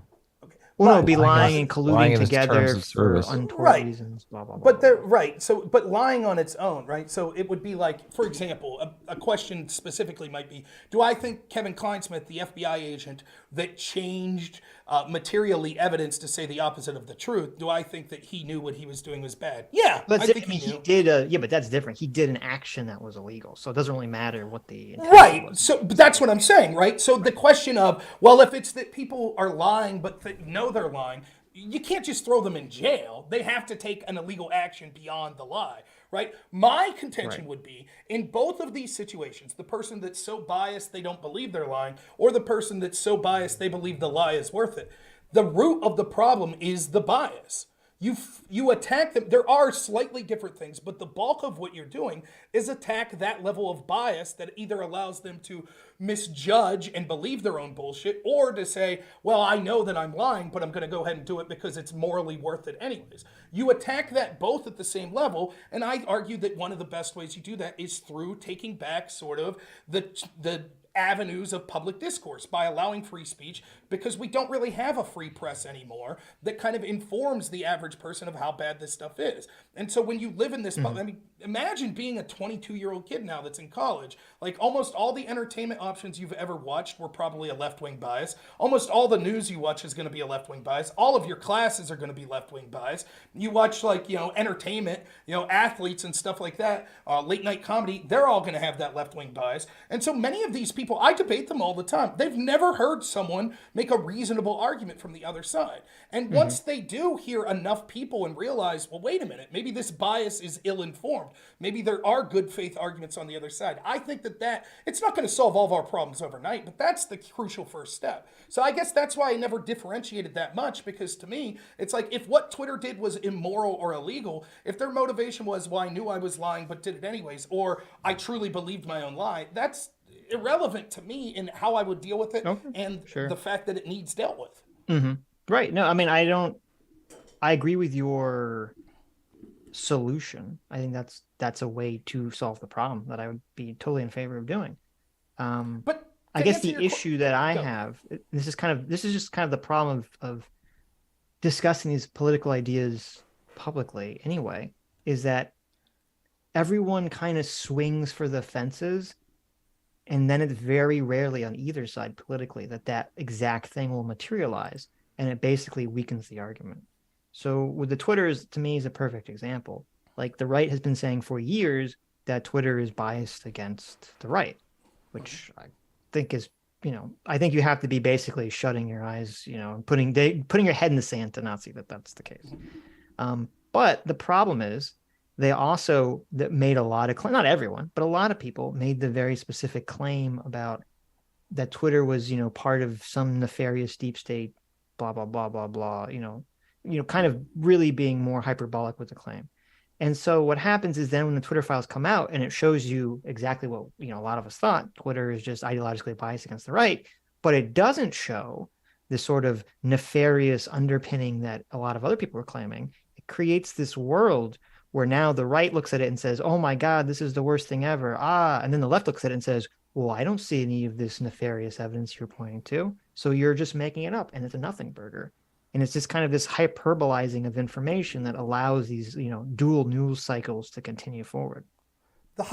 The hyperbolic nature of people on the right that we complain about this are irrelevant as to whether people on the left are going to call it a nothing burger. They're going to call it nothing. And the same would be true of the inverse. Like, if people said about Donald Trump, look, I don't think the guy committed treason. He took these documents home from Mar-a-Lago. I think the raid was justified, but let it at that. Get the files back, right? That's not going to stop people on the right from going, this is ridiculous. This is unjustified. They raided for no reason.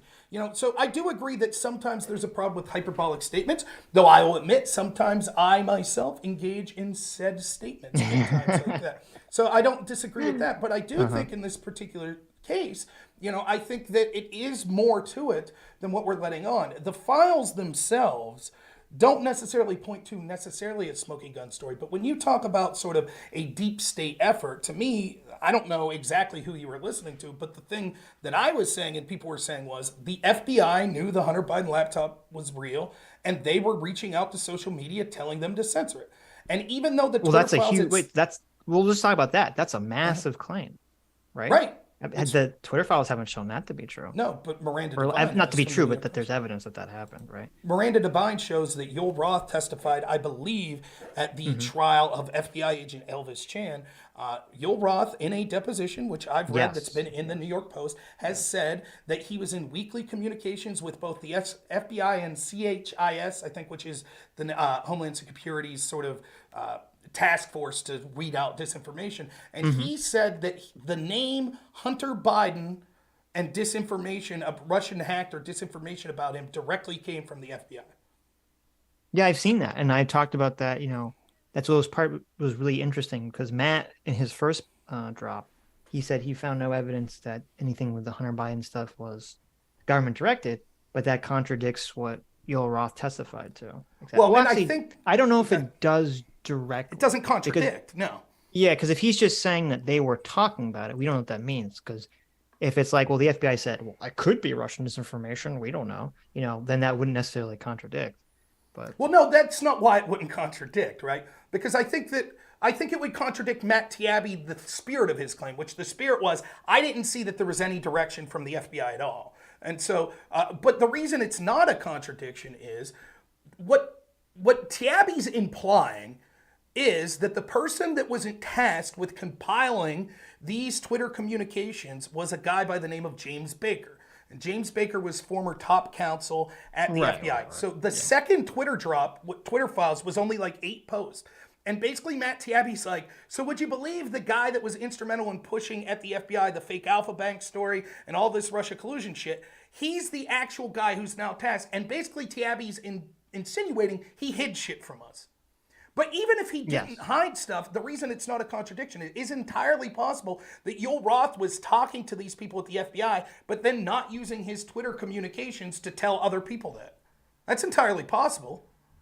Do you have? I can't find it. Do you have the statement he made specifically? Because I am curious what he exactly said. Taibbi? Let me see what. No, not what Taibbi said. What Roth Yoel said. Roth. Yeah, let me look. Miranda Devine is the original New York Post story that broke the New York Post that was kind of labeled as colluding with Russia and stuff. She broke this story immediately after the first Twitter files drop and said, this is ridiculous. We have a deposition from Yoel Roth.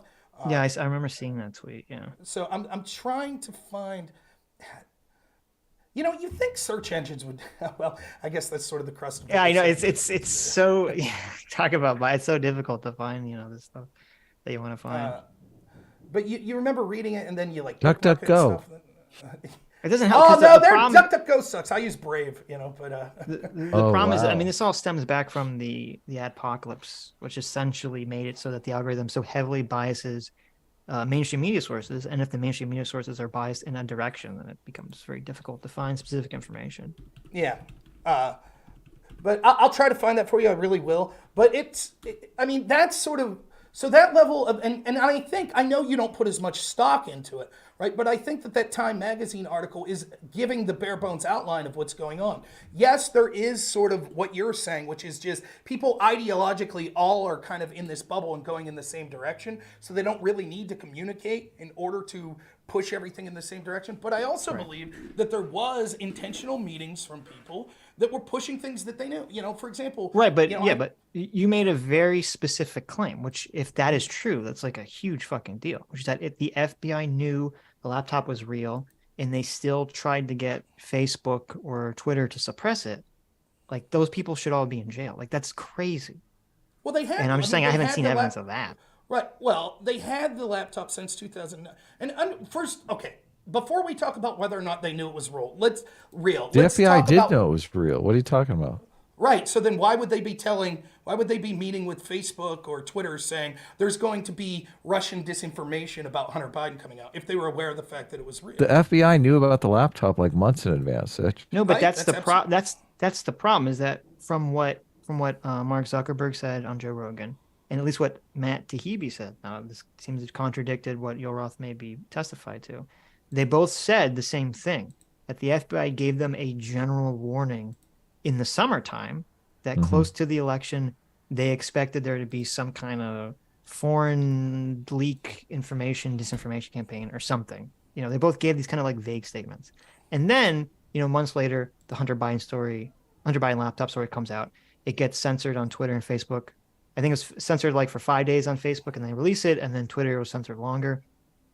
But then the claim is, oh, well, see, the FBI was either explicitly or implicitly trying to get them to censor the story. I haven't seen that manifest anywhere yet. Well, let me ask you this. Let me play Steele man, because I agree. When I first was looking at the Twitter files and when I heard Zuckerberg talk, right? This is what Zuckerberg didn't say. Zuckerberg is talking to Joe Rogan about the Hunter Biden laptop story, right?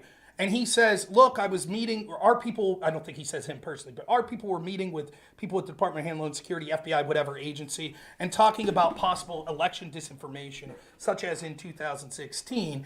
And Rogan kind of says something to the effect of like, with like Hunter Biden, he's like, I don't recall them mentioning his name.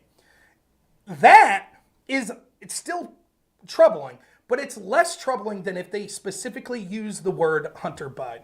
Can you agree that knowing that they had this laptop and knowing that it was a story that was going to break, that it is very likely that they were implicitly telling these companies to censor that story if they mentioned the name Hunter Biden? So, from what he said, what Zuckerberg said on Joe Rogan, if I recall correctly, I can bring it up. I thought he said, Joe Rogan specifically asked him, he said, did they specifically talk about the Hunter Biden laptop? And he said, no, I don't remember that. Right. So he's saying that they didn't say that. Right. But I'm saying there's a difference, right? So let's say, this is hypothetical, but let's say 2 weeks before the New York Post story breaks, right? The Hunter Biden laptop story. Let's say that the FBI talks to Facebook people and they say, hey, there's a story coming out that's going to be Russian disinformation. Be careful. But they don't use the word Hunter Biden. I still think that could be them implicitly setting the table to censor the Hunter Biden laptop story. But yeah, it could be if it was. My understanding was that this was months before. Okay, but certainly that's less of a direct tie than using the name Hunter Biden, right? That's certainly a bigger, they're clearly talking. Yeah, it's definitely possible, yeah. So here's what I linked this to you. It is from the deposition, and it's a screenshot. I was unable to find it in the article, but I think the article's linked in the chat there. It says, number 10, this is from Yoel Roth's deposition, who was the head of Twitter safety. Since 2018, I've had regular meetings with the Office of the Director of National Intelligence, the Department of Homeland Security, the FBI, and industry peers regarding election security. During these weekly meetings, the federal law enforcement agencies communicated they expected, quote, hack and leak operations by state actors might occur in the period shortly before the 2020 election, like in October. I was told in these meetings that the intelligence community expected that individuals associated with political campaigns would be subject to hacking attacks, and that material obtained through those hacking attacks would likely be disseminated over social media platforms, including Twitter. These expectations of hack and leak operations were discussed throughout 2020. I also learned in these meetings that there were rumors that a hack and leak operation would involve Hunter Biden. So, okay, awesome. I'm glad you brought that up because now I can see where Yoel and the FBI even could be weaselly about this. Right. And so nowhere there does it say that it's fake. They just say that it's hacked and leaked. Right, but the implication is that they were supposed to not allow these Weasels. stories. They weren't. They were going to take action. Well, but here's the problem. And first of all, I think that statement alone 100% merits an investigation into the FBI, and 100% merits. And I hope Republicans do this with the House. I don't know exactly what their power will be to do investigations, but to drag Yoel Roth before them and get to the bottom of this. Because if the FBI told Twitter or Facebook, hey, Hunter Biden laptop is going to be hacked and leaked, and you should suppress it, or even if they imply that they should suppress it, that's a big fucking deal. So yeah, I think this should 100% be looked into. Right. And I'm just saying, I wish that there was something more concrete in the things that Matt and Barry Weiss have leaked. I haven't seen anything that's really like kind of supported that story, except for this one comment that Yoel made. Right. And because so this just says, well, let's just say, let me just finish, because this says, from this alone, it's very possible the FBI could say, hey, Twitter, we think that close to the election that someone hacked and is going to leak Joe Biden's son's, Hunter Biden's laptop. And it's like, okay. I mean, what they do with that information is, they could have, in fact, the FBI could have said it was real. They could have told them that it was real. Yeah. We don't know exactly what they said, but I do think it merits getting to the bottom of it. Right. Well, which I'm glad to at least hear that. Right. But here's the thing. Right. Like, it's clear that these meetings were occurring because there was some sort of implicit, and maybe not even implicit, maybe explicitly said, action that would be taken by these companies. Like, the FBI is not going to take their time to go out and have meetings with these companies. It's just, just an FYI. They're specifically saying, and we've heard Zuckerberg say this, and we've heard other quotes from people involved in these social media teams saying, the lessons of 2016 and disinformation and how that could have affected the election, which is total BS anyways, but we've heard them say that. And so the implicit direction that the FBI giving this information on a hack and leak of Hunter Biden's material is take action on it. Don't let it to be disseminated.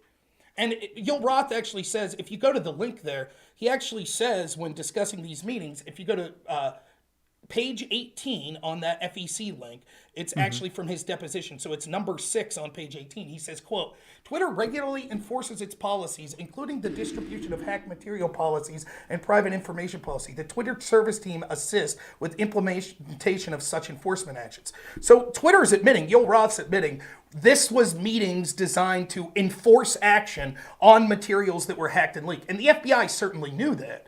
And so wait. I don't understand how what you read says that.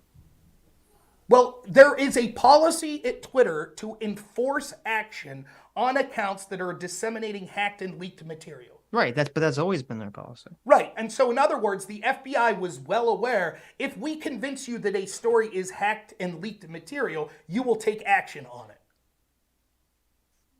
Maybe. Well, how would they not be aware? What's the purpose of the meeting? No, but like, okay, so I got a long argument with someone about this, and I couldn't believe it, because when Twitter originally said that they have this policy about hacked and leaked information, I assumed they meant hack the way that we mean it, like someone's hacking into the mainframe or something. Someone's getting someone's information through another computer. But when I actually looked up their policy, that's not what they mean. They mean like if you steal, or just even if you get someone, like if someone drops their phone and you pick it up and you put that information on Twitter, that would technically be considered hacked material under Twitter's policy. And so I don't think that is alone evidence that like the FBI is like, oh, by the way, just so you know, there's this Hunter Biden laptop that's hacked because that would have any influence, because that was literally part of the original New York Post story was, how they got the laptop and, blah, blah, blah, blah, blah. And that would unfortunately fit Twitter's, hacked guideline, which is why Twitter then changed their guideline, because they understood it was just such a ridiculous guideline to operate under.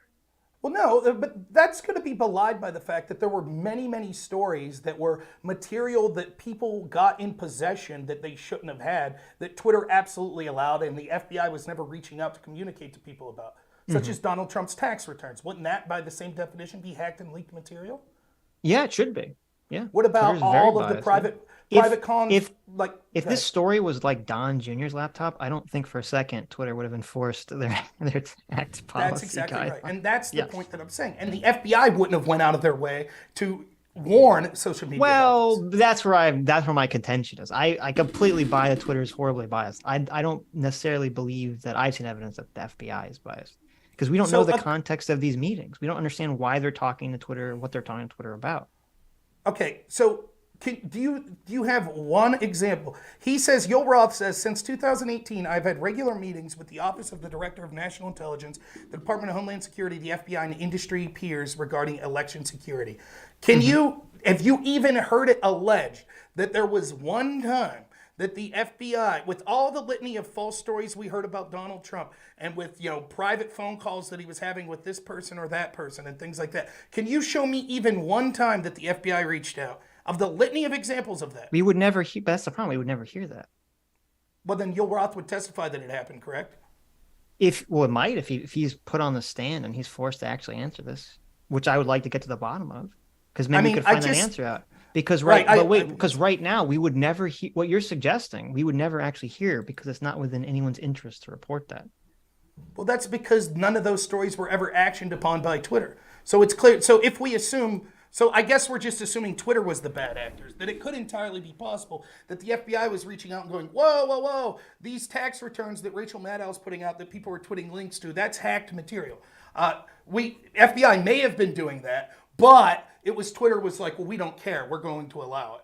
Sure. I mean, that's what I'm saying. We don't know the context of that meeting. Like the meeting could have, I would assume, was probably, you're kind of assuming that like, oh, they explicitly had this meeting to talk about Hunter Biden's laptop, as opposed to them saying, hey, we're going to talk to you about, all the things, all the problems and issues that will arise out of, the coming election. And they go, here, we think this and this and this and this and this and this is going to happen. And one of those things was, we heard a rumor that, there's going to be a leaked of Hunter Biden's laptop. We don't even know if they said it was real or not in that meeting. They could have told them that someone's going to leak Hunter Biden's laptop and it's real. They could have literally told Twitter that. And then Twitter's like, well, fuck you.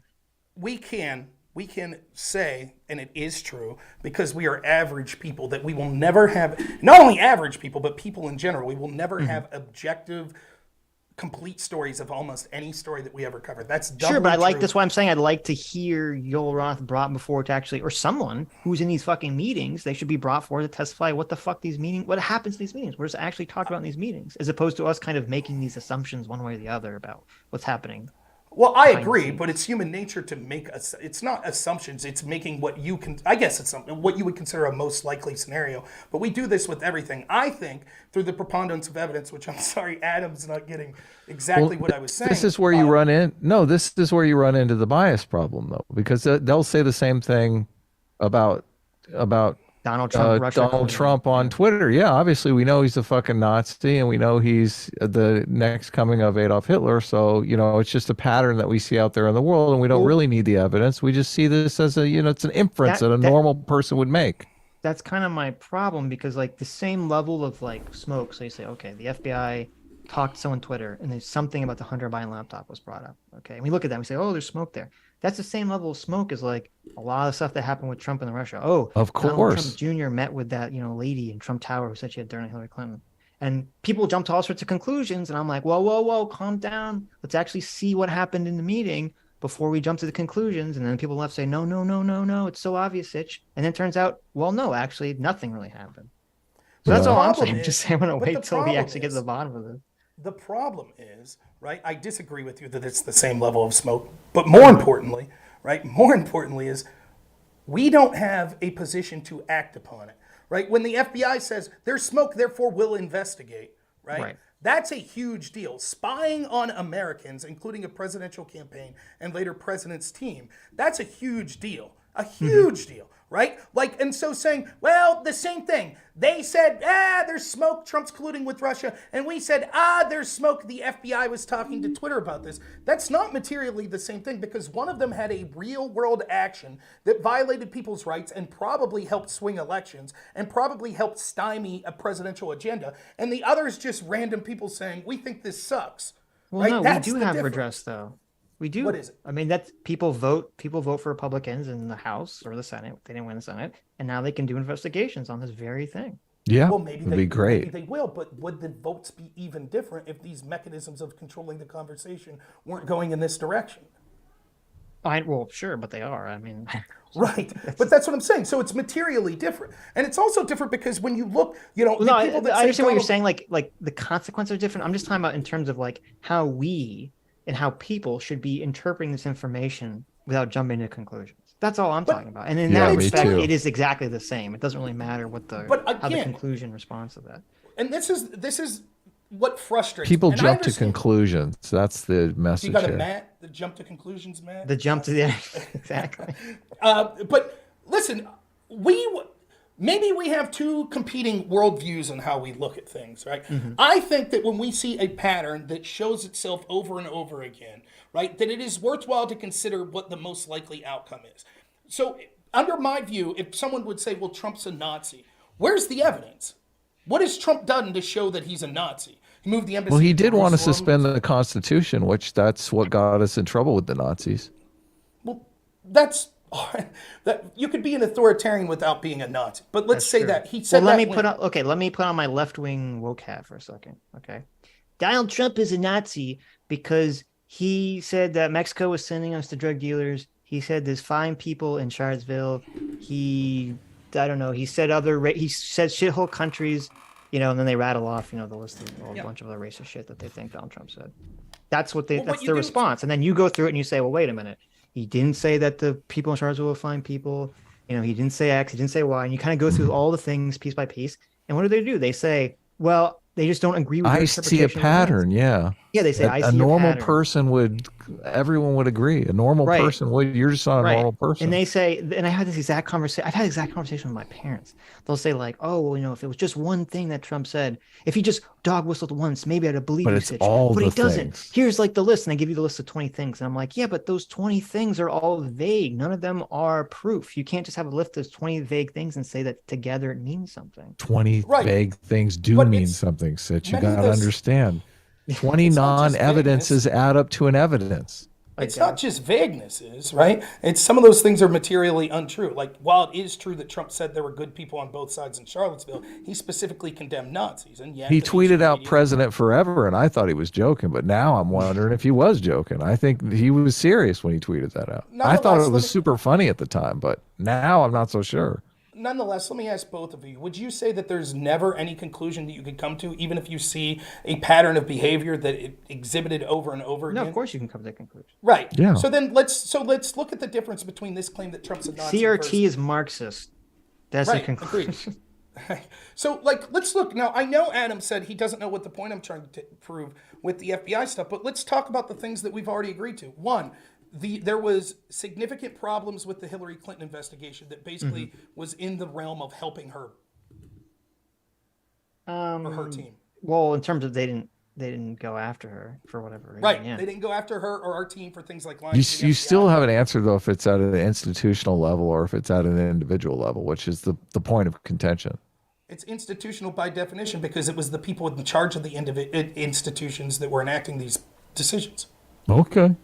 So that's one. So we could see the bias there when it came to Hillary. Okay. Right. Number two, we could see that these agents that were in charge of these admittedly were biased. The question is whether they act on the bias, but they were biased, correct? We know Strunk was biased. I don't know if we know anyone else is biased. Well, the IG report goes on with examples of Baker was biased, Strzok was biased, Kleinsmith was biased, Comey was biased, McCabe was biased. Rosenstein talked about wearing a wire to get Trump out under the 13th Amendment or whatever amendment it was. So the top brass, and we could see afterwards that so many people at the tops of these intel agencies clearly didn't like Donald Trump. I don't think that's a stretch. That's different than saying they acted on the bias. Right. Right. So we could see that. We see that the Hillary investigation, there was a lot of problems. They let her get away with a lot. There was bias. Third, we could see with the Trump investigation, even if you think that it had the right to start, they did things like use opposition research that was never verified in order to spy on Trump. That's really bad, right? Well, I assume they're trying to verify it, right? That was the point of the investigation. Well, no, right? There's all sorts. So my understanding was that the original FISA was fine. It was just that after that, because it was basically, wasn't it like in order to keep re-upping the FISA warrant, you had to keep providing, you either had to provide new information or show that your surveillance was providing new information, and neither of those things happened. Right, but it was also the problem. But would you not agree? And I believe and also wait, wasn't this, and just to be clear, wasn't this after Carter Page was already, they were spying on Carter Page after he was already fired by the Trump administration? So it's not necessarily, so them spying on him is not spying on the Trump, Well, sure it is. Right, sure it is, because when they're spying on him, yes, there are communications in real time that they're spying on, but they're also spying by looking at previous communications when he was involved in the Trump team. And Bill Binney, former agent of the CIA, talks about they have what's called the two-hop rule, which means they could spy on anyone that Carter Page talked to and spy on anyone those people talked to. So effectively, they would have had access to the entire Trump communications, right? And would you agree with this? Sure. I'm not sure I agree with that, but okay. But would you agree with this, though? In order to get a FISA warrant, that should be a high threshold to spy on an American. Course. Right. And so would you say that you would want to attempt to verify information before you used it as evidence to spy on them? Sure. They didn't. They never even attempted to verify the dossier that they used as the primary source for the FISA warrant until after they got their first warrant. Yeah, well, I have to look at it again, because what was the judge's rationale for allowing the original FISA? Well, basically, the judge's rubber stamp. It's like 99.7 of FISA applications are accepted. But the rationale was that the judge thought that this was true, right? And then they didn't attempt to verify first. And here's the worst part. Like, everyone looks at the IG report and they say, IG Horowitz was shocked that this FBI agent changed evidence to say the opposite of the truth. That's bad. But you know what he said he was more shocked about? After the second warrant, I believe it was, finally, they actually reached out to Igor Dushenko, the primary subsource. So think of it this way, right? Let's say that someone breaks into Adam's neighbor's house, right? And the police show up and they're like, Adam, did you see anything? And he says, no, but Sitch said he saw a black van with 3 guys in ski masks hop out, right? And so then the law enforcement comes to Sitch and says, Sitch, we heard you saw a black van. And you say, nah, I was just bullshitting, Adam. I didn't see shit. It no longer matters what Adam said because Adam was just the avenue to get to the direct witness. That's what Igor Dushenko was. Igor Dushenko is the source that's making all of the claims that would justify thinking that Trump people are a spy, right? Well, the problem is when the FBI reached out to Igor Dushenko, he basically was like, oh, I was just bullshitting. I can't believe you guys are using this. I was misquoted. And the FBI then goes back to the FISA court and says, we talked to the primary subsource and we believe they're telling the truth. And that's it. And they don't say, what they're telling the truth about is that they said that it was all bullshit. Right. So you're saying this is all in the IG report? Yes. Okay. So I'll have to read that because I have not ever read the IG report on Crossfire Hurricane. So I'll have to look into that and read that. Because the thing is, I don't believe it could have been that clear cut because, as I said, there were things in the Steele dossier that were true. So either he wasn't the source of everything, or he did say things that were true in the things that were false as well. I'll try to look that up. Well, that could be, but that there were there were periphery things. Like here were other examples of things that were true. Most of what was true was just public knowledge. Like, for example, Carter Page did speak at a Russian university. That's true, but it was publicly reported in the paper. There were other things. Yeah, but then he had a meeting with I forget the guy's name. He had a meeting with the assistant of some super high level Russian guy that he denied having at first, and then I don't know. According to Mueller, that he did have a meeting with this guy. I don't know if that's true, right? But what I do know is this: the bulk of what was reported in there that we would be seen as justifying treating someone as a spy was completely fabricated. And it was buttressed by saying, but there were things that were in there that were true. And the bulk of those things that were true were things that were publicly reported on at the time, right? Just because someone know if that's accurate. I don't think, Prince's secret meeting in the Seychelles Islands was Republican. I promise to look that it is something that I need to look up. I've read the Mueller report. I'm uncertain of that exact story of that passage. But I'll tell you this, I'm not a fan of Eric Prince anyway. Yeah, I wouldn't think another person, so I would have no trouble if he actually was committing some crimes. I think BlackRock's horrible. But so anyways, but this is all, I understand. So the argument you're making essentially is that because you view the FBI as acting basically maliciously in the past, that proves that now with the Hunter Biden laptop story that they were telling Twitter, Facebook, essentially to censor it. And I don't. Proof's a strong word, but it makes it the most likely outcome. Most likely, whatever. Yeah. I don't feel anywhere reasonably close to comfortable to make that claim. And I definitely don't feel like I could back that claim up if I was arguing with someone on the left about this. I would have no way of backing up that claim. But again, what that would lead to is sort of an inability to discuss likely outcomes on almost anything, right? Because I could say the same thing about any topic. I mean, it's definitely come possible, on. But I'm just not confident to say with 100% certainty. Man. I mean, people when I go on Twitter, but no, it's not. Here's the problem: if people on the right were just saying, "Hey, it's very possible that the FBI did this, and we should investigate that," that's great. Yep. That's totally fine. That's not what people are saying. People are saying like, "Oh my God, this is the most explosive thing ever! Holy shit, the FBI told the Facebook and Twitter censored the story. Oh my God, people all should go to jail." They're all jumping to the conclusion that they have this smoking gun there. That I just don't see it. I disagree. I think that it's the most likely outcome, and I think that again, oftentimes that's the smoking gun right there. But that's again, name me anything that you could say is an objective smoking gun on any political scandal that we've seen in the last 20 years. Name me anything. Give me any example. I mean, we got pictures of Abu Ghraib. I mean, I saw a lot of photos, so. Well, okay. Photos, the most recent one, Donald Trump literally trying to get Pence to throw out the votes. You don't know the motivations of the motivations, right? You don't know that. It does. His motivations are not. We're talking about the action. Right? Well, we have the action of the FBI. The FBI, according to Yoel Roth, specifically mentioned the hack materials policy. Yeah, but they didn't say Hunter Biden. If he said the FBI explicitly told me that the laptop was fake disinformation, that would be an action. I'd say, oh shit. Now were they lying, or are they just horribly incompetent? But we don't say that. All it says is that they had a conversation and they said that they heard a rumor that this was going to be hacked or leaked or something. That's all. I mean, they could be lying by omission.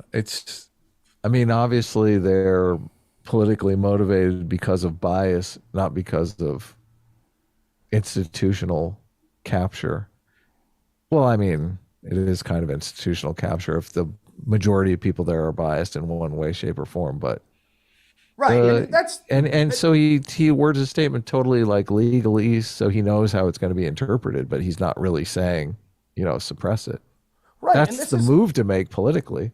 Right, and you see this happening all over the place. Like, for example, if I talk to someone on the left that's defending this is what they'll say. But I mean, you could have the same conversation, and I'm sure you would have the same conversation about Trump and the phone call to Zelensky. Right, but what's the difference? Well, one is talking about action being taken, right, that actually infected an election, which we've all agreed on, that sort of Twitter's censorship policies affected the election. And the other's talking about a president that was basically feckless and was trying to get things done because he saw all these institutions around him. Yeah. But think of it this way. So you have we have Yoel Roth says, the FBI talked to me about Hunter Biden's laptop being hacked and leaked close to the election. Okay. And then so that's all we know. We just have that one piece of information. And then we look at the outcome and we say, oh, Twitter censored the laptop story. So then we make the connection, or some people make the connection that, oh, therefore the FBI must have directed Twitter to do that. Okay. So the FBI says something vague that we know about. Twitter does an action. So then we assume there's some kind of causation there. But then you have to do the same thing with Donald Trump with the Ukraine phone call, because it's like he has the vague thing that he says to Zelensky about, investigating and listening to Rudy Giuliani. And then Zelensky is literally going to go do the thing. Yeah, he gets the message. The action, and then he only doesn't do it because at the last second, Donald Trump, lets the money go through. Zelensky got the message. He definitely got the message. Right, so it's kind of like the same. It's the same kind of process that's same leap in logic, I guess. You could say it's the same logic, but the outcome's the inverse. In the situation with Trump, Trump didn't get what he wanted, and he released the money because it got leaked by Vindman, and he couldn't because it would look too awful. Nonetheless, maybe that's why, but the end result was, right? And what's the end result? I'm not a consequentialist, so the message was sent and the message was received loud and clear. Right. Okay, even if that's the case, so what? He got impeached. Okay. Fair. I mean, I'm just saying. Fair enough. Yeah. If that's the level of evidence that people will accept going forward, that's fine.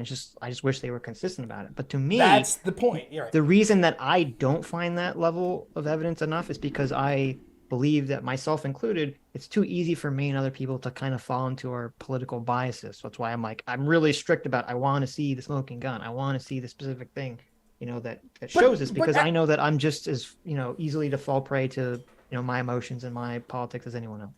But Adam already articulates why you'll never see that smoking gun. You're not going to do that. If you're the FBI, you're not going to go to social media and be like, we fucking hate Trump. Do what you can to take him down. Here's a bullshit story. Get him out. Like, that's never going to happen. They said, again, as I said, if the FBI told Twitter that the story was fake, that's a big chunk of a smoking gun right there.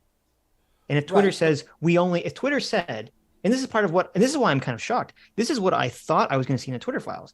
I thought in the Twitter files that we were going to see the Twitter employees saying, oh, we know that the Hunter Biden laptop was fake because the FBI told us that was fake, right? that's the thing. And this is why, to me, the Twitter files actually are evidence against the claim, because we haven't seen anyone say that. And that would be the number one argument that Yoel Roth or any of those people would have used in any of those internal communications to justify doing what they were doing. No, this is how they would say it. And they'll say it this way. And if we find out that it said this way, my prediction is you'll still make excuses for it. They'll say this: it has the hallmarks of Russian disinformation. You're the one making excuses. No, I'm not making excuses. I'm being very specific on what I'm saying was a problem. I'm not making any excuses. You don't have a smoking gun, and you're making excuses if you do. That's what's. I understand what you're saying. Never you're going to say you're making excuses why you don't need a smoking gun. I already know what you're going to say. You're going to say that you think it's going to turn out that the FBI basically said what that letter of the 50X people said, where they said, we don't know if it's Russian disinformation, but it has the hallmarks of Russian disinformation, right? Yeah, okay. They might have said that. I don't know if they said that. I think you'll say, well, that's not a smoking gun, right? That's what you'll say. Think that that's not a smoking gun. I think that'd be horribly irresponsible for the FBI to say that. But I'm not even sure they said that, because again, and this is what I thought I was going to see in the Twitter files, but I'm not seeing, which was shocking to me, was that no one, when they're talking about censoring the story, they never bring any of this information up, which if I'm Yoel Roth or if I'm some guy at Twitter and I'm trying to make some, policy about the Hunter Biden laptop, you better fucking believe I would say, well, the FBI told me it was fucking disinformation, or the FBI told me maybe it's disinformation. And the fact that no one brings it up, to me, is evidence that that conversation never happened. Okay, Two things. One, let me just ask you specifically, if that conversation would occur, that we find out that the FBI said this has the hallmarks of Russian disinformation, would you call that a smoking gun? I would call it a smoking gun in terms of the FBI. Yeah, in terms of FBI involvement, yes. Okay, so we'll see if we get there. Well, okay, let me add a footnote there. It depends on how this conversation like if Twitter says if Twitter says, what is, well, actually, it depends what the FBI says. The FBI says, we don't know, but we think it is, then I think that's a strong case, for what you're saying. Right. What if Twitter called up?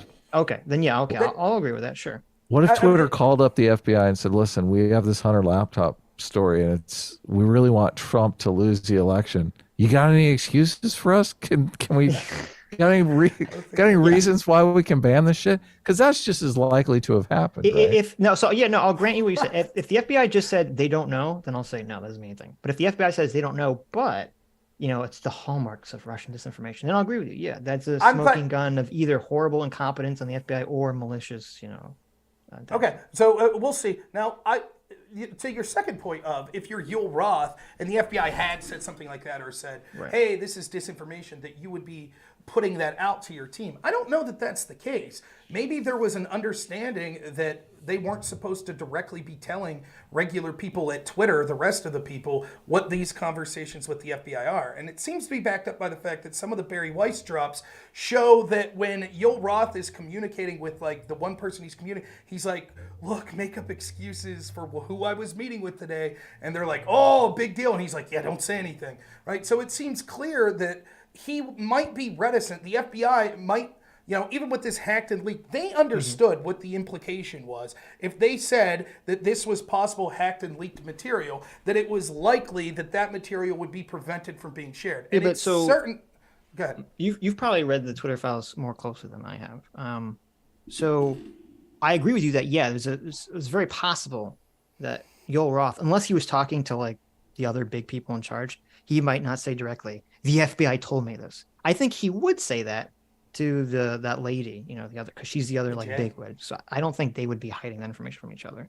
But it's possible that when he's talking to other lower level people, he wouldn't say that. But he would say something like, we've received information that leads us to believe that the laptop is hacked. And I don't remember seeing that anywhere in the Twitter. But that's basically what he's saying. He's just not saying it's from the FBI. The entire conversation is them saying, it's like, for example, there's a question in the first drops of this that Tiabi did. There's a conversation going back and forth where people saying that are questioning this. They're like, can we really say this violates our hacked material policy? Right? And because he's saying we think this might violate the hacked material policy. And then James Baker, formerly of the FBI, says, this has all the hallmarks of Russian disinformation, so I think we should err on the side of it being a hack. That's who says it. It's James Baker, right? But the whole conversation prior to that is a conversation they're having about, look, we are led to believe this has the hallmarks, and you have this former guy at the FBI that finally puts the nail in the coffin and says it has the hallmarks of Russian disinformation. So that certainly was occurring. It wasn't that he just said, and it wouldn't even make sense to be occurring the way you suggest, because it would be even more troubling if they're like, well, we have no reason to believe this is hacked, right?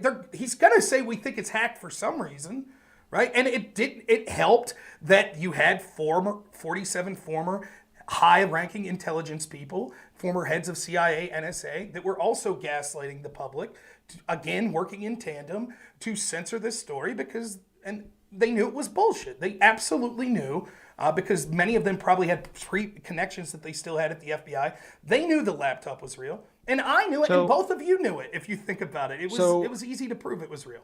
So Jim Baker, he said, "I support the conclusion that we need more facts to assess whether the materials were hacked.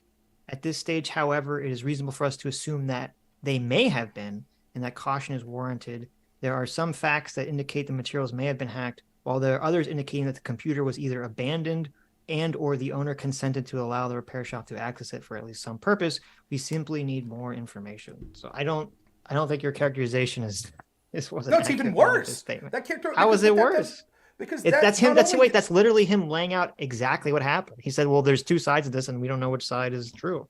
Now, I think it's worse in terms of, to me, if you told me that would not justify whatsoever censoring the story at all.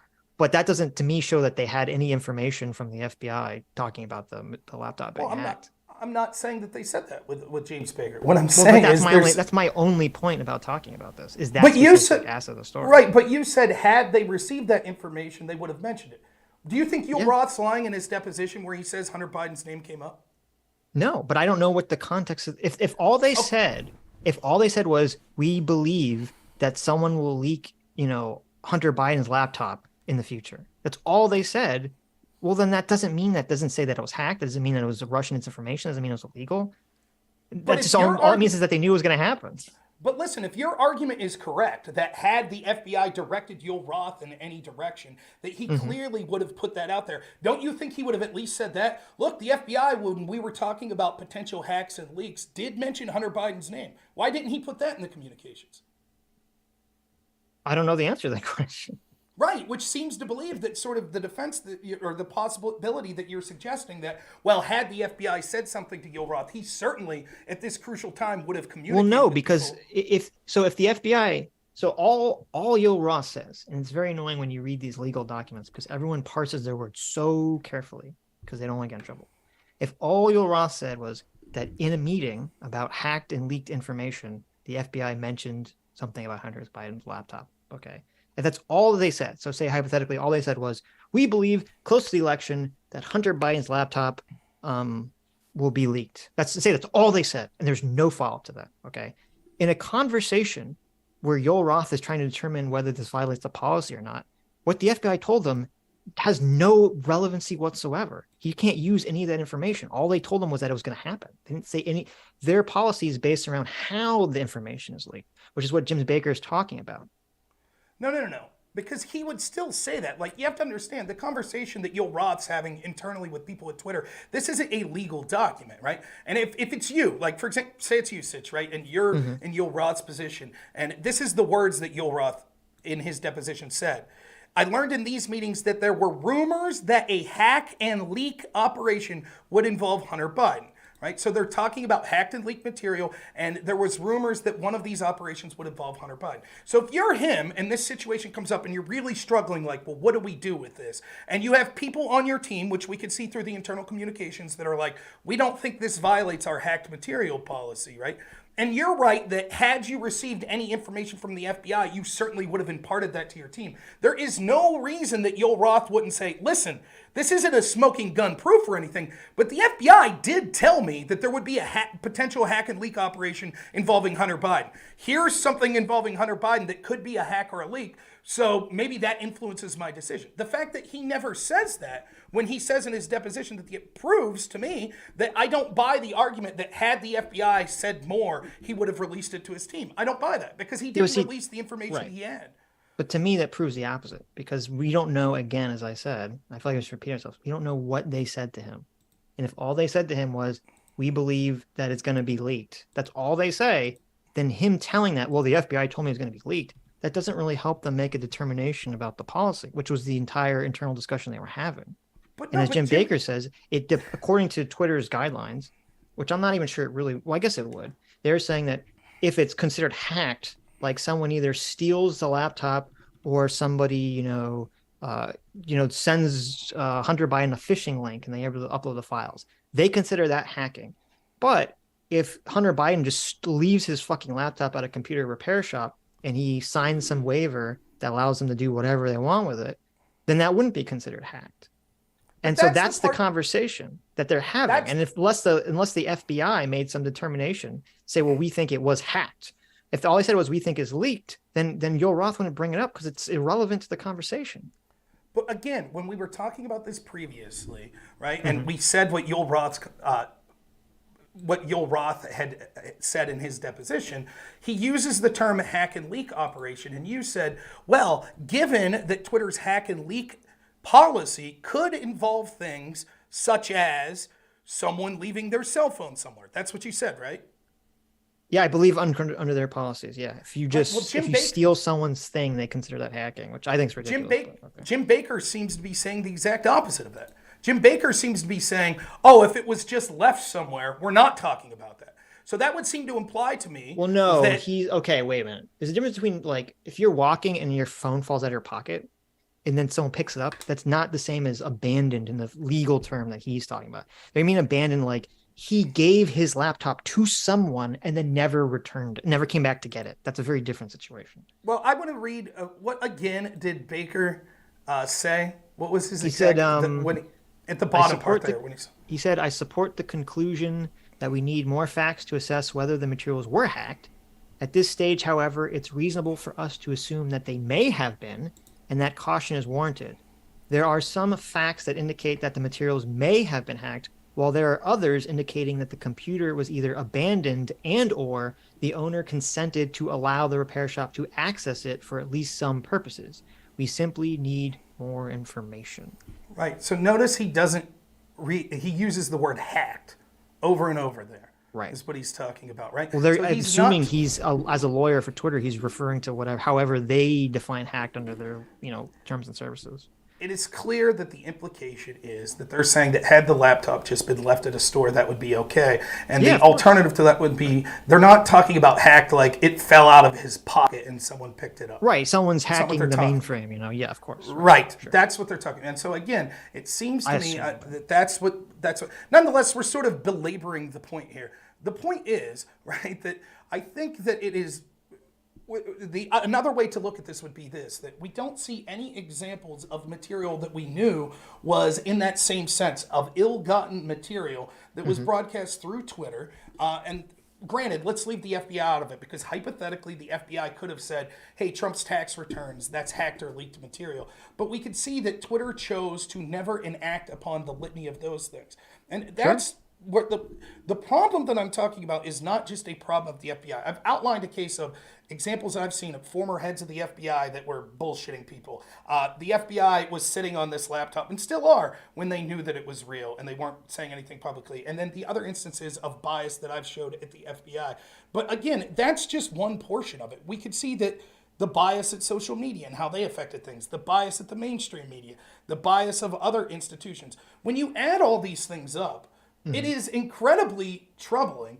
And I think that sort of this benefit of the doubt mentality where it's like, well, we don't think that it was intentional and, we could, we don't want to get hyperbolic. Like there is some truth to that. But the far bigger problem is the fact that there are people in positions of power right now on the left that are saying this is a nothing burger. It's not. Sure. It changed the outcome of an election, right? And regardless, I don't know if this story particularly. I think you could say the overall, mainstream media against Trump obviously had an impact. But yes, now the polling suggests, which I will admit, so I'm going to knock down my own argument before I even say it. I don't trust polling all that much, right? Okay. But there is several polls that I've read that said as high as something like 17 to 22% of Democrats said they would have voted the other way had they known. Does anyone about really this. think that? I mean, Well, I don't know, but here's the problem, right? It's not but you're right not to trust the point. The idea that like 70% of Democrats would have voted for Donald Trump because of the Hunter Biden. 17. Oh, I'm sorry, 17. Okay. Yeah, but even that's pretty high. The problem's not just that, because when you say this is what people say. They go, oh, like they weren't aware of the story. It's not just being aware of the story. It's thinking that the story is the potential to be fake, real. yeah. And when you see every major institution like it's fake, it's fake, it's fake, even the former intel agents are saying it's fake, it's just troubling. Another thing we didn't talk about with these former intel agents, I think that that's very troubling as well. You could see the bias of the former head of the CIA, John Brennan. You could see that all over the place, such as he got hired at CNN. And then if you remember, the way that the P dossier story made it into the public was the media outlets were like, well, we can't report on it until it becomes a more newsworthy story. And so John Brennan went to James Comey and said, look, we're considering running this story. You should let Trump know. And so then Comey has a meeting with Trump and says, listen, this is out there. And they only mentioned the P aspect of it. And then CNN uses that as the hook to run the story. Right. Sure, yeah. And Yeah, so listen, I'm no Brennan. I think Brennan's a slippery guy. I'm not a Brennan fan whatsoever. And I mean, this guy was the head of the CIA during the 2016 election. Well, let me just what you're saying. So as I said, again, my contention is not, I completely agree that the overall cultural institutions have been so insanely biased against Trump and have been captured to a large extent by the left and specifically the woke left. And I think it's a disastrous thing that's occurred. Completely agree with all of that. I do think that obviously had an impact on the election. I'm highly skeptical that the laptop story itself really had any impact on the election. I do know that, and now I do agree with what you're saying in terms of how people conceptualize it. We listened to a Monk debate, I think it was last week or the week before, where Matt Taibbi was on it, and with Douglas Murray, and he's arguing against Michelle Goldberg and Malcolm Gladwell. And Malcolm Gladwell, who's this like New Yorker, Canadian, super in the left-wing bubble journalist, like he couldn't even conceptualize that anyone cared about the Hunter Biden laptop story because he's so far in kind of like the bubble you're talking about. So I don't buy in that narrative, but I don't think it would have made a big difference if the Hunter Biden laptop story came out and everyone said it was real. People would have just said, so what? His son does drugs and fucks prostitutes. Like that would have been the narrative around it. It wouldn't have made a huge difference. Now, the question to me, that's kind of important with Twitter files. Again, the only question that's important to me, because I agree that Twitter is horribly biased and very left-wing, and I'm glad Elon bought them and everything, though I'm not super happy with some of the things Elon's doing now, but that's a different story, is did the FBI collude with social media to try to get Trump out of office by trying to cover up the Hunter Biden laptop story? To me, that's the only issue that I really care about regarding this specific thing. And maybe we'll find the smoking gun one way or the other, but I'm saying as of right now, we don't see it. We don't see one way or the other. We don't really see anything that proves that or disproves that fully. So I'm still in limbo on that claim. I will concede this, right? I think that there's a big story outside of that specific FBI claim, right? But is this a 100% smoking gun as if you had, Christopher Wray directly reaching out to, Jack Dorsey saying like, listen, this is an accurate story, but we're afraid that if it gets out there, we'll lose the election. Of course. They don't even have to say that. They don't even have to say that. Just them saying like it was, Russian disinformation. Like that'd be a pretty big deal. Well, now we'll see what happens, right? Because the communications directly between Yoel Roth and the FBI probably will be very difficult to obtain, right? They may have been verbal communications, and so they weren't written down, and they weren't emailed, so it'll be difficult to obtain them that way. And the FBI is notorious for slow-walking Freedom of Information Act and information. Sure. And, right. Again, if you remember when Devin Nunes put out his memo, that was kind of like, hey, this was unverified opposition research that they used to spy. And the FBI slow-walked it and said, you're jeopardizing sources and methods, and this is horrible. Right. And then when they unredacted the stuff, it was literally things like they paid $40,000 for a desk. And like the FBI redacted that because it embarrassed them. It'll be difficult to ever find that level of smoking gun. I don't think we're going to get the Yoel Roth talking to the FBI, if it even exists, transcript. But if they told him that, he's had to tell someone else that. That Maybe. has to be out there somewhere. But I mean, again, I think that's where you get into problems of the double standard. Or at least you could get him to testify one way or the other on it. Let me ask you this, like, and from the bottom of your heart, be honest. If you were involved in something that required a serious FBI investigation of you, would you feel better if you were on the side of Joe Biden and Hillary Clinton, or if you were on the side of Donald Trump? Don't be honest, Sitch. Don't do it. No, I would assume. Well, I already said I think that there were people at the FBI that were biased against Trump. So yeah, I would feel better on being on the Hillary. Yeah, and that's And she also, I mean, they have the better track record of not getting prosecuted. Right, because So, despite when they clearly break the law in more blatant ways, like deleted subpoena evidence, you know. Well, we have an argument about what's more clear or not, but what do you think's more not clear of a rehash that, crime than that someone on Trump's team committed? well, we already went through the whole, what happened with the Russia stuff, which you disagree with as being, important. So, Well, it has nothing to do with important. We're talking about clear-cut evidence of a crime. Deleting subpoenaed evidence is a crime. That's it. That's clear-cut. that's true, but didn't they? I'm trying to remember. Didn't they say that no one? Their excuse, I think, the excuse they gave was that no one's ever been prosecuted for just doing that or something, right? Wasn't that the evidence? I don't know if that's true, but that was the excuse they gave for the private server, that no reasonable prosecutor would bring this. Right. When with the deleted, this was the excuse. This is literally the mainstream FBI version of what was going on. So the guy's name was Paul Combetta, right? Was the name of the tech guy that was tasked with kind of keeping the records of Hillary's team, etc. So Paul Combetta is. I'm going to screw the dates up somewhat, but trust me. Okay, it doesn't matter. It doesn't matter. As I said a million times, I agree they should have gone after that guy. I don't know. I don't know what we're arguing about. But what we're arguing, it's not just that she would have went after them, but it's that the narrative that the FBI tells in defense of their inaction, because it proves the disingenuous nature of them. Because their narrative is that Paul Combetta was well aware of this subpoena and that he had talked with, not Susan Wright, Cheryl Mills, who was like the top legal aide, right? He talks to her like, let's say on a Monday. I don't know if it was a Monday, and she's like, look, we're being subpoenaed. You need to compile these evidence to send it to Congress, right? And then he goes home and he's driving to work someday, a couple days later, and he goes, oh shit, I forgot 4 months ago, Cheryl Mills told me to delete all of that shit. But he forgets that it was just told to him that it was subpoenaed. So he gets to work and he deletes it all. And then the FBI's like, well, why did you delete that? And he goes, you know what happened? I forgot that it was subpoenaed. But I did remember the conversation from 4 months ago. See, I was supposed to delete this 4 months ago, and I absolutely forgot until today. That's bullshit. You know it's bullshit. I know it's bullshit. The FBI knows it. But the FBI said, well, and is it any surprise that the same characters in charge of that investigation, such as Peter Strzok was the one who personally interviewed Hillary Clinton, is it any surprise that they would come to the conclusion, we're not going to charge her. We're not going to charge Paul Combetta for that blatant deletion, and we're going to give this bullshit reason. That to me is and then to say, well, we should give the FBI the benefit of the doubt. Every time we see these double standards in how they treat people connected to Trump versus people that are connected to other. At some point, you have to say, look, I'm going to stop buying these bullshit excuses. Yeah, but here's the problem, is that, first of all, I'm not giving the FBI the benefit of the doubt. Because with the example you just gave, it's like, okay, boom, we have this clear evidence of what Hillary did and, the bullshit excuse that was given. With Peter Strzok, we have the clear evidence of, the statements he made about trying to keep Trump out of office.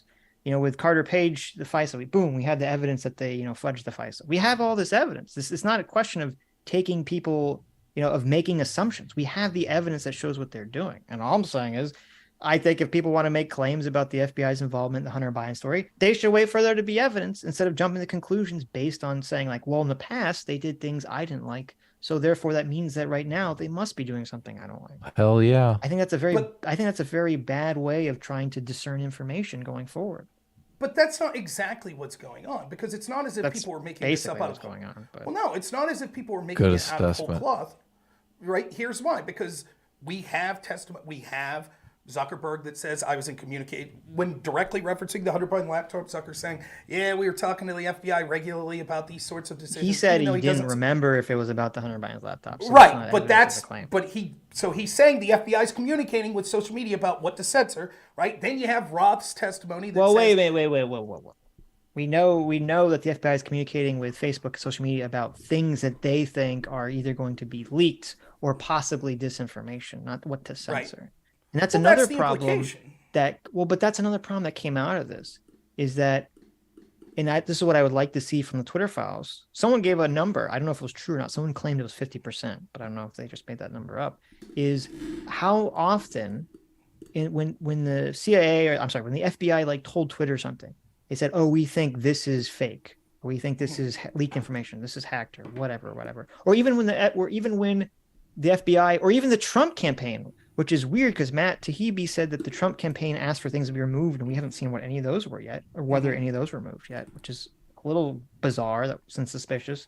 But okay, if they only focus on, if they say, here are the examples of when someone from the Biden campaign or the FBI asked for something to be removed and it was removed, that doesn't mean anything unless we can see how many times that Twitter told the FBI to fuck off, or how many times Twitter told them that they weren't going to do it. Because if they asked them to remove 100 things and Twitter only removed 5, then that means that Twitter was not afraid of the FBI, and the FBI or the Biden campaign were not coercing Twitter to do anything. Well, no, it doesn't necessarily mean that. And of course it does, because you're not being coerced if 90% of the time you tell them to fuck off. There's no threat of violence there. That's not anything. That's not necessarily true, right? So first off, I do believe the number cited was 50%. That they acted on the FBI's recommendation or conversation. So that was a real thing that was said in the Twitter files somewhere. I don't remember if that was specifically in the files or if someone outside the scope of those files mentioned that. I heard that number floating around. I don't know where it came from. That's what I agree. I'm in the same boat. I heard it and don't know where it came. But let's assume that that's true. That doesn't prove that there wasn't coercion or intention from the FBI to want these certain stories censored. I mean, it's for example, evidence against it. Well, it's evidence that might push against it, but it certainly doesn't prove anything. And the preponderance of evidence we see from the previous actions of the FBI, you could understand how this scenario would work out, that there were things that Twitter was like, look, even when talking to the FBI about this, we can't justify with our policies because we don't think that it comes close enough to the line even, or they just didn't think that it was a big enough story that was garnering that much attention, so why censor it? But this story was definitely, they used to call this October surprises, right? Which was the idea that you break some big bombshell story in October because the election's in November, and then that's, so this, especially if they specifically mentioned, right, Hunter Biden's name, which seems to at least have came up at some point, this certainly would have been a story that people would have been worried, because I know you said that this guy from the New Yorker said he can't understand why people would be concerned. I don't give a shit about Hunter Biden's dick pics. I don't care about his drug use. I care that his father appeared to be getting wealthy off of the trading of his name. His son going to our adversaries and trading on the name of Joe Biden. Sure. And then money was getting kicked back to Joe Biden. That's the story. And that's a story that many people, including Democrats, would be very concerned with, because they just spent 4 years trying to tie Trump to Russia through business dealings, through his tax returns and other things. So it's clear the standards of the Democrats were that this type of story would be massively important, and it hedged back against one of the central attacks on Donald Trump, which was he's in bed with our adversaries. So this would be a story of such a magnitude that even if there were smaller stories that the FBI said, this could be hacked, this could be disinformation, they say, well, we're not going to action that. But this story, broke by America's oldest newspaper, was something that they, and we can talk about the coercion if you want, but I'll give you a chance to respond, so I don't get accused of gish galloping. Well, I was gonna say, I don't know what we're debating. Yeah, well, I was gonna say, obviously I agree that the Democrats, party and Democrat politicians and a lot of Democrat voters are obviously completely, as are Republicans, as are everyone in these political conversations. No one really generally holds to a consistent standard of, whether someone did something right or wrong. It's all just tribalism. It's, let me look at, if someone in my in-group is accused of doing something bad, let me look at them with the utmost charitability. If someone in the out-group is accused of doing something bad, let me assume, everything is in the most negative light possible. And that's what I contend we're seeing right now with the Twitter files story. And I'm just saying, I'm just trying to be as neutral as possible, which was the exact same standard I gave with the Russia investigation with Donald Trump, where I kept saying, wait and see, wait and see, wait and see. And that's all I'm saying. In terms of, the FBI's involvement with the Hunter Biden story, and I think we're just kind of like repeating ourselves because we're kind of reached the wall. Hell yeah, you I'm are. just going to make the exact same claim I made with the Trump-Russia investigation. We'll just wait and see. Wait until all the Twitter files are leaked. Wait until, if anything shakes out of that, we'll see if the Republicans do any. I'm sure the Republicans, when they get the House, are going to try to do some investigations, and we'll find out. We'll see if there's a smoking gun or not. So I'm going to exist in limbo for now until I feel comfortable that I see something. Yeah, you don't think we're like Sam Harris here, right? Like we're in favor of hiding the laptop story. Like I wish they would have investigated it when it happened. So yeah, and I actually wish that the Hunter Biden laptop didn't have all the dick pics in the drug use and the prostitutes, because that completely detracts from what you said, which is the actual story. Yeah. Is, well, when he said he's giving 10% up to the big guy, what does that mean? We want to know the answer. Joe Biden is Hunter Biden actually getting money, and giving it to his father? That's a big fucking deal. Or and that should be investigated and looked into. So. Or was the big guy Hunter Biden's nose, and he was just snorting 10% of the cocaine that went through his hands? 10% goes to his coke. Yeah, 10% goes to the big guy. Now, I will just say unfortunately, it's the same thing with the Trump P tape. It's like whatever the salacious part of the story is, that's what gets all attention, and all the kind of more important things kind of fall to the wayside. But I will say, though, I think that it's not an unreasonable position to take, that we'll just wait and see. The problem with this is twofold, though. One, oftentimes the people you're waiting on are the very people that are implicated. So we're going to wait and see what sort of communications we can get from the FBI or Yoel Roth. Yeah, I understand that Republicans are going to be having an investigation, but most of these investigations still rely at some level at cooperation with the people that they're looking into. For example, all we have to do is proven guilty. I mean, Elon Musk bought Twitter. If he can't find it, then I don't know who can find it. But he can only find it if it was done through official Twitter communications on email. If it was done on phone call or done in-person meetings with the FBI, what's he going to find? Well, how else are we going to find it then? Well, we won't. And if we just say, well, we're always waiting for the smoking gun before we call this stuff out, and that leads to the second problem, which is oftentimes by the time we find this stuff out, everyone throws up their hands and goes, well, it's too late now. What are we going to do? Which is exactly what happened with the Russiagate and the Hillary investigation. Oh, well, a couple people that were there got fired from the FBI. And anyways, now we can trust the FBI moving forward. Right. No, and that is fair that there is this, sit on it and then they don't do anything about it. And I agree that it shouldn't happen, and they should still go back and they should still prosecute the people that, deleted the Hillary emails and blah, blah, blah, blah. I agree with all that. But my problem is with the first part of what you said, which is that if Elon can't find it, and if no one can find it because, say hypothetically, all these meetings were off record, verbally, and there's literally no evidence of it, well, then no one can we can't draw conclusions about it because there's literally no evidence about this stuff. You might not be able to draw conclusions to the level of beyond reasonable doubt to prosecute someone, but you're certainly well within your rights to draw conclusions on what most likely the preponderance you're of right evidence to is. do whatever you want. I think it's foolish to do so. I think it's too easy to fall prey to your pre-existing biases if that's what we're going to do. Well, think about it this way, right? Let's say that you leave Adam house sit for you, right? And you come home and you... Please stop. I would never do that. He steals all of your, Vienna sausages or whatever you have in the cupboard, right? Adam. So those were for Oktoberfest. So delicious. Yeah. And then the next month he house sits and he steals them again. And then the third month, look, that's gone. such bad thinking, man. That's just complete. It's well, horrible that's thinking not because really comparable to what. Yeah, there's different people in the institution. It's not the same people. It's a fucking, that's such bad. No, stop. We do And actually, this it'd be more like, using your hypothetical, it'd be more like, I have Adam house sit for me, and when he comes back, he stole my Vienna sausages. And I'm like, oh, Adam, you stole my Vienna sausages. And he comes up with some wild story about how a raccoon broke into the house, and really, that's the culprit. And then, 2 months later, I noticed that all my Vienna sausages are gone. And I say, oh, Adam must have broke into my house while I was here and stole all my Vienna sausages. It's like, well, you can't make that claim.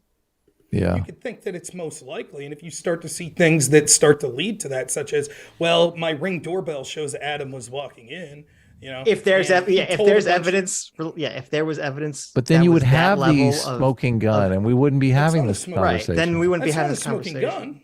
Well, it's not a smoking gun. Video Adam evidence walking into my house, and then the sausage video is going on evidence the next day. is He's bringing your mail. gun. He's bringing your mail in. Oh, okay. right? Okay. So that's not a He was smoking just gun. bringing my mail, and it took Right, him like that's 10 what he minutes to leave says. the house. I had to go to the bathroom. Okay. Right? Like it's not. Okay. There's very Even- few things that are a smoking gun. And you No. have to even know even that. evidence of corruption, consistent corruption, doesn't mean every single interaction involves corruption, though. I mean, Or it's doesn't just, involve corruption in the way in which it's being expressly Well, that's said. true. That's true. Yeah, But you so I can't just- blame you- people.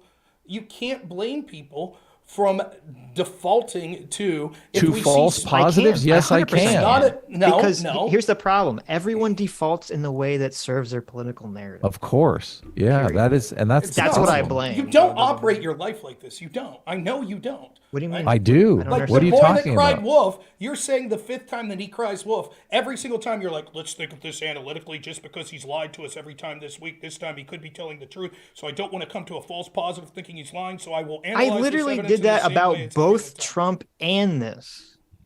Yeah. So I'm obviously not falling prey to my political biases in this situation. Well, it doesn't matter. I have the It's exact not same a- criteria. This isn't following political biases, right? That's not what I'm literally saying. what this conversation Yes. is What I'm about. saying Totally. is that For possibly 6 you do hours, this we've been on following both. political biases. Yes, about the FBI, the media, all of these institutions. But I'm saying you could think of that situation differently when it comes to an institution that you have some sort of bias to because you assume that it's some upstanding institution like All the FBI. And so your institutions standard are of that- look. All institutions are susceptible to corruption. Because instances of corruption happen does not mean the entire institution has always been corrupt and will always be corrupt going no one's forward. saying Well, that. it Well, doesn't then mean what that are you going- saying? That it's doesn't not a mean- pattern. It means that going forward, you can't just automatically Yes. prove everything. It means It one means thing. that going forward, you do your best to limit their ability to have bad outcomes based on that corruption and bias. And when you see evidence to suggest that it's bringing up again the same pattern you saw, Yeah, but that we you already- can It's you could not say a- that that's it's the a problem. logical again. conclusion. But that's It's the just problem not- is that I don't agree. The things that you're saying, this is evidence that they did. Is this. I not don't see them evidence. as evidence of doing that. So Yeah. it's That's not the evidence. issue. You don't buy. So Yoel Roth mentioning that he was having a hack and leak rumor that came from the FBI about Hunter Biden. That's not evidence. It's evidence that he should be called to testify and expound on whatever the fuck that happened there. But it's not But- so evidence it might- of the claim that the FBI told Twitter that it was fake news and that it was. It doesn't hacked matter and if that they it should be specifically said it was censored. fake news. What It matters matters is what did- they said. Wait, what they said matters. What they specifically told Yoel Roth is super important. Again, Adam already gave the definition of this. They can speak in legalese in order to imply what they want to have happen, but not meet the legal definition of some sort of crime or some sort of lie or something like that. I'm not even So the reason- I'm not even talking about that. I think there's like a 1% chance that no matter what happens, that some information will come out of this that will lead to anyone being arrested. I'm not even talking about that. I'm not even talking about using legalese or whatever. I'm just talking about what exactly did the FBI say to Yoel Roth. That's all I want Let's to know. let's break it down real simply. Do you think that around the time of the election, like several months before the election, do you think at that time in 2020 that the FBI knew that this wasn't a hacked laptop? I have no idea. How Adam long already did they said have the he knew laptop they knew. for? How long did they have the laptop for? Since 2019. Then I would assume they knew that it was. I would assume if they had the laptop, well, not that it was. They hacked. knew everything about the laptop. I would assume if they had the laptop, they knew it was true, they knew not months necessarily in advance, though. whether it was hacked or not. What do you mean whether it was hacked? How did they get the laptop? What do you mean? They knew was given to they knew the source of the laptop from Right. the very beginning. Yeah. Right. They knew it wasn't hacked. They knew it was What's left in the it- computer what- shop. The computer repairman talked to them. Look, what's the Okay, what are we so if arguing they knew about? that, What are we if they knew arguing that- about here? Listen, Okay, if they knew that, the FBI had the laptop from 2019, and they said, okay, we confirmed that this information is real. We've confirmed that that it came from this shop that the person said it came from, and then they turn around and they tell Twitter that it didn't or that they don't know. Then then that's the FBI, doing. Well, let's shady use shit to the put their language finger that on. Yoel Roth uses. What if they told Yoel Roth Why? there is a What if- rumor? This is getting tedious. We I just feel should like move we're on. repeating Yeah. ourselves. I'm just Well, saying it's what not- happened Over and in over the and over conversation. again. I feel like I'm. We could. This we is could Groundhog leave it at that Day. if that's. But I think that it's evident to anyone who's listening to this objectively that what follows then is if the FBI said It's that there not. was a rumor Anyone that it was listening hacked, objectively, it's like. No, but here's the problem. You're wrong. You You're say wrong. you say what you just said. You say it to someone who's on the left, and they're going to say that doesn't prove anything. You say it to someone on the right, and they're going to say that proves everything. It's Of not an course. objective thing. This is just people being Subjective. driven around by their political biases. No, There's no objective you thing think within that a because mile of this conversation. And I will accuse you now. You think that because of your bias on the story. That's why you think that. You think that I don't even. subjective I have bias. zero bias. I don't have a strong What is- feeling about what the is our FBI bias? one way or the other. Your bias is that you choose to not believe these things because you think that it's some level of conspiracy theory. So you default to saying, unless I get a smoking gun, I'll always say that there is a possible explanation. No, and but so I won't no. That's See, your but bias. here's the no. Here's the problem. Okay, My bias is that I don't know you're whether or making a not it's massive- true. I think. Okay, I understand what happened. What I said about people looking at this from a left or right wing perspective, I'm not impugning you specifically, Rob. I'm just saying in general because you made a general claim about. I think if people in general look at this objectively, so I'm not attacking you.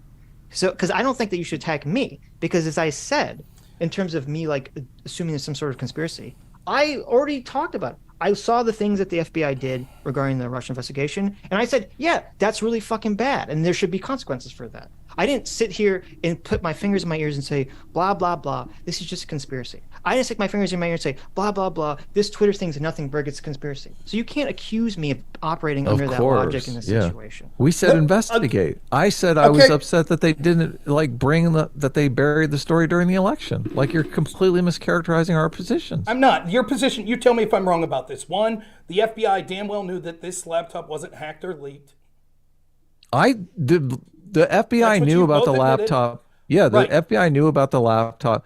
We're talking about whether or not the if it's true that Yoel Roth said someone from the FBI told him there was a rumor that there was going to be a hack and leak about Hunter Biden. That's not. What are we even talking about here? Like, what is the point of all this? I think it's pretty clear.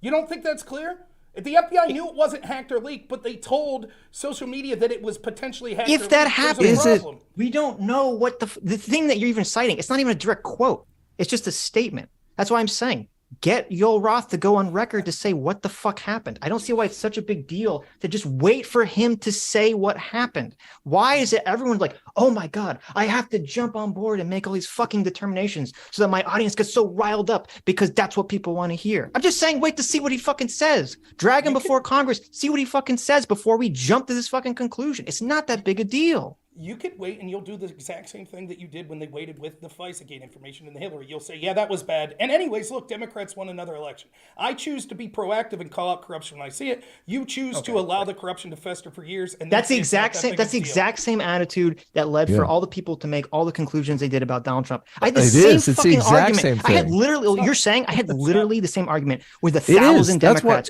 who all said, "Sitch, you can't wait. You can't wait for the Mueller investigation. It'll be too late. Trump will already sold out to Russia. Trump will already do this. Blah blah blah blah blah blah blah." I said, I don't give a shit. That's the fucking system that we live in. That's what we have to do. We can't make these fucking jumping to conclusions. And guess what? I was fucking right about the Trump Russia investigation. Yeah. I'm glad I waited. So I'm going to wait on this one and say, I'm waiting to see what the fuck comes out of this. And I'm not going to jump these fucking conclusions. And if it turns out that the FBI was telling fucking Mark Zuckerberg and fucking Jack Dorsey that they should fucking censor the story, then I'm going to be right there in the bandwagon saying, what the fuck? This is one of the biggest fucking travesties of all time. But until that happens, I'm going to say, I don't know. And I think that's a totally fucking fair position to have. This was a justification for Russiagate too. This is exactly the same justification for Russiagate. And this is oftentimes what people will do, right? They'll defend sort of institutional corruption or the downplaying of it by saying, look, now I'm getting ready to kick you. I really am getting ready to kick you. I hate that this goes this way, but look, you're sitting here accusing us of being like in favor of institutional corruption. Fuck you. Fuck off. This is what you'll do. Adam Sitch, can you point me to any shows that you've had in the past 2 years that talked about serious consequences that occur to the FBI based on their lying? Oh, we talk about institutional corruption. Okay, so what was your the FBI specifically? I mean, we don't really talk about the FBI. That's strange. It's almost like it's exactly as I because it's almost like it's exactly as I predicted. Well, no, 99%. Wait. Dude, we invited you on the show to tell us about the FBI. Stop. We spend the overwhelming majority of our time talking about culture war shit. We're not talking about the FBI. So that's not evidence of fucking anything. Well, not only that, we invited you on for 6 fucking hours to teach us about this shit. That doesn't count. No, I'm not. This is what I'm saying. I'm not saying that you won't talk about it. I'm saying this is what will happen. That by the time we get to the bottom of these 2-3 years later, and the corruption is made public, as Sitch Look, all these accusations. Can you let What's me going finish on? the point? Can you let me finish? What's going on with all these accusations? Can you just make the point without accusing us of being some institutional shills? I'm not. I feel like we've been very, very amicable to you, but you're making all these accusations about us, which is just, it's unfair. I don't think that my accusations have been any less amicable than your accusations of me. What accusations did we make? For example, I'm doing the same thing as the people did on the Russiagate side of things. That I'm jumping to conclusions. That I'm gish galloping. I'm possibly bad faith, possibly not. Right? I don't have a problem with it. Did they not make the exact same? I said that this is the kind of thinking that led to Russiagate. I wasn't accusing you of This is what annoys me, Rob. I defended you to everyone, okay? I said I don't think Rob's coming here in bad faith, blah blah blah. And I think I've been like incredibly fair in this conversation, even if we disagree. And then when you started to say started attacking me, I said, wait a minute. I think there's been a miscommunication. I'm not implying that you're politically biased in this situation, Rob. But it just seems like at some point, like right after that happened, you just like thrown all the good faith out the window, and now you're just accusing me of just being like, oh, I'm just some kind of political shill. And when all this comes out in 2 years, Sitch is going to say whatever and just pass the buck around. Yeah, of course. And I just don't appreciate that. When I thought we were having I thought the conversation was fine. I don't know how it suddenly just plummeted into this fucking ravine. My point is this: it has nothing to do with whether you're a bad faith actor or anything like that. The problem is when you wait for smoking gun proof from institutions that we see will intentionally drag their feet, such as the FBI, such as the Democratic Party, just like they did with the Hillary investigation, just like they did with the FISA warrant investigation. What happens is 3 years from now, when it finally comes out and elections have been decided and all these things, you will inherently say that's not the biggest story that's what happens when you don't wait. What happens when you don't wait for evidence and you run into the next Russiagate, though? What happens is that you use the best available evidence that you have in order to that's what they did with Russiagate. Did they? What was? Wait, hold on. What was the best available? What do you think? Okay, knowing what we supposedly know regarding regarding FBI and Twitter, what should happen? There should be. First off, we should all be outraged and see that the cover-up that's occurring based on the preponderance of evidence, what we see is most likely happen, that the Democrats and major people in the mainstream media are seeking to cover this up now. Right. So they should be outraged. Second, there should be an investigation trying to get to the bottom of being able to prove it. But in order to make those investigations effective, politics is downstream of culture. And so one of the things we need to do as a culture, as individuals, is to start to call out institutional bias, double standards, and corruption when we see it. Based on evidence. Which I am outlining evidence that we see that makes it the most likely situation. If we say we cannot jump, we cannot make those sorts of conversations until we have 100% smoking gun proof. What happens is nothing is ever proved in a timely manner. We're not in Russiagate because in Russiagate there wasn't. So your argument is that we should all basically forego evidence being fair, I guess, or neutral on things until we have evidence, because we need to have investigations, something which we can do when we're neutral, which I already said we were in favor of doing. So I don't even know what the fuck we're arguing about, because your solution is literally my solution. I'm just saying I wish as a society and I wish as people, though I know this is like fucking impossible. I know this is an impossible task because everyone's literally biologically programmed to be tribal. It's just I wish people could just be neutral about things until we actually know. Because I know that at the end of the day, it doesn't fucking matter what the investigation is going to go, because people on the left are going to say, blah, blah, blah, it doesn't matter. And people to the right are going to say, blah, blah, blah, it doesn't matter. Everyone's just going to follow their own fucking narrative at the end of the investigation, except for like the 10 people in the world who give a shit about what actually happened. So I don't understand what is the fucking energy about this. If you agree with me, the solution is the same, just to have an investigation. The solution's not the same, because your solution would be, we have an investigation, and until then, we don't say what is likely to have occurred. I say that what happens is that investigation, there is not public pressure for that investigation to occur in a serious and timely manner with serious punishment and justice meted out to the people, just like we could see time after time with slow-walked investigations we saw with the Hillary investigation, with Russiagate, with all of these other things. By the time it comes to light, the conspiracy theorists ended up being right, and the elections have been decided, and people are like, well, what do you want to have happen? Comey's gone now, good enough. What can we do now? Oh, well, it's over. And that's exactly what will happen with this situation. We'll have 2 years of feckless Republican investigations into this that will be slow-walked by the FBI and by people at these companies. Hopefully Elon Musk could do something about it. But then even if the worst happens, you might legitimately be on here being like, man, that was fucking ridiculous. The FBI did that, but nothing will be done. The majority of the public will have moved on. Just like, and all I could go on is by what I see here. Like, Sitch, you seem to sincerely believe that the FBI investigation of Hillary was fucked up, but it's like, oh well, what do we do about it now? And that's what I'm saying is going to happen. That's why we need the public to be outraged now, specifically when these stories are trying to be covered up and you're being called a conspiracy So theory for I just don't. pointing Okay, out where so the facts with, most likely go. okay, so with the Twitter story, there's if it comes out 2 years from now, okay, that the FBI did something untoward or even illegal in regarding this Hunter Biden laptop story with Facebook or Twitter, there is a 0% chance that everyone's going to throw their hands up and say, oh, well, the reason they did that with the Hillary Clinton thing was because she lost the election, so no one gave a shit. Yeah. But with Twitter is going to continue to exist going forward in the future, as is the FBI. And you better believe that that's going to be a huge fucking deal 2 to 3 years from now. So I don't think that, in my mind, that's not like an actual concern that I see materializing in the future. It's going to be a big fucking deal whenever that comes out. Unless President Braden is gone, then no one's going to give a fuck. We can agree to disagree, but I guess we'll find out. We'll reconvene 2 to 3 years from now and find out. If President Brandon is gone, no one will give a fuck, right? Because it's like about the Hunter laptop. When Donald Trump is president again because he stormed the White House with Nick Fuentes and Kanye, he suspended the Constitution, then we'll have this conversation and we'll see where we are in the future. Right, I agree with Adam here. I think that what's up with all the accusations, man? Why can't we just keep it cool? Well, because you're taking personal grief. I still stand by what I said. When I'm saying bias, you assume I'm saying it in a manner that says like you're being bad faith. I'm not. I'm saying your bias of this sort of way of viewing the world. You have not. Like, what are you talking about? Like I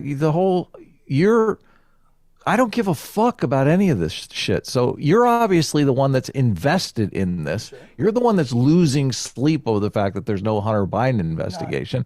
I don't give a fuck. So what is my political bias? That's exactly the point. Because you're the type of person that doesn't give a fuck about this. Your bias is to just say, until I see a smoking gun, I don't give a shit. That's literally my point. Bias is a motivation to come to some conclusion. The reason why I can say, I can wait is because I don't give a fuck. No, that's I not don't true. think bias could take many forms. Bias just means that you're predisposed to one way of looking at things. Right. It could be your bias is your political ideology. We're using completely different definitions of bias. But here's the thing, Adam. You give a fuck whether it happened or not. What you don't give a fuck about is it's not like if it turns out that the FBI was doing this, horrible shit, you'd be like, okay, let's do something about it. Yeah, let's take care of business. Right. And then if it turns out the FBI wasn't doing any horrible shit and it was all on Twitter, I was like, okay, so let's do something about it. Like in my mind, either of those worldviews are very possible to happen and could be equally likely. And so, and I don't really have I'm not really emotionally invested one way or the other on any of those outcomes. Yeah, let me be clear. Adam, I understand you're kind of defending, but you realize what Adam said wasn't that. Adam said, I don't give a shit about this, right? And what he means is he doesn't really give a shit. Sitch articulated my feelings perfectly. I don't give a fuck which way this goes. Well, I'm not losing sleep over any of the ways. Look, you do care which way it goes. I certainly care. Absolutely, but I ain't losing sleep. So who's invested in the outcome then? Well, I would hope everyone who cares about our country. Oh, now. Oh, no, part of the now issue too, only the people who care about the country are part of the issue too is that, like, if I come out and I say, oh, it's 100% likely. I think it's 100% certainty that the FBI was, telling Twitter what to do. Or if I say the opposite, oh, there's no way the FBI was telling Twitter what to do. Okay, I'm 100% certain of that. I understand that by me making those statements and by having that decision, I wouldn't trust myself to be able to accurately look at the next information that comes out regarding the story, because I've already made a decision. I've already made a public declaration. Yeah, and essentially totally. That's what I see is happening with like the media reporting of the story, is that, that's why the left is like setting up this narrative of like, it's a nothing burger. They're just trying to like prime everyone to see that. And it's the same way I see it with a lot of people on the right. They're just trying to prime everyone to see it in a specific way. And I just, it makes it so much more difficult to figure out what's true once you've committed to the framing. But again, like there's an opposite problem, which is sort of paralysis of opinion, because it will always be Make it stop, Sitch. That's cool. Look, we can end. I don't have a problem.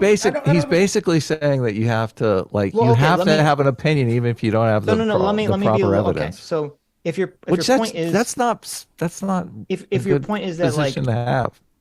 I agree that in order for politicians to do things, it requires people to be angry or to be emotional or whatever. And so yes, if Republicans are angry and emotional about something, that will promote right-wing politicians to, do investigations. I just wish, and here I'm aspiring, and my naive aspiring to a world that doesn't exist. I just wish people could be angry in terms of, I'm angry that this isn't being looked into, and I want to get to the bottom of this, as opposed to saying, I'm angry because I already know that something is true. I just wish we could have that, but we don't. And I accept that that's the world we live in. So I never said anything's 100%, right? So that's not what I'm saying. I'm not saying I 100% know this. I'm saying it seems most likely, seeing what we could see, that this was the outcome. But I stand room that there could be evidence that comes that we see in the future that changes. Right. No, I didn't say that. No, wait. I didn't say that. I wasn't saying that you say 100%. I'm saying that I understand that emotion is what propels people to do stuff about it. And I just think that, like, it seems clear to me, and you might disagree, but it seems clear to me with the preponderance of evidence based on the current history of the FBI and scandals that they've had and what their obvious biases are, what seems most likely given the evidence we saw. And if you, I know you guys are busy, you're not watching everything I do, but if you see, when Zuckerberg had his comment on Rogan, I specifically said when commenting on it, he didn't say they mentioned Hunter Biden's name. Right? It could be that the FBI was kind of winking and nodding like something's coming. But if he would have said Hunter Biden's name, the FBI, then I would have been like, wow, that's more damning. But that's what we see now with Yoel Roth. And that's so I wasn't someone that came out guns a-blazing as soon as Zuckerberg said that. And I think that I have my reasons. And I just think that the preponderance of the evidence suggests that. And the difference we have here is your bias, and I don't mean this political bias like your bias for Democrats or Republican, your bias of the way you view evidence is, well, until we see basically a near smoking gun, we're not going to take a stance on whether or not we thought this happened. I just we're biased that we need evidence. Okay, yeah, sure. I am biased. I mean, that's call me biased as fuck. Yeah, that's a way that you could try to spin it. Are you going to need Sitch to respin what you really mean once I prove this is stupid again? Is that what do you mean? Oh, now you're calling me stupid. Okay, great. This opinion, right? Like, that's not what I'm saying, that, only someone that needs evidence. That's not what I'm saying. I'm saying there are different levels of evidence. Like, Adam, did you know this, that there are different levels of courts? There are civil courts where you need a preponderance of an evidence versus criminal courts where you need beyond a reasonable doubt. You understand that, right? Oh, no, I don't. How do courts work? Right, it's courts. What so are you courts? Say, is that where they take the bad people? Hit the neon green ball around? Is that where they take the bad people? Good job. So you wouldn't say that the civil courts, they don't believe in evidence. They don't believe in it. I'm biased because I believe beyond a reasonable doubt. That means the people that want the civil courts, they don't believe in evidence. That's why what you're saying. What do you think of abductive reasoning? Define it. Abductive reasoning? You don't know what abductive reasoning is? I do. I'm unfamiliar with the term. Oh, okay. It's okay. We don't need to talk about it. Okay. I don't think, this is to end this, because I think we're just kind of looping. Yeah, obviously. Obviously we disagree. I don't see, I didn't make a claim about beyond reasonable doubt versus preponderance of evidence. Yes, of course. Of evidence at all regarding the FBI's involvement with the Hunter Biden laptop story, anything like that. You do. And so, okay. But I guess, thanks for coming on. I think it was an interesting conversation. It's unfortunate it kind of became a little more hostile at the end, but Yeah, geez. maybe I wish talk in the future. I We wish it didn't could be really- cool, but we whatever. talk about okay. Mar-a-Lago. I'm sure there's other things we can talk about going forward. But Yeah, I don't Thanks mind. for Thanks coming for on. having me on. I appreciate it. It's a lot of time that you guys give me, and I do appreciate it. yeah, cool. All right. I'm glad you have a an good one, American guys. flag in the background. Thank you. Always. All right. We'll see y'all. Later. Yep. You got We're some gonna super read chats, super Sitch? chats, but So if you give me a minute, I'll be right back, and we could talk about it a little. I just go to the restroom real quick, and then I'll be right back.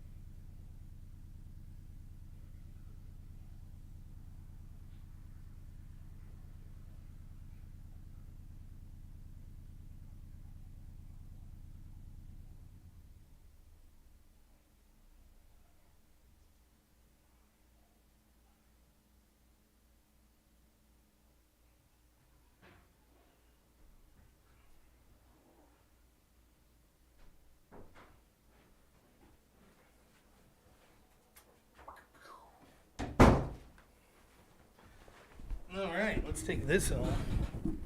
I had to put the sweater on the old microphone.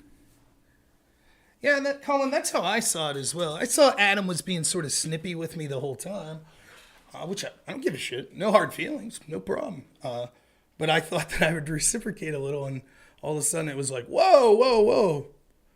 You hear me complain about it?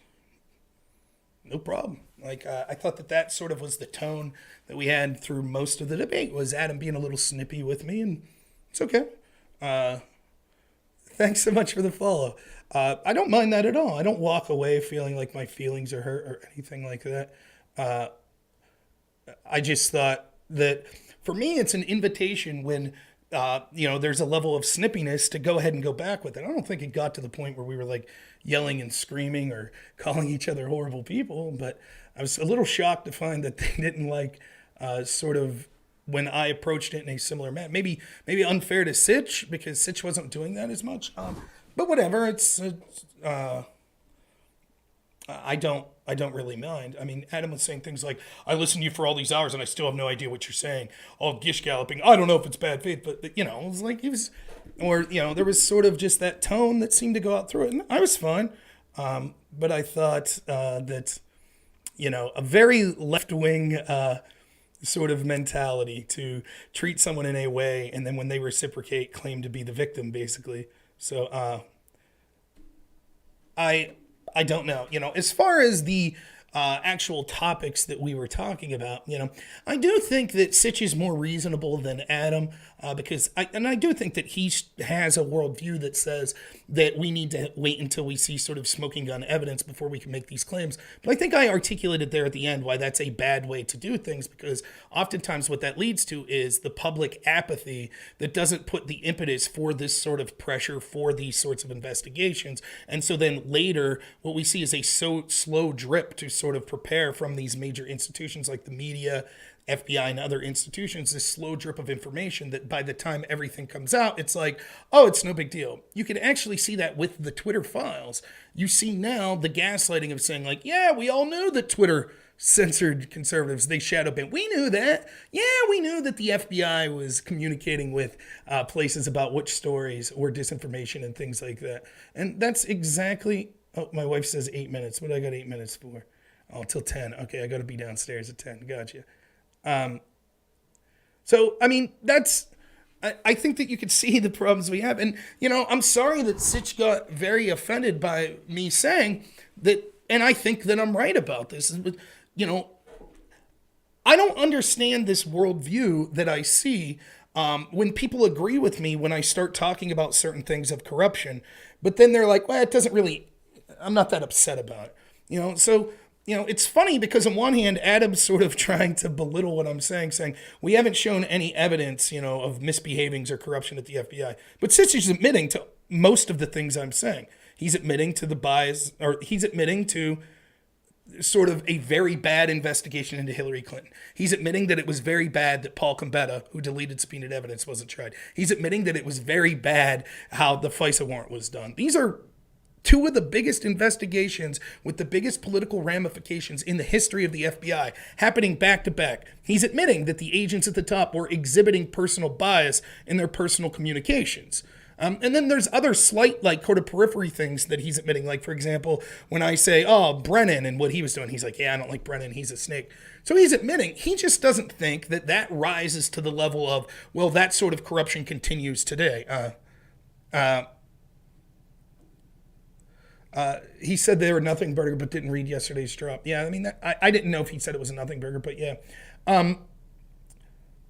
But, meanwhile, Adam's saying, I don't know what you're talking about. I don't see any proof. Then listen, I guess, because we were talking about it, right? I didn't think Sitch was as snarky as Adam, but I don't care either way. I assume it's just their personalities. No problem. I think there were times where Sitch realized that there was positions that there wasn't a lot of importance of. Like, for example, Adam kept asking me repeatedly, do you think most of these people know they're lying or don't? And I'm like, well, it's kind of irrelevant. I think there's some of both. But do you think the majority? And you could tell Sitch is like, can we just move on to something more productive? But I don't understand, let's take the Hillary Clinton investigation. How could you be like, yeah, I think that the FBI sort of didn't do shit, and it was really corrupt. They allowed them to get away with this. Oh, well. It's like, okay, you believe it was basically, I won't use the word corrupt. I don't know if he would say corrupt, but you believe it was a huge problem and nothing happened. And now what? And the same with the FISA warrant. Huge problem, nothing happened. Now what? We just say, and then why would I expect it will be different 2 years from now? And that's where I see Sitch gets mad. But given, I don't watch Adam and Sitch all the time. I don't know. But given what I could see through our 6-hour conversation, why would I believe someone who's like, yeah, the FBI with those FISA warrants, that was bad. And the FBI with the Hillary investigation, that was bad. But, kind of there's nothing to do much now, or there's not really, But if we find out 2 years from now that in 2020, the FBI was misleading Twitter, about this Hunter Biden laptop, then I'm going to be hopping mad and say changes need to be made. I'm sorry, I don't believe it. Maybe he will. Maybe he's telling the truth. But from what I could see, well, that's not how you feel about the Hillary email investigation. That's not how you feel about the FISA abuses. You feel the exact opposite. You're like, well, which is how and it's not that makes you a bad person. That's human nature. Who knows what we'll be 2 years from now? We could be in World War III with Russia. So if it breaks that, well, actually, yeah, the FBI was saying, I probably won't give a shit as much. We'll be in World War III. That's why looking at things as they're occurring is worthwhile. And you also have to take into account that all of these institutions, and he keeps saying, well, both sides, and that might be true. Tribalism exists on both sides. But the problem is, one side has all of the institutional power. And if the other side, if they get to say, we're going to launch investigations, we're going to censor people, we're going to work with social media, to make sure that the narrative's going our way, which again, Sitch admits is a huge problem. It's basically happening. The other side should be like, well, we don't want to jump to any conclusions. Until we see smoking gun evidence, there's just nothing we could do. Yeah, Adam, and there were points where Adam accidentally at the end there was giving the game away. He said, one, if Biden's not in office, then no one will give a shit. Yep, pretty much true. Well, Biden's gone, and, Yoel Roth's gone, and Vijaya's gone, and whoever the FBI agent, James Baker's gone. So, yeah, what can we do now?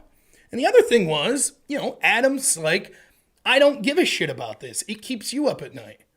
Who gives a shit what the outcome is? Well, I would hope anyone that cares about the country. And he gets upset. He's like, oh, yeah, because, well, yes.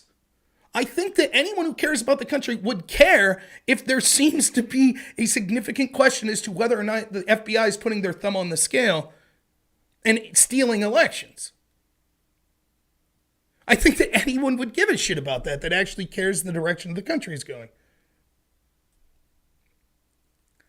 And I think that there's some room for agreement for Sitch and I, where Sitch's opinion, he's very reticent to be hyperbolic and to jump to conclusions, and that's fine.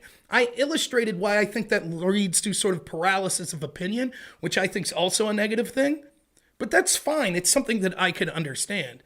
But I think that he's looking at me like maybe someone who doesn't seek information as much before. Like, I'm not just saying Donald Trump said it, so it must be true. I think it's obvious through the context of that conversation that that's not who I am. That I had information that I was citing that was backed up. We started with the Ukraine situation. The story that, you could hear Adam kept giving the blame away there too. Everybody said he was corrupt. Everybody said he was corrupt. That's not an argument. It's just not. And, and I'll say this about Sitch, Sitch there saying like, well, just because maybe Joe Biden legitimately thought and the FBI legitimately thought, and sort of how he's sort of trying to say hypothetically, if we look at things in the best possible light, then yeah, the quid pro quo to force the firing of a prosecutor looking at your son, not that big of a deal. That leads me to believe, which is why I asked him, if it turns out that the best we could get is that the FBI said, we don't know if this was Russian disinformation or not, the Hunter Biden laptop story, that I'm highly suspect that Sitch will say that's a smoking gun. I think he'll say, well, maybe this is what they meant. Maybe I'll be wrong. I don't know, but I don't think that I should be, maligned for coming to that reasonable conclusion based on what what the discussion had been like to that point. That's how I feel. So, anyways, I hope people enjoyed the show. I will be on at 9 a.m. Eastern tomorrow for an hour with my friend Lecture Fan. That will be on... That'll be broadcast live to a Montana talk radio show. That's where Lecture Fan's located out of. So I think you should check that out. Lecture Fan will be on for 4 hours, so I'll be on with an hour. But you could stay tuned. He starts at 8 a.m. Eastern, I believe. So you could tune in at 8 a.m. Eastern and check him out. Maybe I'm wrong about those times. I'm pretty sure that's right. Lecture Fan, are you in here? I saw you were in. I'll check that later, but I think that that's wrong. So, but I don't know what Sitch and Adam's audience thought of me, yet to be determined, but I thought that I did what I wanted. I thought that the tone that I approached it with was good. I thought I got to talk about a lot of the issues. I thought I was getting some sort of kind of belittling at the things I was saying, particularly from Adam, but that's okay. So I probably won't be streaming tomorrow night. Tomorrow's daytime stream will probably be my last stream until Monday, unfortunately, but I'm very busy. There is a chance that I'll be streaming with Aftershock Thursday at 9:30 in the evening, Aftershock and his friend, but I'd say there's an 80% chance that'll happen, but I got to talk to my wife. But